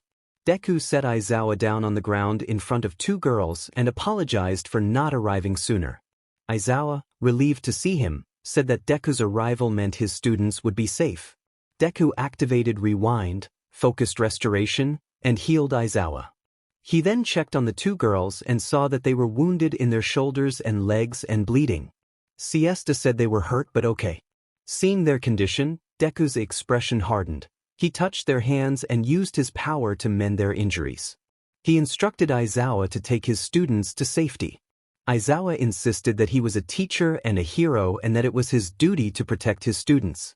Deku asked him instead to stay with them and, if called upon, to use his erasure ability when Deku needed it most. Aizawa agreed.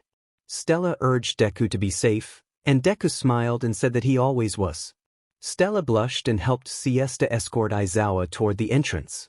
Deku created an ice shield to protect them and then turned slowly toward the villains, who visibly flinched and regretted having attacked there. Deku considered giving them a second chance, but because they had targeted students and his friends' friends, he warned them to pray they could escape. He activated full cowl at 8% and took a fighting stance. Shigaraki ordered the attack, and the villains hesitated before charging. Deku bent and delivered a focused roundhouse kick, then launched into his attack. Lewis launched a massive burst of air pressure that swept the villains backward toward their leader, stunning them. He surged forward and began neutralizing the long-range fighters first, moving faster than they could react and using his new technique to pull them in. Deku activated one for all full cowl, binding style, and sent out Black Whip at high speed through flicks of his fingers and rapid kicks. He dismantled their ranged attacks, shattering devices and tangling hair and equipment so they could not fire. When some villains fired at him, he dodged and returned fire with controlled shots. Realizing he could not rely on another hero's smokescreen, Deku created his own defensive maneuver. He summoned a frost star to form a large ice shield, then used rainfire to transform it into a rolling white mist. The sound of his theme swelled, and the villains, unnerved, watched him move constantly and strike decisively. His blows were powerful enough to incapacitate several opponents. After subduing the long-range fighters, he turned to the close combat attackers. A gust-blowing villain slammed him back into the faux forest, and another who controlled bandages bound him to a tree. A vampire-like villain lunged with a scythe, threatening a vicious attack. Deku challenged the attack, kicked the scythe aside to stop it, and activated overdrive. He channeled electricity into the blade, the current traveling through it and stunning the wielder until he collapsed unconscious. Deku broke free from the bandages and struck the bandage wielder with a rapid series of blows, then followed with a sunlight yellow overdrive smash that sent him skidding across the plaza and out of the immediate fight. Facing the next bandaged opponent, Deku warned that the man would be next to leave the area scarred. He employed Black Flash to drive the villain into the ground and render him helpless. Jumping back to the central plaza and taking position atop a pole, Deku scanned the battlefield. Seeing the close combatants scattered, he steadied himself and launched Black Whip. Flash Bind, pulling several fighters toward him as he prepared his fist. Deku increased his full cowl to 8% and unleashed Texas Smash, a massive wave of air pressure that blew the villains across the USJ. They slammed into the surrounding walls and were immobilized. The remaining villains begged Kurogiri to open a portal, but he hesitated. Shigaraki, shaken, wondered how one person could wield multiple quirks and questioned whether Deku was connected to his master. Deku then rained Black Whip across the plaza, catching the fleeing enemies faster than they could escape and clustering them together. He prepared a powerful combination attack, Divergent Fist, Black Flash, and Overdrive used in concert. The move jostled his hand, but the pain subsided. He struck the lead attacker in the gut, leaving the group stunned and collapsing to the ground in a damaged area of the plaza. Deku dropped to the ground and turned his attention to Shigaraki. Deku commented bluntly that Shigaraki's plan to tire all might and use that strange creature as the finishing move had been clever but poorly executed. Shigaraki asked what Deku's quirk was. Deku, remembering the danger of revealing too much, lied outwardly that his quirk was body energy manipulation and insisted he did not possess multiple quirks. He told himself to act clueless. Shigaraki noted that All for One could steal and give quirks, and Deku resolved to be cautious. Shigaraki ordered the Nomu to capture Deku. The Nomu charged at high speed. Because Deku had been talking, he did not react in time. The Nomu struck him and sent him flying back across the student's side, smashing through the ice mist and crashing into a wall. Students shouted and rushed toward the disturbance. Deku shook his head, stood, and cracked his knuckles, addressing Shigaraki with a calm warning that being caught off guard would not stop him. As he advanced, Katsuki grabbed Deku's shoulder, flames liking from his arm, furious and demanding how Deku had defeated the villains and appeared there. Deku warned him to move his hand or risk losing its use. Katsuki tried to pull free, but Deku gripped his wrist with an unbreakable hold, delivering a firm ultimatum to back off. For the first time, Katsuki felt a flicker of unease, then relented. Deku asked two nearby girls to keep the students from interfering, warning that any disruption could end their chances of becoming heroes. The two agreed.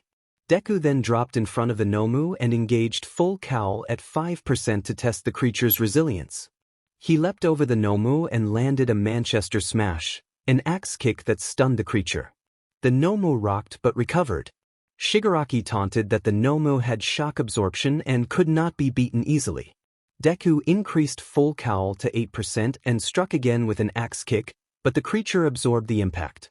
Frustrated, Deku used Frost Star to freeze the Nomu's feet in place and then followed with an 8% Texas Smash that sent one of the Nomu's lower limbs away, leaving it crawling briefly. Deku noted to himself that he should have tried that tactic earlier.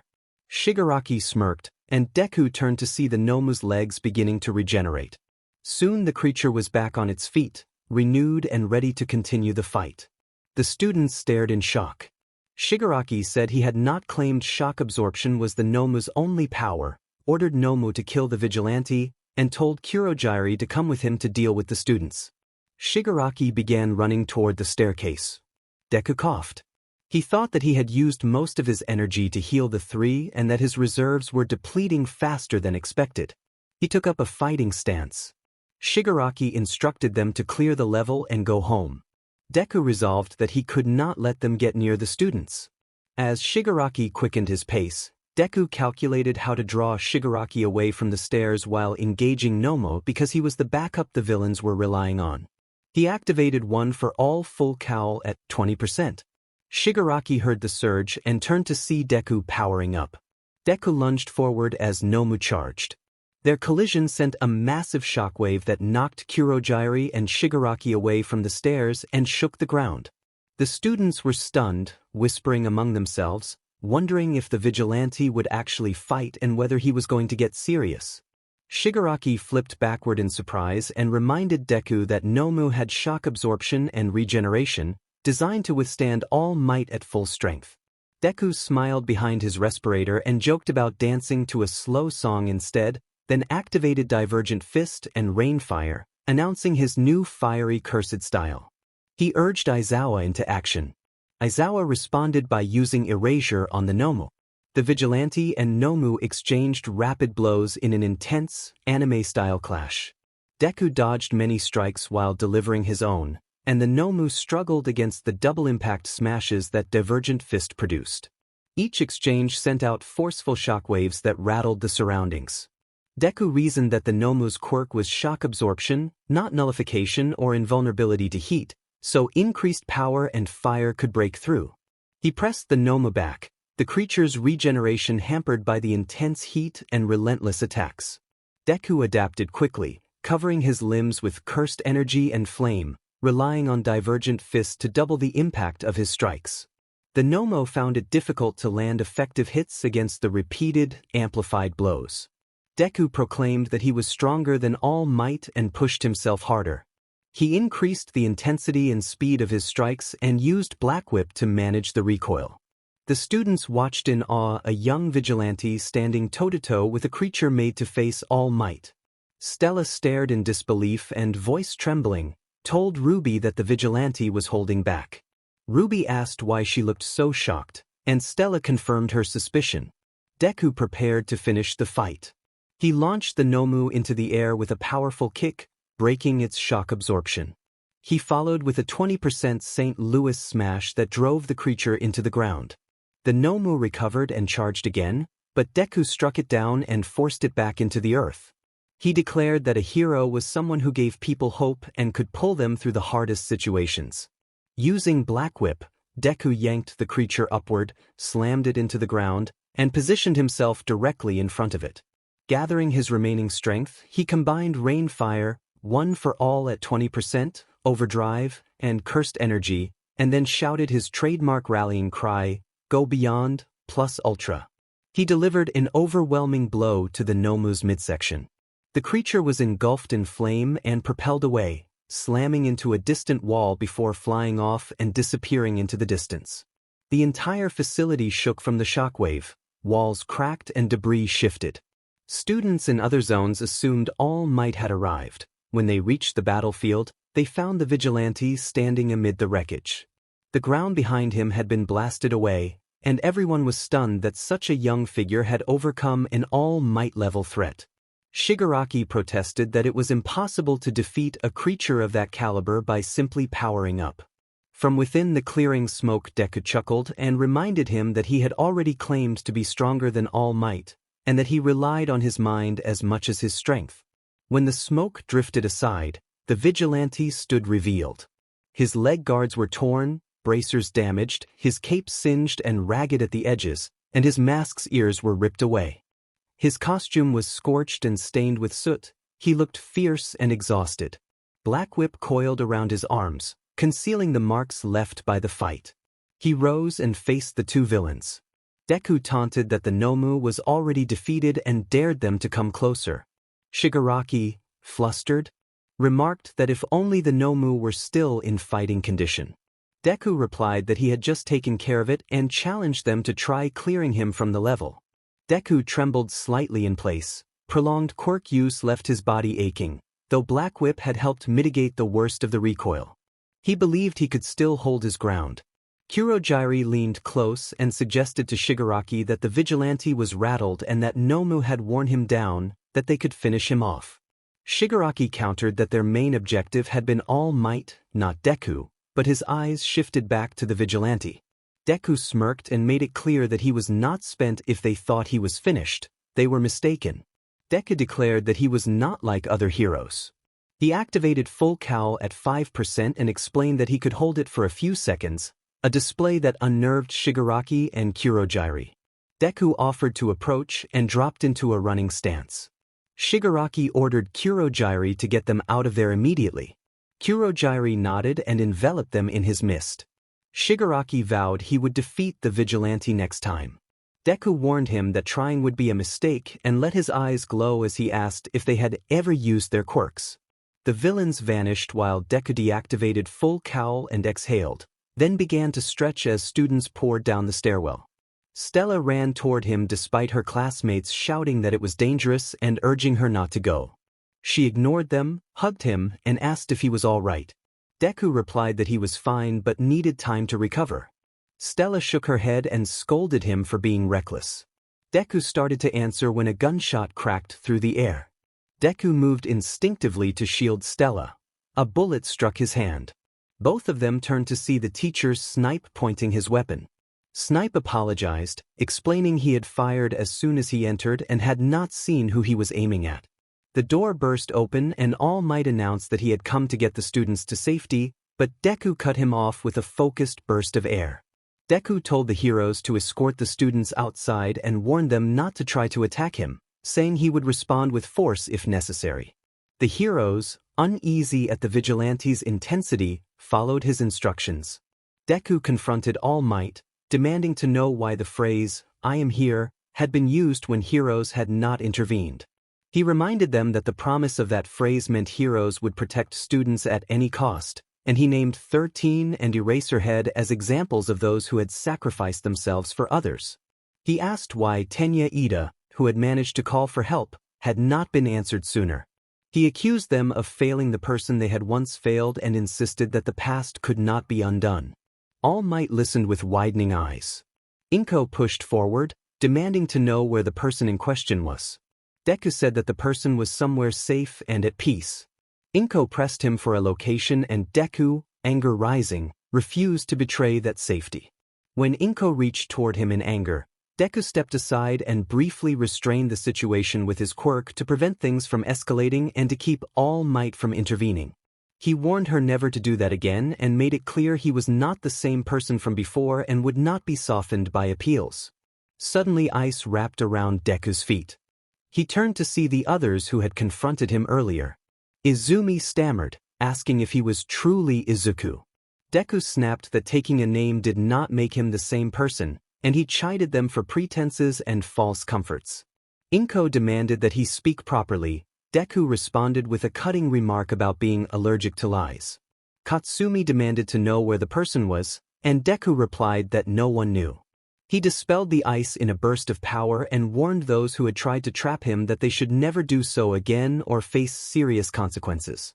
He then activated full cowl again and addressed Aizawa and 13, wishing them a swift recovery before saying he had to move on to rescue others.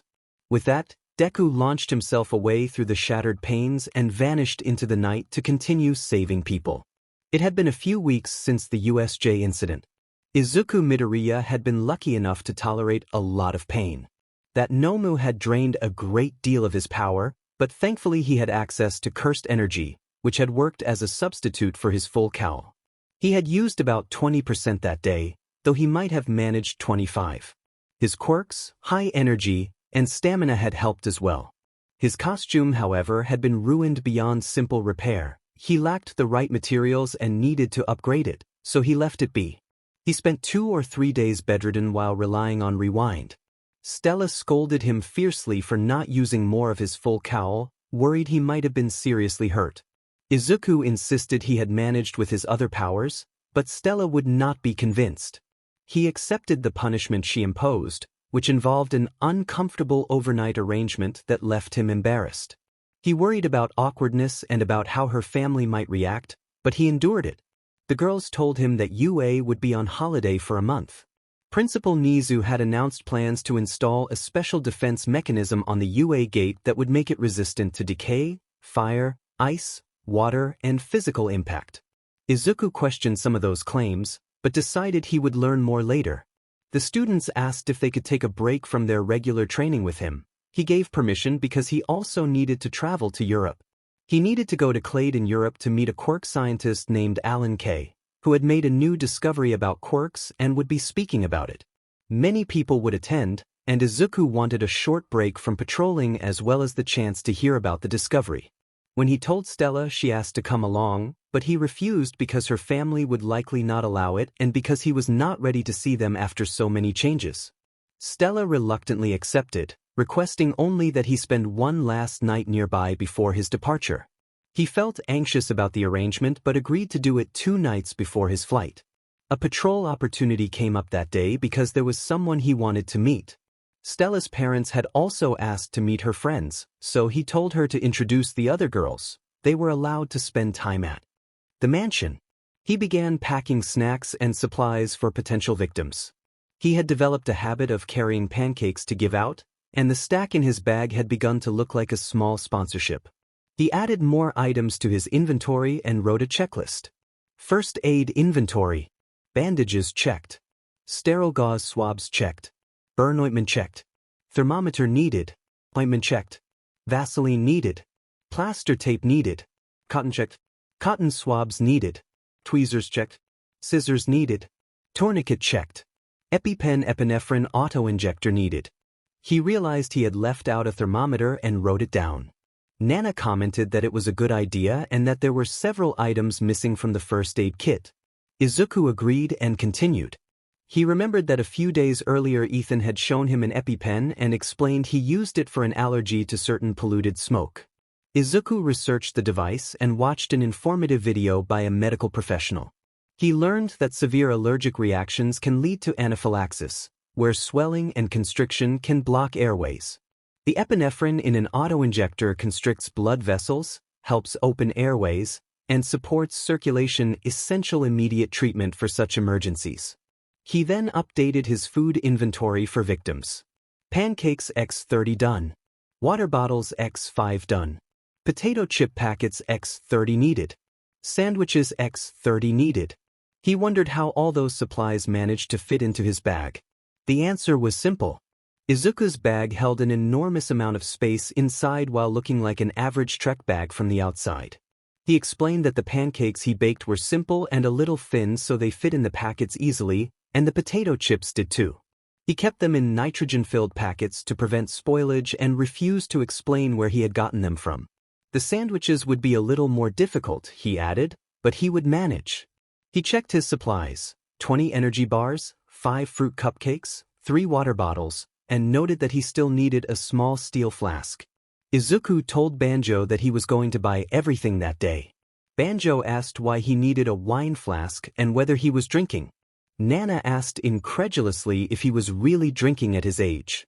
Izuku insisted that he did not drink and that he hated the smell of alcohol. Hikage asked what the flask was for, and Izuku explained that it was for quick water drinks between fights. Yoichi questioned why a wine flask specifically, and Izuku said it was small, compact, and would fit easily in his belt pouch. The group reacted with understanding, and Izuku decided to buy 2 flasks, one for water and one for coffee. He put away his pad and went to make dinner. Third-person viewpoint shifted to Deku on a rooftop. Deku was using a makeshift transmitter to listen to nearby police radio. He had bought prototype substitutes for the bracers, PDB gauntlets, that could handle about 20% of his power, but he expected they would do. After hearing nothing suspicious on the transmitter, he turned it off, crouched, and prepared to move. Banjo asked over the earpiece how Deku was doing that, and Deku explained that he was covering his palms and the soles of his shoes with Black Whip. Because Black Whip could stick to any surface, he could use it to anchor his hands and feet. Realizing he had Black Whip available, Deku shot a tendril toward a pole and swung himself farther, continuing to move from roof to roof until he reached a building opposite a hospital. He saw that Aizawa had been brought here after an accident while being taken to Recovery Girl for a checkup. Through the windows he located Aizawa on the 3rd floor, 7th room. Deku activated his pinpoint focus, shot a tendril at the wall beside the window, and used it to secure himself to the building. He crawled slowly to the window and peered inside. Aizawa was reading a magazine about different types of coffee. Aizawa's left leg looked severely broken and badly twisted, and his right ankle appeared dislocated. His hands were unharmed. The left leg's pale appearance suggested compromised circulation, and Deku worried the injury might be so serious that amputation could be considered. He decided it was time to act. He opened the window quietly while Aizawa rested with his magazine set aside. Deku removed his iron soles from his shoes, placed them in his bag, and slipped into the room without making noise. He looked at Aizawa's face and noted the surprising calm. Deku thought to himself that Aizawa never seemed to panic. Deku locked the door, and the small clink made Aizawa open his eyes wide. Aizawa sighed and demanded to know how Deku had gotten there. Deku explained that he had come through the window. Aizawa asked when Deku would stop doing reckless things and what he was doing there. Deku answered that he had come to talk and asked how Aizawa was doing. Aizawa replied that he was getting by and asked what Deku had wanted to discuss. Deku sat in a chair in front of Aizawa, put his bag beside him, and took out 2 packets of chips and 2 water bottles. He offered them, and Aizawa thanked him, admitting that he was actually hungry. Deku opened one packet and began to eat. Aizawa looked him over and asked how Deku was going to eat with his respirator and mask on.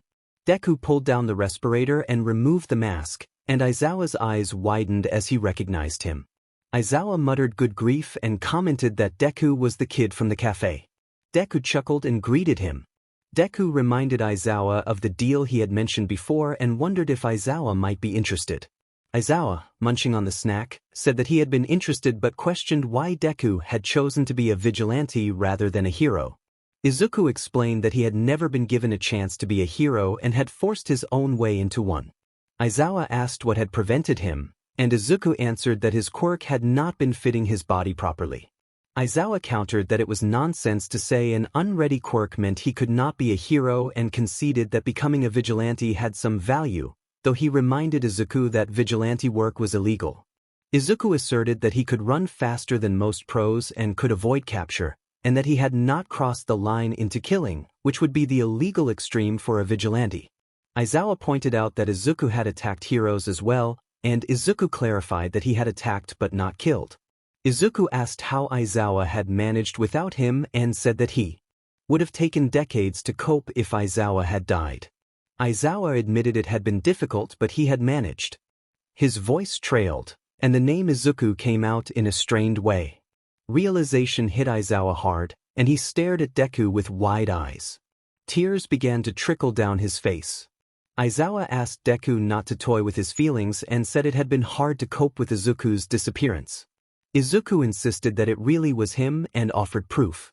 He said he had run away almost 10 years ago, that his favorite food was katsudon, and that Aizawa had given him a notebook as a last gift. Aizawa asked what had happened to his hair and eyes.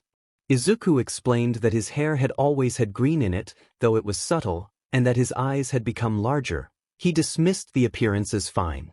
Then Izuku moved toward Aizawa and used his ability to help mend and stabilize his injuries while Aizawa stared, stunned. Izuku explained that, for the years since he left, he had been living alone in an empty house and had kept to himself. After his injuries were treated and his bones set, Aizawa took his capture gear and put it around Izuku, who looked confused. Aizawa told him he had a lot of talking to do and called him problem child. He pulled Izuku closer. Izuku braced for a punch but instead felt warmth. When he opened his eyes, he found his uncle hugging him, and he hugged back. Aizawa scolded him gently for not telling him sooner, and said he could have helped. Izuku explained he had been trying to mature quickly and grow strong enough so his family would not have to worry. Aizawa muttered a weary good grief. Izuku joked about Jotaro's reincarnation. Aizawa chuckled and asked how he had been all those years. Izuku said he had saved many people, reached 10th standard studies, and made friends, and he asked whether the nurse would come to check on Aizawa. Aizawa replied that they would later and that they needed a proper chat first. Izuku then described his housemates, Yang Xiaolong, Ruby Rose, Piranikos, and Blake Belladonna. Aizawa recognized them as his students and was surprised. They laughed and settled into a long conversation, sharing life updates, patrol experiences, and past fights. Aizawa mentioned that Emi had caused a commotion when Izuku ran away, threatening the Yagis before remembering that Izuku had called her the best aunt in the world. He also described how Enji and Rei had grown strict with the Todoroki twins and how Masaru ignored Mitsuki and the Bakugo twins. Izuku recounted his own life, his friends, and how he had acquired an unusually powerful quirk, while avoiding mention of one for all and instead describing it as a normal manipulating quirk. They talked for a long time while snacking on chips, and before they knew it hours had passed. When Izuku realized how late it had become, he apologized and said he needed to leave. Aizawa cautioned him not to overwork. Izuku put on his mask and prepared to leave when the door opened to reveal Tsukachi and Hawks. Hawks stumbled over his words, and Tsukachi demanded to know what Izuku was doing there. Izuku explained he had forgotten to lock the door and was just visiting, then slipped away after dodging a feather Hawks sent toward him. Hawks remarked on how fast he always was, and Tsukachi asked Aizawa what Izuku had been doing. Aizawa replied that they had been talking and that he had healed him.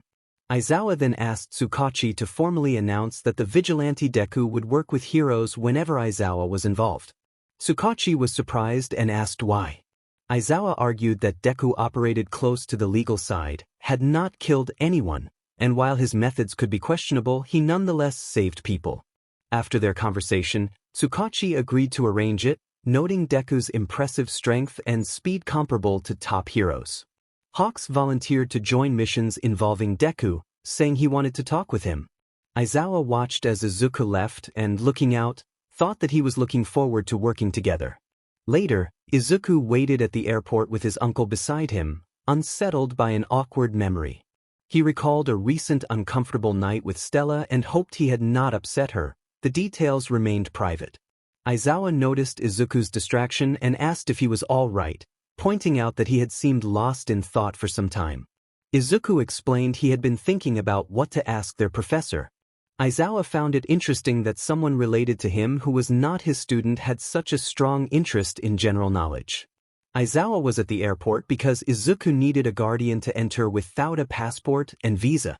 He had arranged a temporary passport and visa for Izuku and volunteered to act as his guardian for the trip. It was ironic that Aizawa had proclaimed himself Izuku's guardian when they donned their patrol gear. They soon heard the announcement calling their plane number. Aizawa addressed Izuku as the problem child and urged him to go. Izuku responded cheerfully that he would. Later, as Izuku climbed the stairs, Aizawa called him again and told him to call when he reached his destination and to be safe. Izuku smiled inwardly at the continued care and promised he would call. Aizawa turned away, smiling under his scarf and muttering that the problem child really was a problem child. Some time later, Izuku sat reading a storybook with music playing in his ears, absent-mindedly shaking his head at the world around him. Nobody questioned a 14-year-old on board, The legal age in this setting was 13, though guardian's permission was required. He had not noticed the other passengers until the flight attendant made an announcement over the intercom asking if there was a detective on board. Red flags went up in Izuku's head, even his danger sense prickled. A soft voice from his right answered that there was indeed a detective on board. When Izuku turned, he saw a hand raised and then recognized the girl from the cafe. She looked familiar in more ways than one, and he found himself distracted by her presence. He admitted to himself that he had forgotten her name. The girl turned toward him and smiled, then asked him to be her sidekick. She took his hand and helped him to his feet as she stood. The flight attendant led them forward, and the girl explained to the attendant that she was a detective and Izuku was her sidekick. Izuku stammered in confusion while the attendant nodded and gestured for them to follow. As they walked, Izuku asked why she had asked him to be her sidekick. She replied that she had been in need of one.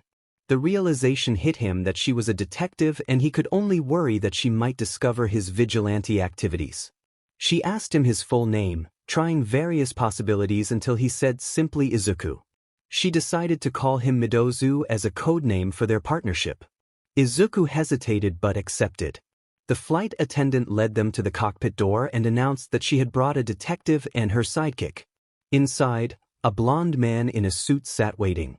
He commented that the detective was much younger than he had imagined and asked which of them was the detective. The man's presence made Izuku nervous. He searched for the pilot and wondered what was happening.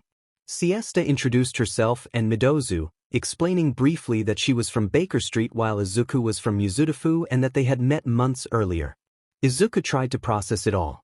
Siesta asked the man, who gave the code name Bat, why he had summoned them. Bat challenged them to deduce his reason for taking control of the airplane. He framed it as a game and said that if they could correctly deduce his motive, he would refrain from harming the pilot. The stakes, he said, involved the lives of the 600 passengers aboard. Izuku's eyes widened in horror at the suggestion. Bat's challenge felt coldly theatrical, and Siesta immediately moved into a thinking posture. Izuku panicked inwardly at the stakes and the risk to his own secret. He realized with a jolt that Siesta was the legendary detective he had heard of, one known for solving cases before they fully developed, and that realization tightened his chest. He could not afford to reveal his vigilante identity in front of her or this stranger. Bat chuckled at Izuku's reaction and taunted the group, framing the situation as a deadly game where correct deduction would spare the passengers. Siesta warned him that if they failed, there would be grave consequences for everyone, including Bat himself. Bat replied that undertaking the act made him feel alive, as though he needed the risk. Siesta assessed the situation and suggested that Bat might have been driven to hijack the plane out of boredom with too much idle time. Izuku watched her, tense and uncertain, while Siesta offered that as her final answer. Bat explained that the hijacker had acted out of boredom and taken over the plane. Midozu asked if Bat might be inventing things at random. Siesta questioned whether Bat was accusing the man of lying. Midozu sounded confused. Siesta suggested that Bat claimed the man had been intimidated by a legendary detective and was now insisting his own earlier answer was false to end the game, essentially saying the man was scared. Midozu hesitated and admitted that was somewhat what he suspected. Bat laughed for a long moment and praised the tangled logic before rising from the pilot's seat. He said his outcome had been more abrupt than expected, but that his purpose was already achieved and he would stand down. He reassured them that the other man was unconscious, not dead, and acknowledged that he expected to be arrested when they landed. Midozu objected that Bat had put 601 people at risk and compared the attitude to eating a sibling's food and letting the sibling take the blame. Bat told the kid to calm down and asked who the 601st was. Midozu clarified that the pilot was included. Bat chided him for the foul language and walked past them, remarking that after some time in the big house he should be able to get out again. Both Siesta and Midozu accused Bat of lying. Bat stopped and asked what they meant. Siesta and Midozu exchanged a look. Midozu whispered that he believed Bat was scared, but not of the detective. He suspected Bat feared something else. Siesta smiled and suggested Midozu might not be a bad assistant after all. Bat admitted his true reasons for the hijack were different and, out of respect for their boldness, he would pretend to lose. He then warned them not to make him spell it all out. Siesta clarified she had not accused him of lying earlier, and when Midozu suggested Bat's claim about not minding the risk of dying was false, Bat asked what they were getting at. Siesta explained that Bat had surrendered too quickly to be an uncompromising hijacker. She and Midozu suspected he had been acting under orders and expected to die in the crash. In reality, she said, Bat had been afraid to die and used them to avoid that fate. Midozu added that he had noticed Bat's trembling and the stop in his trembling after the answer was accepted, as well as light sweating on one side of his head. He wondered why Bat had not asked a detective for help earlier. Siesta suggested the man's pride would not allow surrender, so he preferred to be beaten fairly, even if only for show. Midozu rolled his eyes and complained about pride, comparing it to bullies who had refused to be friends and instead hurt him. He advised that if someone was in danger they should ask for help. Siesta began to walk past Bat, and Midozu followed in surprise when she announced they were finished and heading back. Midozu protested that someone was in danger of being killed by their boss and they should do more, but Siesta noted they could not act without knowing who the leader was. Midozu sighed but insisted she not leave him behind. Bat called out and asked one last thing. How had they figured everything out, what clues had led to those deductions, and whether it had really been only that he gave up too quickly. Siesta said that, in addition to that, she had known about him from the very beginning, that he would be on the plane, that he planned a hijack, and even about the associates who ordered it. She crossed her arms and stated that a first-rate detective gets a handle on a case before the incident occurs. Banjo announced that Siesta had been right, and Nana agreed that she had solved it before Izuku even knew. Izuku acknowledged that Siesta likely knew more about the man because he was just a normal vigilante, not a detective. Bat exclaimed relief that he had asked his question and flashed a grin that Izuku instantly recognized as a familiar expression used by his sister and past bullies. Siesta ordered her sidekick to get down, and Midozu shouted for them to dodge. In the next second, Siesta hit the floor near the front seat. She looked up at her partner, who was standing protectively with a fresh wound on his left hand. Siesta was stunned. Midozu said his reflexes and reactions were much faster than hers. Midozu's voice had shifted. The tired tone was gone and replaced by the sharpness of someone riding an adrenaline rush. He demanded to know who Bat really was. Bat declared that a first-rate operative nips promising talent in the bud before it can develop. When Midozu turned, he saw that a large tentacle-like appendage protruded from the left side of Bat's face, and Bat grinned maniacally. Midozu muttered that things had just gotten worse. He felt the pressure of the situation. He was on a hijacked plane with a renowned detective, at risk of exposing his vigilante identity, injured, and trying to protect his temporary partner. Facing a criminal with an unusual appendage right in front of him raised the danger and the stakes, and he did not know how to fight without revealing who he really was. Midoriya urged himself to think as he took in the scene before him. A criminal with a large, sharp appendage standing between him and safety.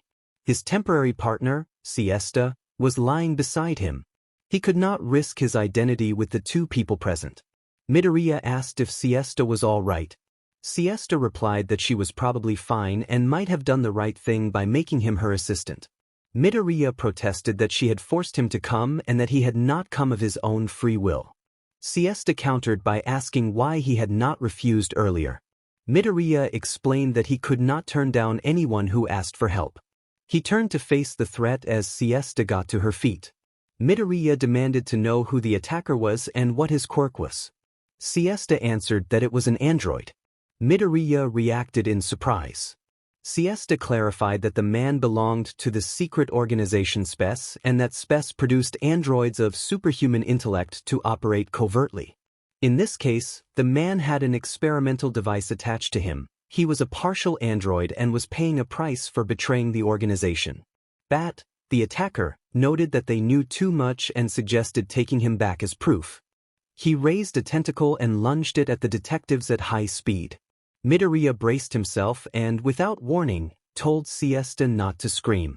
He hoisted her over his shoulder and leapt aside, narrowly avoiding the strike.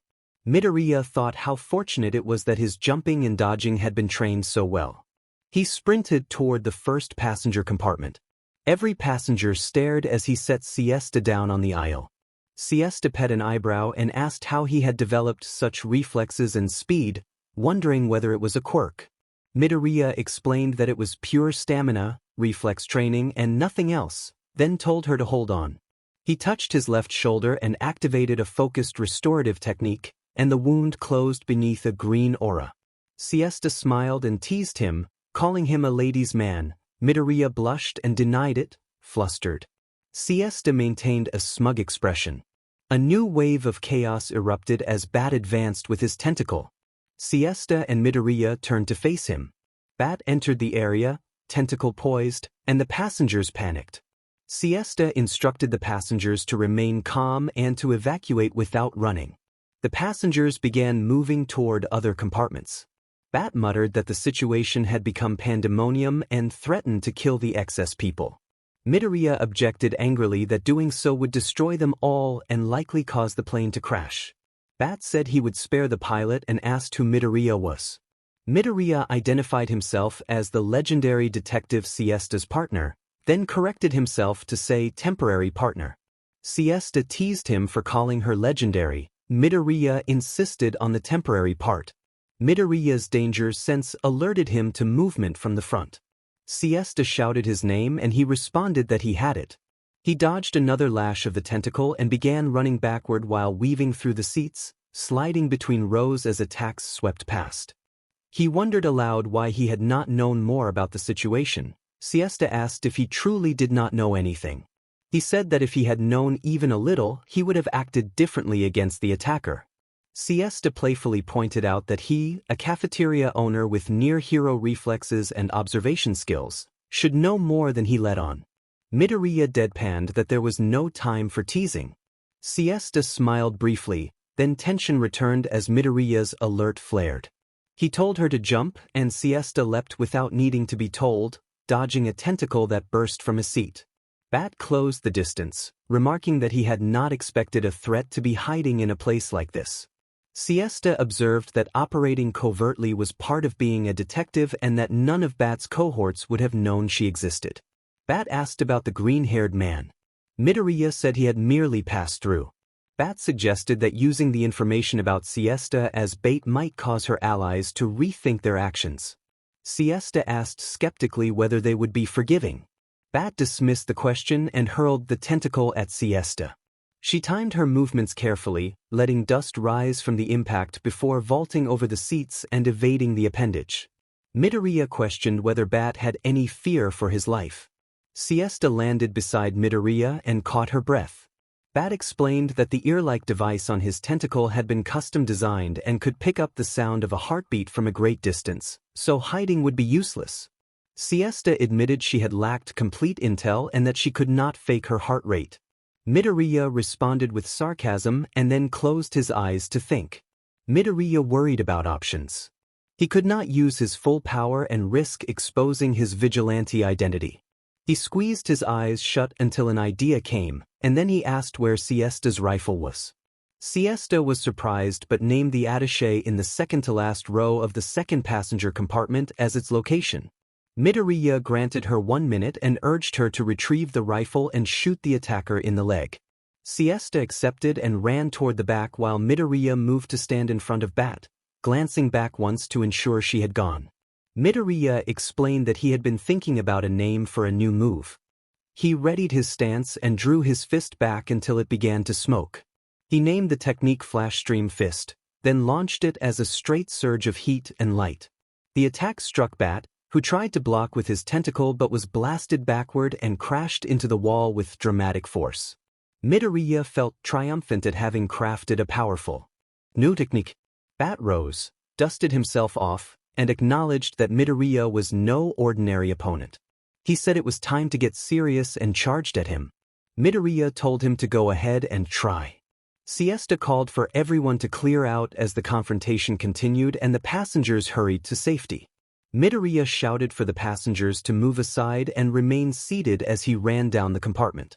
People looked confused, but he kept pushing forward, grateful that his identification had allowed him to keep his musket on board. As an observant detective, he had survived many scenes of carnage and he hoped Midozu was all right. He counted down the seconds in his head and then heard an explosive sound coming from the area he had just left. His partner could be in danger. Midoriya reached the seats, grabbed his attaché, and resolved not to let Midozu's effort be in vain. He hurried back toward the fight. Bat had grown violent and was smashing seats with his tentacle. Midoriya ran and dodged the strikes, sliding between rows and leaping clear of another swipe that scraped his leg. He worried that using rewind would tire him, and he called out mentally for Siesta as he searched for an opening. Siesta ran toward the scene with her attaché slung over her shoulder. Bat taunted Midoriya as he attacked, while Midoriya tried to think of a plan. Banjo urged him to act quickly, and Hikage suggested using Frost Star. Midoriya touched the floor and released an ice attack. Ice spikes shot toward Bat, who smirked and deflected them with a tentacle. To Midoriya's surprise, another tentacle sprouted beneath the first and divided again, creating 3 tentacles. A gunshot rang out. Midoriya turned to see Siesta holding her stainless steel musket. She had fired, but Bat managed to deflect the shot. He began attacking her, and she kept dodging. Midoriya counted her remaining shots in his head and searched for a way to help.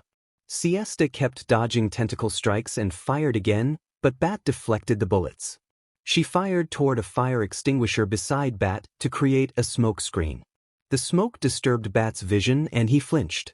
Siesta rushed him and fired another shot that struck his leg, forcing him to kneel and swing his tentacles wildly. One tentacle grazed Siesta's left leg and she fell, losing grip on her musket. Bat rubbed his eyes and rose, warning that he would have to kill them. He used 2 tentacles to pin Siesta's legs and raised the others toward her throat. Midoriya intervened, throwing a cloth that entangled the tentacles and interrupted Bat's attack. Midoriya stood with a rope-like scarf wrapped around his neck and a familiar aura radiating from it. Siesta recognized the energy immediately and could not believe Midoriya was projecting the same feeling she knew. Midoriya gripped the scarf and released his cursed energy. The cloth tightened and squeezed the tentacles. He yanked Bat toward him and delivered a hard drop kick that sent Bat flying. Midoriya checked on his partner and told Siesta to ready her weapon while he bought time. Bat lurched to his feet, enraged and vowing revenge. He launched his tentacles again, but Midoriya swung the cloth and activated rain fire. The scarf ignited in flames as he moved it like a fiery chain, then he hurled it at Bat. Bat caught the cloth and his tentacles burned and recoiled, causing him to scream and clutch his ear. Midoriya then used Frost Star to freeze Bat's legs in place, pinning him to the floor. Siesta fired her final shot, aiming at Bat's ear. The bullet detonated with a flash and the injured tentacles withdrew away from view into the sticky mass near his ear. Midoriya extinguished his rain fire and wrapped the cloth back around his neck. Bat writhed on the floor, struggling but contained, while Siesta pushed her musket forward in a show of force and made clear that Bat would be treated as if he were already dead to deter his allies.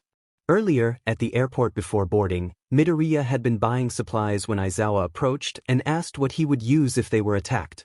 Midoriya explained his usual techniques: Rainfire, Frost Star, and Cursed Energy, and Aizawa handed him a small box. Inside was a long black tape with green borders, a compact replica of Aizawa's capture weapon meant to serve as a backup.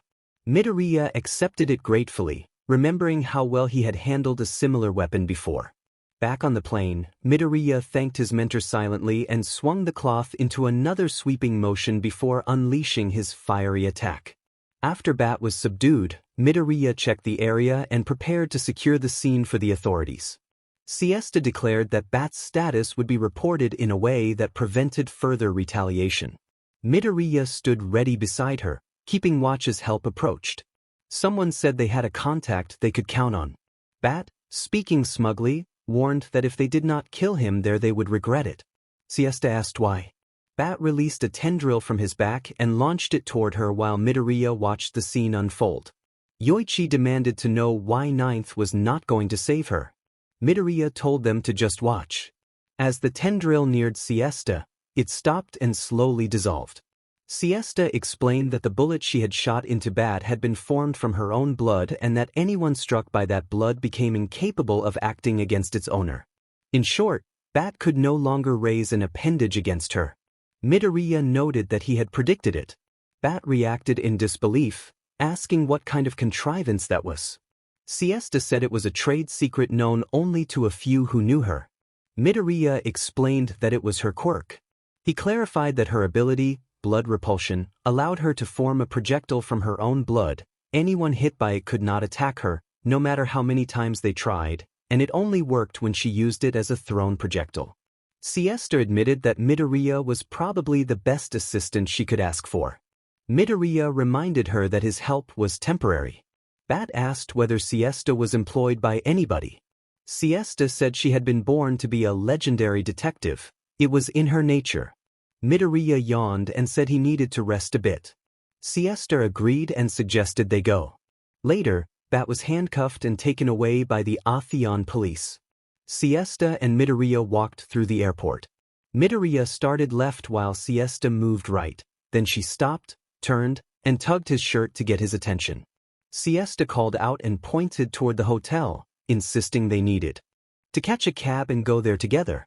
Midoriya looked surprised and explained that his hotel was in the other direction and that he had only been a temporary partner. He had helped because she asked, and he had done his part. Siesta insisted they were partners and needed to go together from now on. Midoriya, confused, repeated that his assistance had been temporary. When Siesta asked why he was in the city, Midoriya explained that friends were managing his cafe back in Mizudafu and that he had come to Clade to hear Professor Alan Kay speak about new research. He added that although he ran a cafeteria, he had his own hobbies. Siesta said she had come to meet friends. Midoriya offered a handshake and wished her a pleasant journey, saying it had been a pleasure working with her. Siesta agreed and suggested exchanging numbers to stay in touch. They exchanged contact information, said goodnight, and parted ways. The next day, Midoriya rode the train and stretched, reflecting that yesterday had been risky and that he was glad his uncle had given him the weapon, and agreed that it had been risky. He prepared to get off, strapped on his bag, and 10 minutes later the train stopped at the station. Midoriya booked a cab, boarded when it arrived, and told the driver to go to Clade Central Park. He paid the driver, walked to the event, and found a place at the far right of a huge crowd gathered to hear Professor Allen speak. Midoriya put in his earphones and began listening to a song by Uverworld.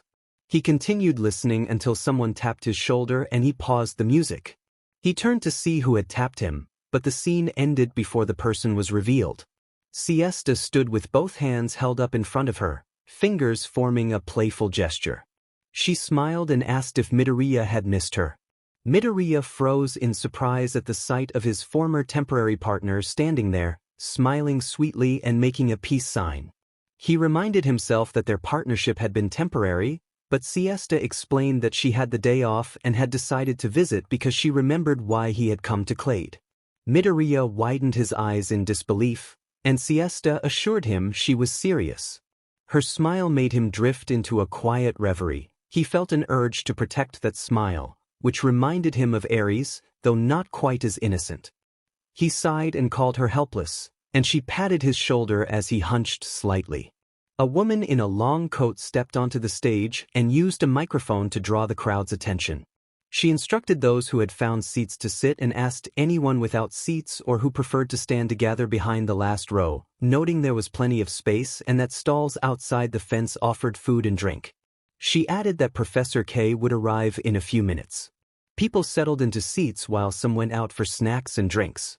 Midoriya and Siesta stood in a corner. Midoriya pointed out an empty seat and offered it to Siesta, but she declined, saying she would stand because her partner was standing. Midoriya sighed.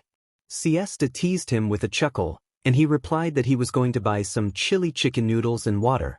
She teased him about choosing simple food and water instead of a soft drink.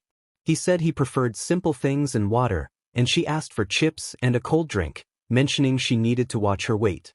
Midoriya agreed and went to get the food while Siesta waited. He returned with the snacks, handed her some, and began eating while they waited for Professor K. The woman on stage asked everyone to stand as the professor's vehicle entered through the gates. Among the crowd, a man held a phone to his ear and confirmed that the target would arrive, speaking in a low, urgent tone. He watched Siesta and Midoriya together and muttered to himself that he needed to deal with both of them.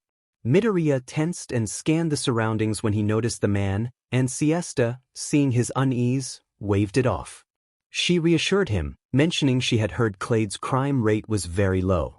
They continued their conversation until a loud horn sounded and a blue limousine passed through the gates, followed by 4 black cars. Siesta noted the professor's arrival and Midoriya recognized him as the most famous quirk researcher. The crowd cheered as Professor Alan Kay stepped out of the limo with several guards forming a protective escort. The man on the phone watched carefully as the professor walked toward the stage, carrying a briefcase. Professor Kay took the microphone and welcomed the audience, announcing he would present his new research on quirks. He set his briefcase on a table and had his team set up cameras and projectors to display the presentation. He explained that quirks constantly evolved, sometimes developing new abilities and forms without the user's knowledge, and that understanding sudden evolution was important. A woman in the audience raised a hand to ask whether quirks that the public labeled as villainous could develop without the user's awareness. Professor K answered that quirks were unique and that labeling them villainous was a judgment created by people. A reporter asked if his research focused on quirk development. Midoriya interrupted, clarifying that the professor seemed to be referring specifically to sudden quirk evolution. He explained that he agreed because his own quirk had suddenly evolved. Professor K acknowledged Midoriya's point and asked for his name. Midoriya gave the name Midozu Shirwan, thinking to himself that he could not reveal his real name. Professor K affirmed that sudden, unrecognized quirk evolution could be dangerous. He described examples to illustrate his point. One case involved a person whose ability normally produced harmless energy ball but unexpectedly produced a much more powerful and hazardous fireball. Another involved someone who trained to accumulate energy and gradually gained speed without realizing the change. Such unexpected developments led to confusion and frustration, and understanding how quirks evolved was essential to help users adapt and safely use their new abilities. Alan opened the locks on his briefcase and produced a small sealed vial of red liquid. He placed it on the table and adjusted a camera so the vial was projected for the entire audience to see. The crowd leaned forward. Alan explained that he had created a substance that could reset quirks to their original state, allowing people to relearn abilities and sometimes develop new variations. He said it could make it easier for users to experience an awakening, a natural evolution of quirks that sometimes occurs later in life. A reporter asked about the purpose of the vial. Alan answered that it would let people relearn past abilities and potentially gain upgrades more easily. When asked how it was used, Alan produced a gun-like device from the briefcase and explained that the vial fit into a holder in the device, where the seal would be opened and the contents transferred into a syringe mechanism. He acknowledged that some people might object to the method. Alan then produced 2 small discs from the briefcase and described them as temporary versions of the substance. A red disc that reset quirks for 30 minutes and a blue disc that reset quirks for 2 hours, with an option to extend usage by pressing a button. He next showed a black metal band with a circular holder in the middle and demonstrated how to slide a disc into the holder and wear the band on the arm. He explained that the holder would inject the disc by a needle much smaller than a normal syringe and that users would feel only a small sting. He said the effect would begin in 15 seconds and invited questions. Midoriya raised his hand to ask about the effects on the 3 main quirk types. Alan answered that emitter-type quirks would temporarily stop and then restart as described. Transformation-type quirks would return altered body parts to a normal state and any compulsive or harmful urges associated with those transformations would be removed. Mutant-type quirks would retain their appearance but be harder to use effectively. For example, someone with animal traits might still look like that animal but would lack some of the usual power or control unless they possessed sufficient strength independently. A large man in the audience volunteered and made his way to the stage, visibly shaking with excitement and gushing that he was a huge fan and honored to be there. Alan felt uneasy at the man's intensity and asked about his quirk.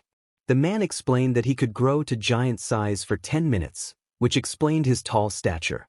Alan identified it as a transformation-type quirk and warned that the man's height should decrease when the disc took effect and that he would likely be unable to transform for about 10 seconds.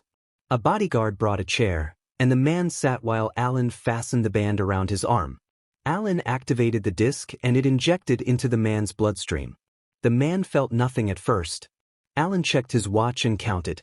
15 seconds later, the man shrank to normal height. He stood and tried to activate his quirk, but it did not respond. Alan noted that the quirk would return in 10 seconds. When the time elapsed, the man's power surged and he grew rapidly, causing a dramatic anime-style shock to the stage. A bright burst of energy, the platform buckled and a few set pieces shifted and splintered without blood or injury. The man apologized as he clambered down while reporters snapped photos of the demonstration. A distant man in the crowd watched with a small smile and noted that phase 1 of his plan was complete. He rose and approached the stage but was stopped by guards. He told them he had intended to volunteer for the permanent vial. Alan declined, explaining that he could not use the permanent formula without risking his research position. The distant man nodded and, deciding he would have to proceed by other means, returned to his seat. The professor moved to answer questions from the press. From his seat, the distant man made a call and instructed the person on the other end to prepare to take the shot. Izuku stood on stage and sang about knowing only a part of the world and feeling high, about a silent starlight and the composed ease of enjoying contradictions. He urged taking one step even if it meant being torn, taking one step even if one felt like drowning in oneself, to move lightly through everything and pass it on. He declared there was no victory in an unending today, admitted that this too might be nothing more than play, and acknowledged the reasons that kept people at a distance. He imagined a will that ran against the current and filled the rigid sky and the gaps in their hearts, calling to break free from the endless night. He confessed that they had once lowered their sights and looked away from the future, and remembered days when they pretended they did not want to become anything. As he sang, the audience pulled out their phones, turned on their flashlights, and waved them in time with the beat. People on the upper floor joined in the same rhythm. The performers kept repeating a charged refrain and chanted about an odd future. Izuku reflected that everything began inside him, a dull ache grown by pride into a dark history. He had once discarded many things and come close to being undone by a fate he could not recall. He admitted to living through a PRD with deadened eyes, and yet the fact that he was still alive today meant something important. He wondered aloud whether there was still something left unfinished and acknowledged that even in days without a way to fix things, he had to accept his differences and open a jar of possibility. He sang that tears lost their meaning and faded, and urged everyone to keep sketching new days over and over. He challenged himself and the crowd to do their best and to feel the excitement, saying that thoughts and feelings would pass through their minds and that they needed to break through the dark curtain that kept them from what they wanted. The chorus rose again, and the audience joined in. Izuku returned to the earlier themes, imagining his will running against the current, filling the rigid sky and the gaps in their hearts, calling to break free from the unending night. He remembered lowering the blueprint of the future and turning away, and the days when they had pretended not to want anything. He held on to his ideals and spoke of lives in which love and dreams could ignite as easily as they could be dangerous. He described the toll of fate and the sounding of a gong for each person's destiny. Pausing to watch the audience still waving their phones, he decided to perform the song again, this time in English. He asked if the audience was ready and if they were excited, and then sang about the need to rise to see the starlight. He told them that no one could tell them otherwise, that those who were winning were only one step ahead, and urged them not to give up but to take that single step and pass it on. He encouraged perseverance when the end seemed out of sight. He sang about how people hindered themselves and built too many walls, and about dreaming as a mind that plays back a silver line. He placed his heart in the sky of the darkest night and spoke of running together until morning light, feeling a burning fire inside that fueled them, overcoming every odd and finding meaning in becoming what they were meant to be. He promised that the sun would not set until the journey was done. The performers repeated the charged refrain about their odd future. Izuku sang that everything felt like dust slipping away from him, that he had lived within the shadow of a dark history and had to learn to discard every excuse. He admitted to seeing the world through blurred eyes at times but said he had found a path to clarity and was beginning to feel alive again. He guessed about unfinished things and recognized a testing PRD in which he stood apart, learning to accept that difference and open up possibilities. He invited the audience to dream with him and asked for their support, encouraging repeated effort until they had won. Some people took out light sticks and began waving them, and the crowd surged with renewed energy. Izuku urged readiness and excitement, described a surge like lightning through his veins, and vowed to put on a show until the final curtain. The performers repeated their chant about their odd future, and the chorus swelled. He returned to the image of dreaming as a will that ran against the current, filled the rigid sky and the gaps in their hearts, and called to break free from the unending night. He spoke of running together until morning light, feeling the fire within that kept them alive and promising to become who they were meant to be before the sun set. He affirmed his ideals and his resolve. There would be no turning back. He could endure the danger, and he invited everyone to face their odd future together without backing down when destiny called. He closed by claiming their odd future as something they owned together. Deku tensed as danger sense vibrated low and insistent. He scanned the hall. No one around him appeared suspicious. Hikage noted that he could feel it too, and Deku replied that he was certain it was signaling for a reason. Nana warned everyone to get ready. A man at the far table put his phone down and fitted a glove with a rope mechanism over his left hand. He glanced at the table where the red vial lay to the left of the briefcase, then aimed his glove and pressed a button. A thin rope shot out, snagged the vial, and began to reel it away. The professor saw the vial moving and called out in alarm. Alan shouted for the vial as the bodyguards surged forward. The far man smirked, snapped his fingers, and gave a signal. A distant sound drew the crowd's attention. In the commotion, a blur pulled the professor away and set him down. Midoriya had managed to push the professor out of the path of a fired shot. Deku checked on Alan, who stammered that he was okay. The far man barked that they could not let the professor survive and ordered Phase 2. 3 black vans screeched to a halt by the gate. 15 men in white cloaks poured out and began firing flamethrowers toward the stage. Panic swept through the audience as people fled. Siesta drew her musket and activated the earpiece she had given Deku earlier. She alerted him that the vial was the target. Deku told her to take the shot. She fired at the man's hand, forcing him to toss the vial and clutch his wound. Deku, using Black Whip, secretly retrieved the vial and brought it to himself without anyone noticing. The far man screamed for them to shoot Siesta. His cloaked men opened fire, but Siesta dodged and used the buttstock to fend them off. The far man wrapped his injured hand and searched for the vial, only to find it in Deku's grasp. He demanded that Deku hand it over, but Deku refused. The man fired ice-like projectiles at Deku while he scooped up the professor with Black Whip. Deku decided to move Alan somewhere safe. He took the briefcase as well, leapt high, and carried them to the backstage area, placing the doctor down and instructing him firmly to stay put with the vial and the briefcase until he returned. Alan nodded. Deku launched back toward the stage and landed in the center with a dramatic, superhuman thud that drew the criminals' attention. He taunted them lightly, then charged the far man, knocking him down and breathing hard. He reflected that fighting without full cowl and relying only on FA gene made the brawl much tougher, and he admired how some veterans could maintain that balance longer. Other users of One for All exchanged remarks about training and experience. Third observed that lasting with limited output required practice. Banjo thought a FA gene training session sounded appealing, and agreed, and Deku promised he would consider it later. Hikage deadpanned that Ninth already had more street experience than most, having been a vigilante from a young age. Deku considered how impressive Siesta's poise and strength were. While the cloaked men were focused elsewhere, Deku used Black Whip to pull 3 of them in and swiftly subdued them. Siesta, after expending most of her ammunition, took down several more with precise shots to their mobility, leaving only a few still standing. Deku then tried out his uncle's flash fire techniques. He unleashed a sweeping mantle of fire called Hell Curtain that rose and encircled the remaining attackers. With the criminals contained by the blazing wall, Deku closed in and used controlled techniques to neutralize them. Within minutes the attackers were rendered immobile as ice froze around their footing, and Deku surveyed the scene with satisfaction. Siesta patted his shoulder and suggested he consider a part-time partnership. Deku said they would see. Danger Sense screamed sharply again.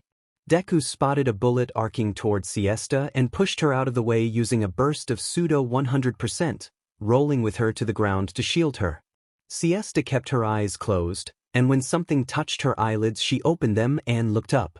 She gasped at the sight of Deku leaning over her, and a small wound on his shoulder bled lightly, but he reassured her as he examined the source.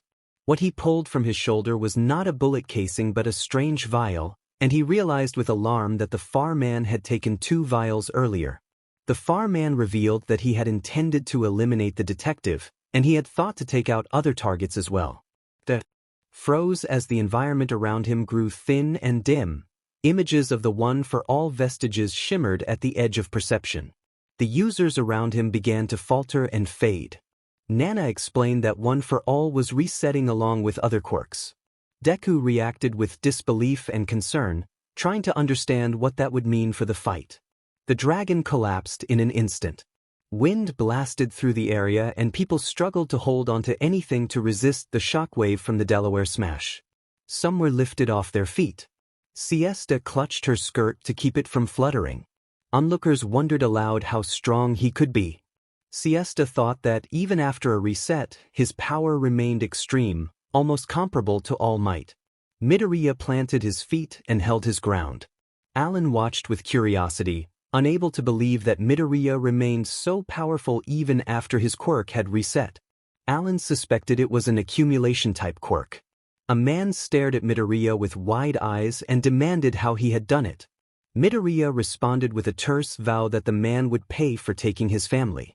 The man, confused, asked who Midoriya meant. Midoriya answered simply that he meant his family. Midoriya steadied his breathing, then vanished and reappeared in front of the man. He struck the man with a punch that glowed with a dark aura, an attack known as Black Flash. The blow sent the man flying and slammed him into a fence with a sharp crack. Midoriya's anger caused his energy to surge outward. He approached the man, activated a frost technique, and immobilized him in a flash of cold energy. Siesta watched in stunned silence. Later, police escorted the subdued criminals away while Midoriya and Siesta observed. Siesta studied Midoriya's face. He wore a stoic expression, his eyes partially obscured by his hair. He had minor bandages and a bruised finger. She hesitated to speak, then noticed him sighing before he shook his head and turned his attention to her. Midoriya remarked that the incident had happened. Siesta agreed. Midoriya held her hand and said they should go to a cafe because he was hungry and had burned a lot of energy using his quirk. They walked toward a nearby cafe, ignoring the other people around them. Siesta scolded herself internally for not being more helpful in the fight. She wondered how she could hope to become a true partner if she could not even speak with him when it mattered. At the cafe they sat at a table. A waiter brought 1 chocolate lava cake, a cheeseburger, and a couple of Cokes. Midoriya pulled out his phone and scrolled through some images while Siesta watched, surprised that he seemed to be behaving as if nothing had happened. He appeared to be distracting himself. Midoriya found a fan illustration of a man named Gojo and studied it. He reflected that this was how Gojo Satoru had looked, a confident figure with a striking presence. Midoriya recalled that jujitsu had existed long ago and that Gojo's technique had involved extreme spatial manipulation. Siesta remembered that Gojo had seemed emotionally distant and felt that he had lost something important. She wanted to find a way to befriend or comfort him someday, and she thought that forming a connection could help both of them. Midoriya thought about how his life had been upside down since childhood and how difficult it was to carry on without his family. Siesta cleared her throat to get his attention and asked if he knew about jujitsu. Midoriya was surprised that she knew of it. He asked how she found out. She said she paid attention to things others missed and asked if he could teach her. Midoriya hesitated but agreed. He asked whether she could perceive cursed energy. She confirmed that she had seen it when his fist had been surrounded by a dark aura during the fight. Midoriya explained that the Black Flash was a difficult move that effectively collapsed the space between attacker and opponent to deliver greatly amplified force. He flipped through his notebook, preparing to teach, and Siesta breathed a quiet sigh of relief when his expression returned to normal. The waiter returned with their order and left them to eat. Siesta finished the chocolate lava cake while Midoriya ate the burger. As she watched him, she felt a warm flush of admiration at his earnest face and wanted to show some friendly affection. She restrained herself and focused on the conversation instead. A loud voice interrupted them. Both turned to see a group of 5 punk-looking men with chains and tattoos, shouting at someone off to the side. The waiter hurried over to ask what was wrong, and the leading punk looked momentarily puzzled. A rough-looking man complained that someone had taken the table and was not saying anything. The waiter looked at the table and sighed, explaining that the table was already booked by that person and that they should have reserved earlier. He also noted there was another empty table in the corner.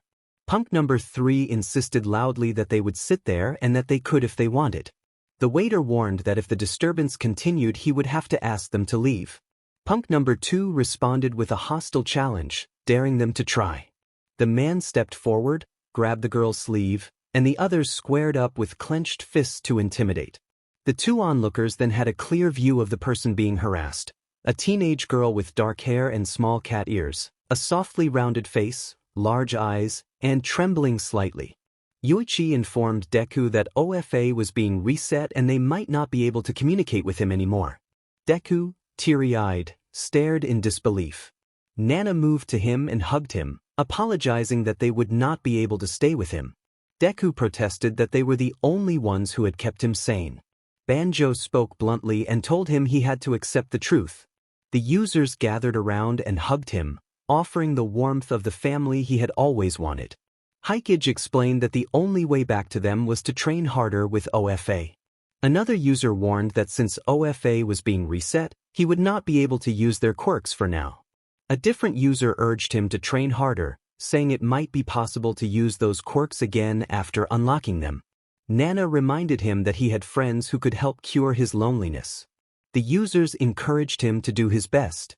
Deku thanked them through tears and promised to train harder.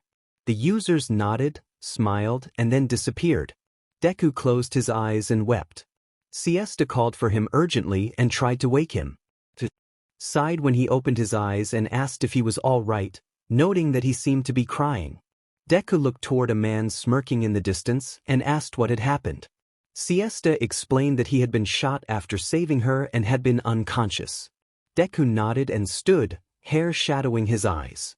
He muttered something faintly, and Siesta asked him to speak up, placing a hand on his face and asking what was wrong. She saw only emptiness in his eyes besides his tears. Deku felt as if he had lost everything that had been keeping him alive. Crowds around them reacted with pity and speculation about his loss of quirk control. Some expressed sympathy, others argued about the situation. Professor Allen, watching from the side of the stage, covered his mouth and felt responsible for bringing the device that had caused the problem. Midoriya wiped his tears and fixed his gaze on the man who had summoned an ice dragon. The smirking man unleashed the dragon, which surged forward like a cold, crackling force. Midoriya squared his stance, bracing for the attack and preparing a precise counter.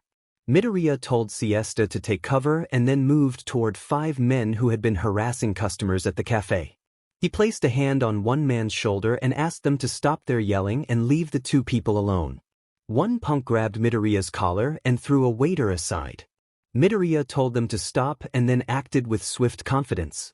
He struck and flipped one man, used momentum and agility to dodge and trip others, and flowed through the confrontation with practiced technique. 2 of the assailants broke free and activated their quirks. One formed a dark sphere of energy, the other hardened his fist with crystal. Midoriya braced as the energy struck and the crystal-armed attacker lunged. He then centered his focus, engaged a precise burst of power in his legs, and unleashed a controlled, explosive kick that sent the 2 attackers out through the cafe door. The pair fell unconscious outside, and Midoriya redirected the remaining 3 toward them with quick, disciplined movements. Onlookers murmured in astonishment at how fast he had moved and then applauded his bravery. Midoriya checked on the shaken waiter, who thanked him and explained that these 5 punks often caused trouble.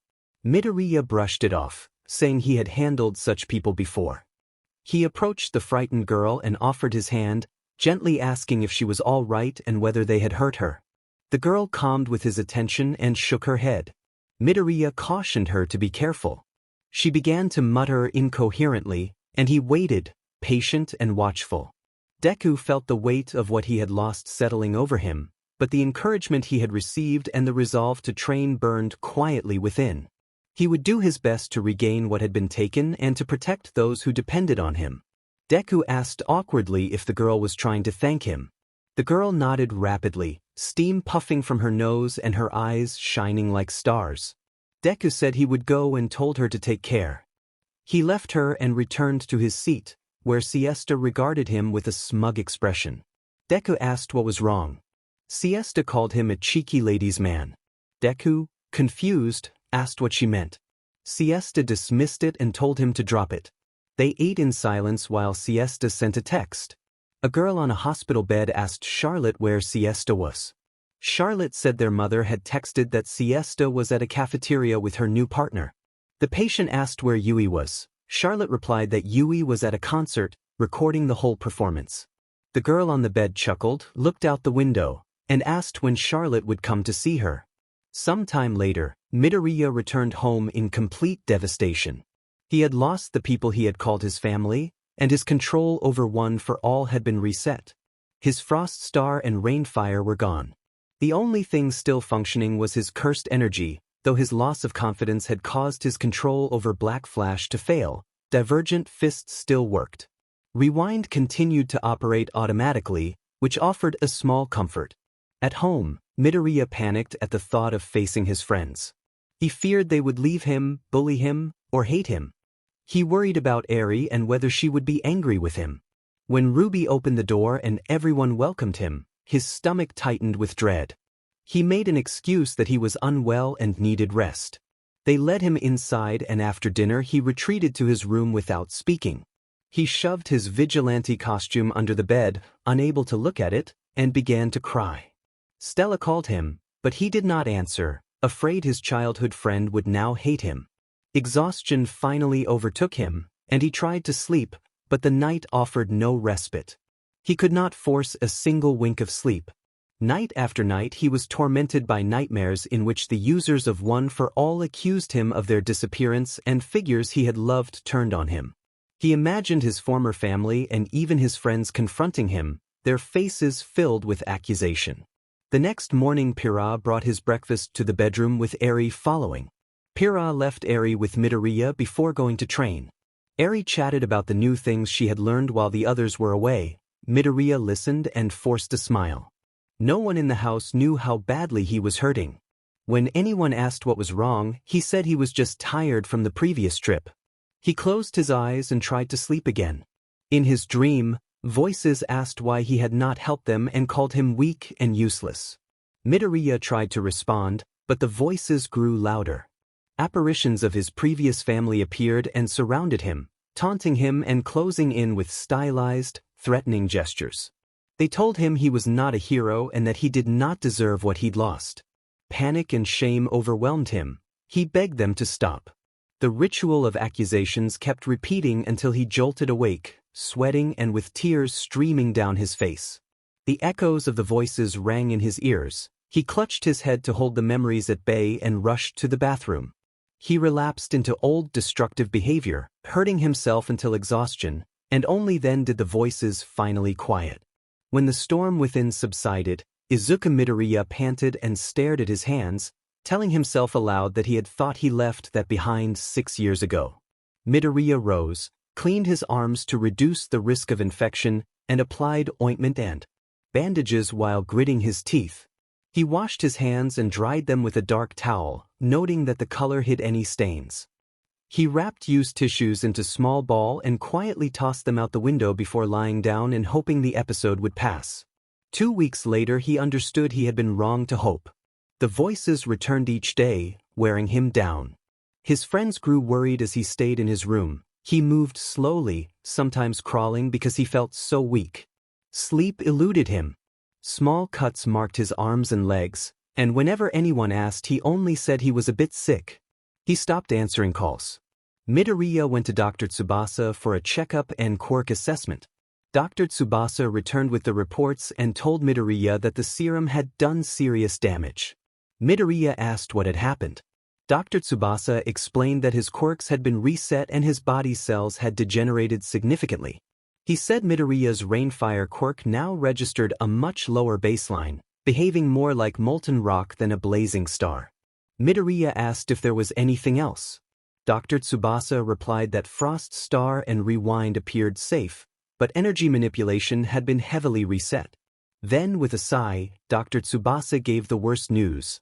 Midoriya's body had degenerated, his cells decayed, and he had become noticeably thinner.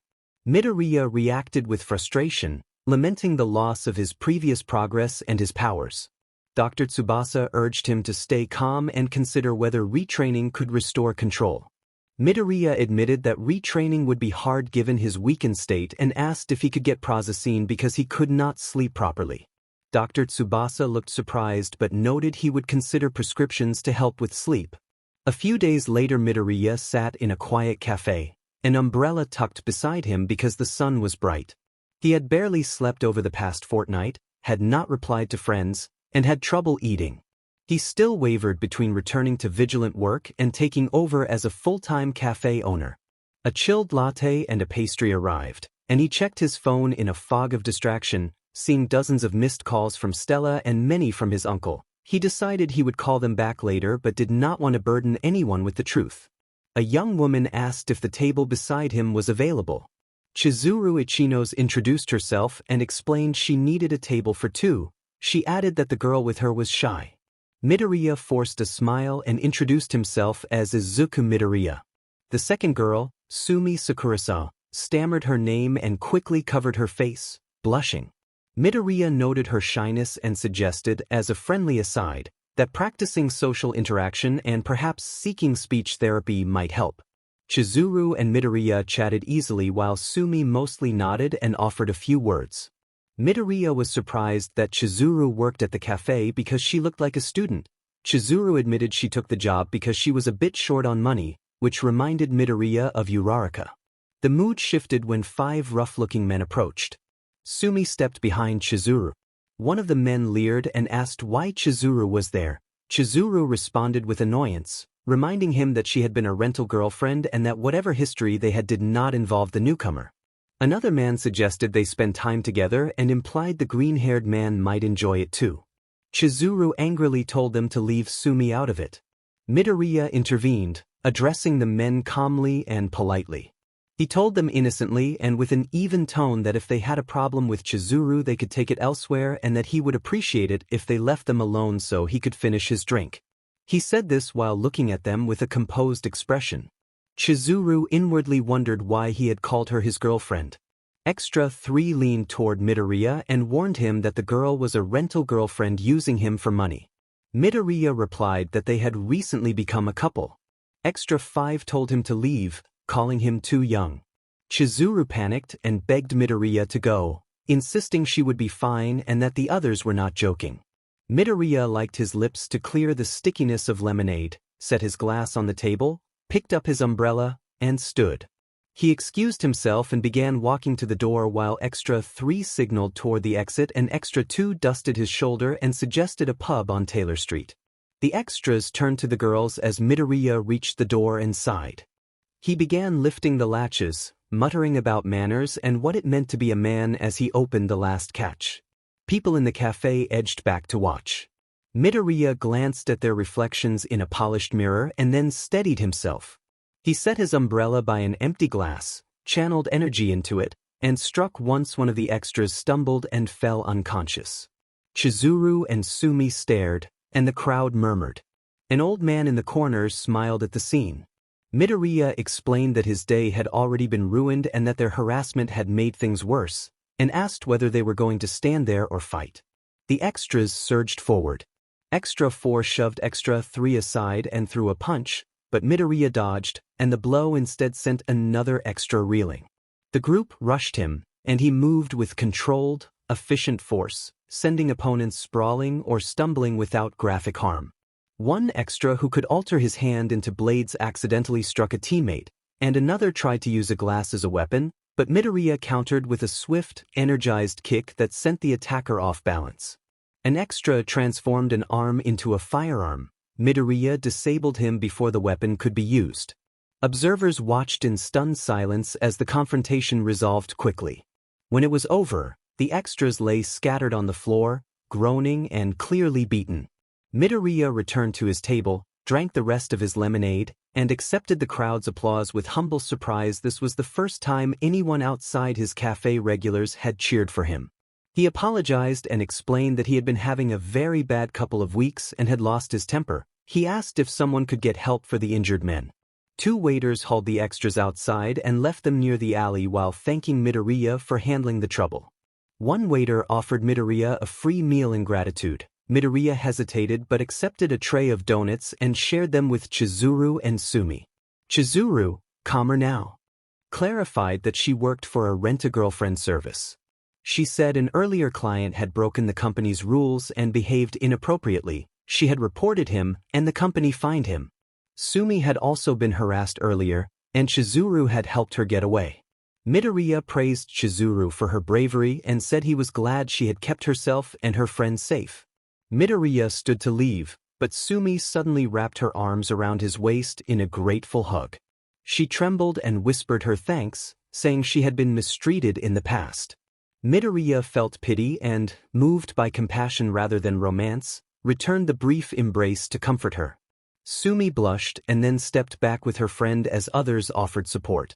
The old man watched Midoriya depart with a nostalgic smile, thinking that it had been a long time since he had seen someone handle a fight like that and wishing an acquaintance had witnessed it. Outside, Midoriya considered whether to hire the girls to work at his cafe once things settled. Electricity crackled faintly at his hands as he glared across at the extras in the alley. They shrank back at the intensity of his expression, as if they imagined a fearsome mask in his features. For now, he walked away, resolved to protect anyone who had been hurt that day. Stella Vermilion confronted Izuku Midoriya in his cafe, demanding to know why he had not answered her calls. The green-haired young man looked exhausted but kept it hidden. Izuku apologized and explained that he had been sick for the past weeks, likely with the flu. Stella panicked and asked if he was all right. Izuku reassured her that he was better now. Stella scolded him gently, insisting that he take better care of himself. Izuku brushed it off and asked if she wanted anything from the menu. Stella requested beef stew. Izuku called for Ethan to help in the kitchen. Ethan arrived with earphones still in and complained about being yelled at, but moved to help. While preparing the order, Ethan mentioned that they had 2 new recruits, Amiya Shiro and Archer Tosaka, who were expected on Friday. Izuku said he was too tired from his trip and asked Ethan to handle them. Ethan agreed and Izuku then said he needed to see his uncle. Aizawa appeared at the door and stated that there was no need, he was already there. He stepped in and used his capture tool to restrain Izuku briefly. Aizawa demanded an explanation. Izuku explained that he had met a friend at Clade and that a villain group had attacked during their meeting. He and his friend had helped the police subdue the attackers, but he had caught the flu afterward and been bedridden for 2 weeks with a high fever, poor appetite, and sleepless nights. He added that both Stella and others had tried to reach him during that time. Aizawa muttered that Izuku was a problem child and said he needed a drink after dealing with reckless youths. Ethan replied that he would bring one. Some time later, Izuku returned to Jujutsu Tech, the place he had left 5 or 6 years earlier. He had brought gym equipment from his warehouse and planned to retrain from the ground up. He had researched a workout schedule that would not interfere with future patrols, and for now he would not patrol at all. Izuku told himself that he did not care about comfort. He wanted to meet them again and could not live with nightmares that kept waking him. His disappearance had allowed criminals to become bolder, and he needed to be ready. He wrote his goals in a notebook labeled V.Plans. Increase muscle mass without losing focus on other priorities. Learn Black Flash and be able to perform it multiple times. Master the minimum amount of 1 for all required for their return. Learn kickboxing and taekwondo basics. Train cursed energy. Attempt to erect a basic domain. Train intensively and consistently. Begin using Rainfire and Frost Star techniques again. Develop a new Rainfire technique inspired by Flashfire Fist but stronger. Create a combined rain fire and frost star move. Increase stamina to withstand rewind's rapid stamina drain. Obtain medication to help with sleep and nightmares. Receive scythe training from Ruby to craft one designed for fighting Nomu. Combine rain fire and frost star into a cohesive combination. Extend overdrive blast's effective range from 2 meters to at least 10 meters. He packed the notebook and walked to a nearby pond he had cleared earlier. He picked up 2 heavy 80-kilogram weights and began farmer's walks through the water to add resistance. His body had lost a lot of conditioning, but he could still push himself to match an average weightlifter. After more than 3 hours of continuous sit-ups, push-ups, and weighted carries, his muscles were strained but responding. His stamina had improved significantly. He felt he could endure much more pain and shock than before, even without relying on cursed energy. He set his equipment aside and moved to the warehouse yard to test his techniques. Izuku set up a battery and a large bulb as a target at a distance and activated overdrive blast, sending the energy toward the target. The blast fell short. He tried repeatedly, each attempt revealing the gap between where he was and where he wanted to be. He switched to cursed energy training and pulled a book from his bag titled Cursed Tool Training by Maki, reputed to be the best jujitsu weapon specialist. He decided to learn staff fighting and refine weapon handling with staff, nunchaku, and playful cloud. The book described Maki as someone with very little innate cursed energy who compensated with exceptional weapon skill. She had been compared to Toji Fushiguro for her ability to stand up to top-ranked sorcerers. Izuku read the section on Playful Cloud and realized he had been using it incorrectly, only using one side when proper technique required swinging both ends rapidly to maximize impact. He resolved to train the weapon properly. An hour and a half of practice taught him humility. He struck himself repeatedly with the unfamiliar weapon and decided to stop the physical weapon drill for the moment and focus on cursed energy control instead. He used intense, abrasive music to push his concentration and endurance for about half an hour before stopping. He felt confident that his cursed energy had grown stronger. He returned to the warehouse to stow his equipment, then went home with only his yellow bag. After a bath, he received a call from Yang inviting him to eat. Izuku joined them at the table. The small family then began talking about their daily events. The girls scolded him for his carelessness when he had gone to Clade and caught the flu. They explained that they had been assigned hero names and each revealed theirs. Ruby announced that her hero name was Crimson Rose. Yang gave her name as Golden Ember. Blake said her name was Night Sonic. Yang teased that Blake had mistakenly shown Cat on her board. Blake, embarrassed, told Yang to be quiet and denied it. Izuku felt awkward and declined to ask why Blake had Aizawa's sleeping bag. Pira said her hero name was Magnus Girl. Izuku complimented their choices and asked about internships. Pira said she was thinking of joining Fourth Kind. Izuku commented that Fourth Kind probably would not help much with combat and that he had heard the hero spent a lot of time cleaning places. Yang said she was considering Fat Gum. Blake said she planned to join Edgeshot. Izuku approved Edgeshot as a good fit for teaching stealth. Ruby said she would train with Gran Torino. Izuku asked about Gran Torino. Ruby explained that he was a veteran hero and that she did not know much else. Izuku said he knew Gran Torino had once been one of the fastest heroes and that, despite his age, he remained extremely quick in close-quarters combat and tended to hold back a lot. Ruby asked if he was really that fast, and Izuku confirmed that he was, advising her to be careful but encouraging her choice. Izuku then asked what they would do next at UA. Blake said they had a test the following week and, based on what a senior had said, they assumed it would involve robots. Izuku advised them to double their training temporarily since they could not predict who they would be facing. Ruby said she had met a rude woman named Weiss Schnee who had been upset that Ruby had entered UA at such a young age, not knowing that Ruby and the others had been rewound by Eri. Izuku perked up when he heard the name Weiss and confirmed that Weiss was his childhood friend. He explained that Weiss could be rude because she did not know how to express her emotions properly. Ruby pouted that this was no excuse for treating her like a child. Izuku patted Ruby's head and asked if anything else had happened. Yang added that a student named Bakugo had apparently won the sports festival but that his temper had been so severe he had been restrained. Izuku thought the restraint might have been excessive but understood that some control had been necessary.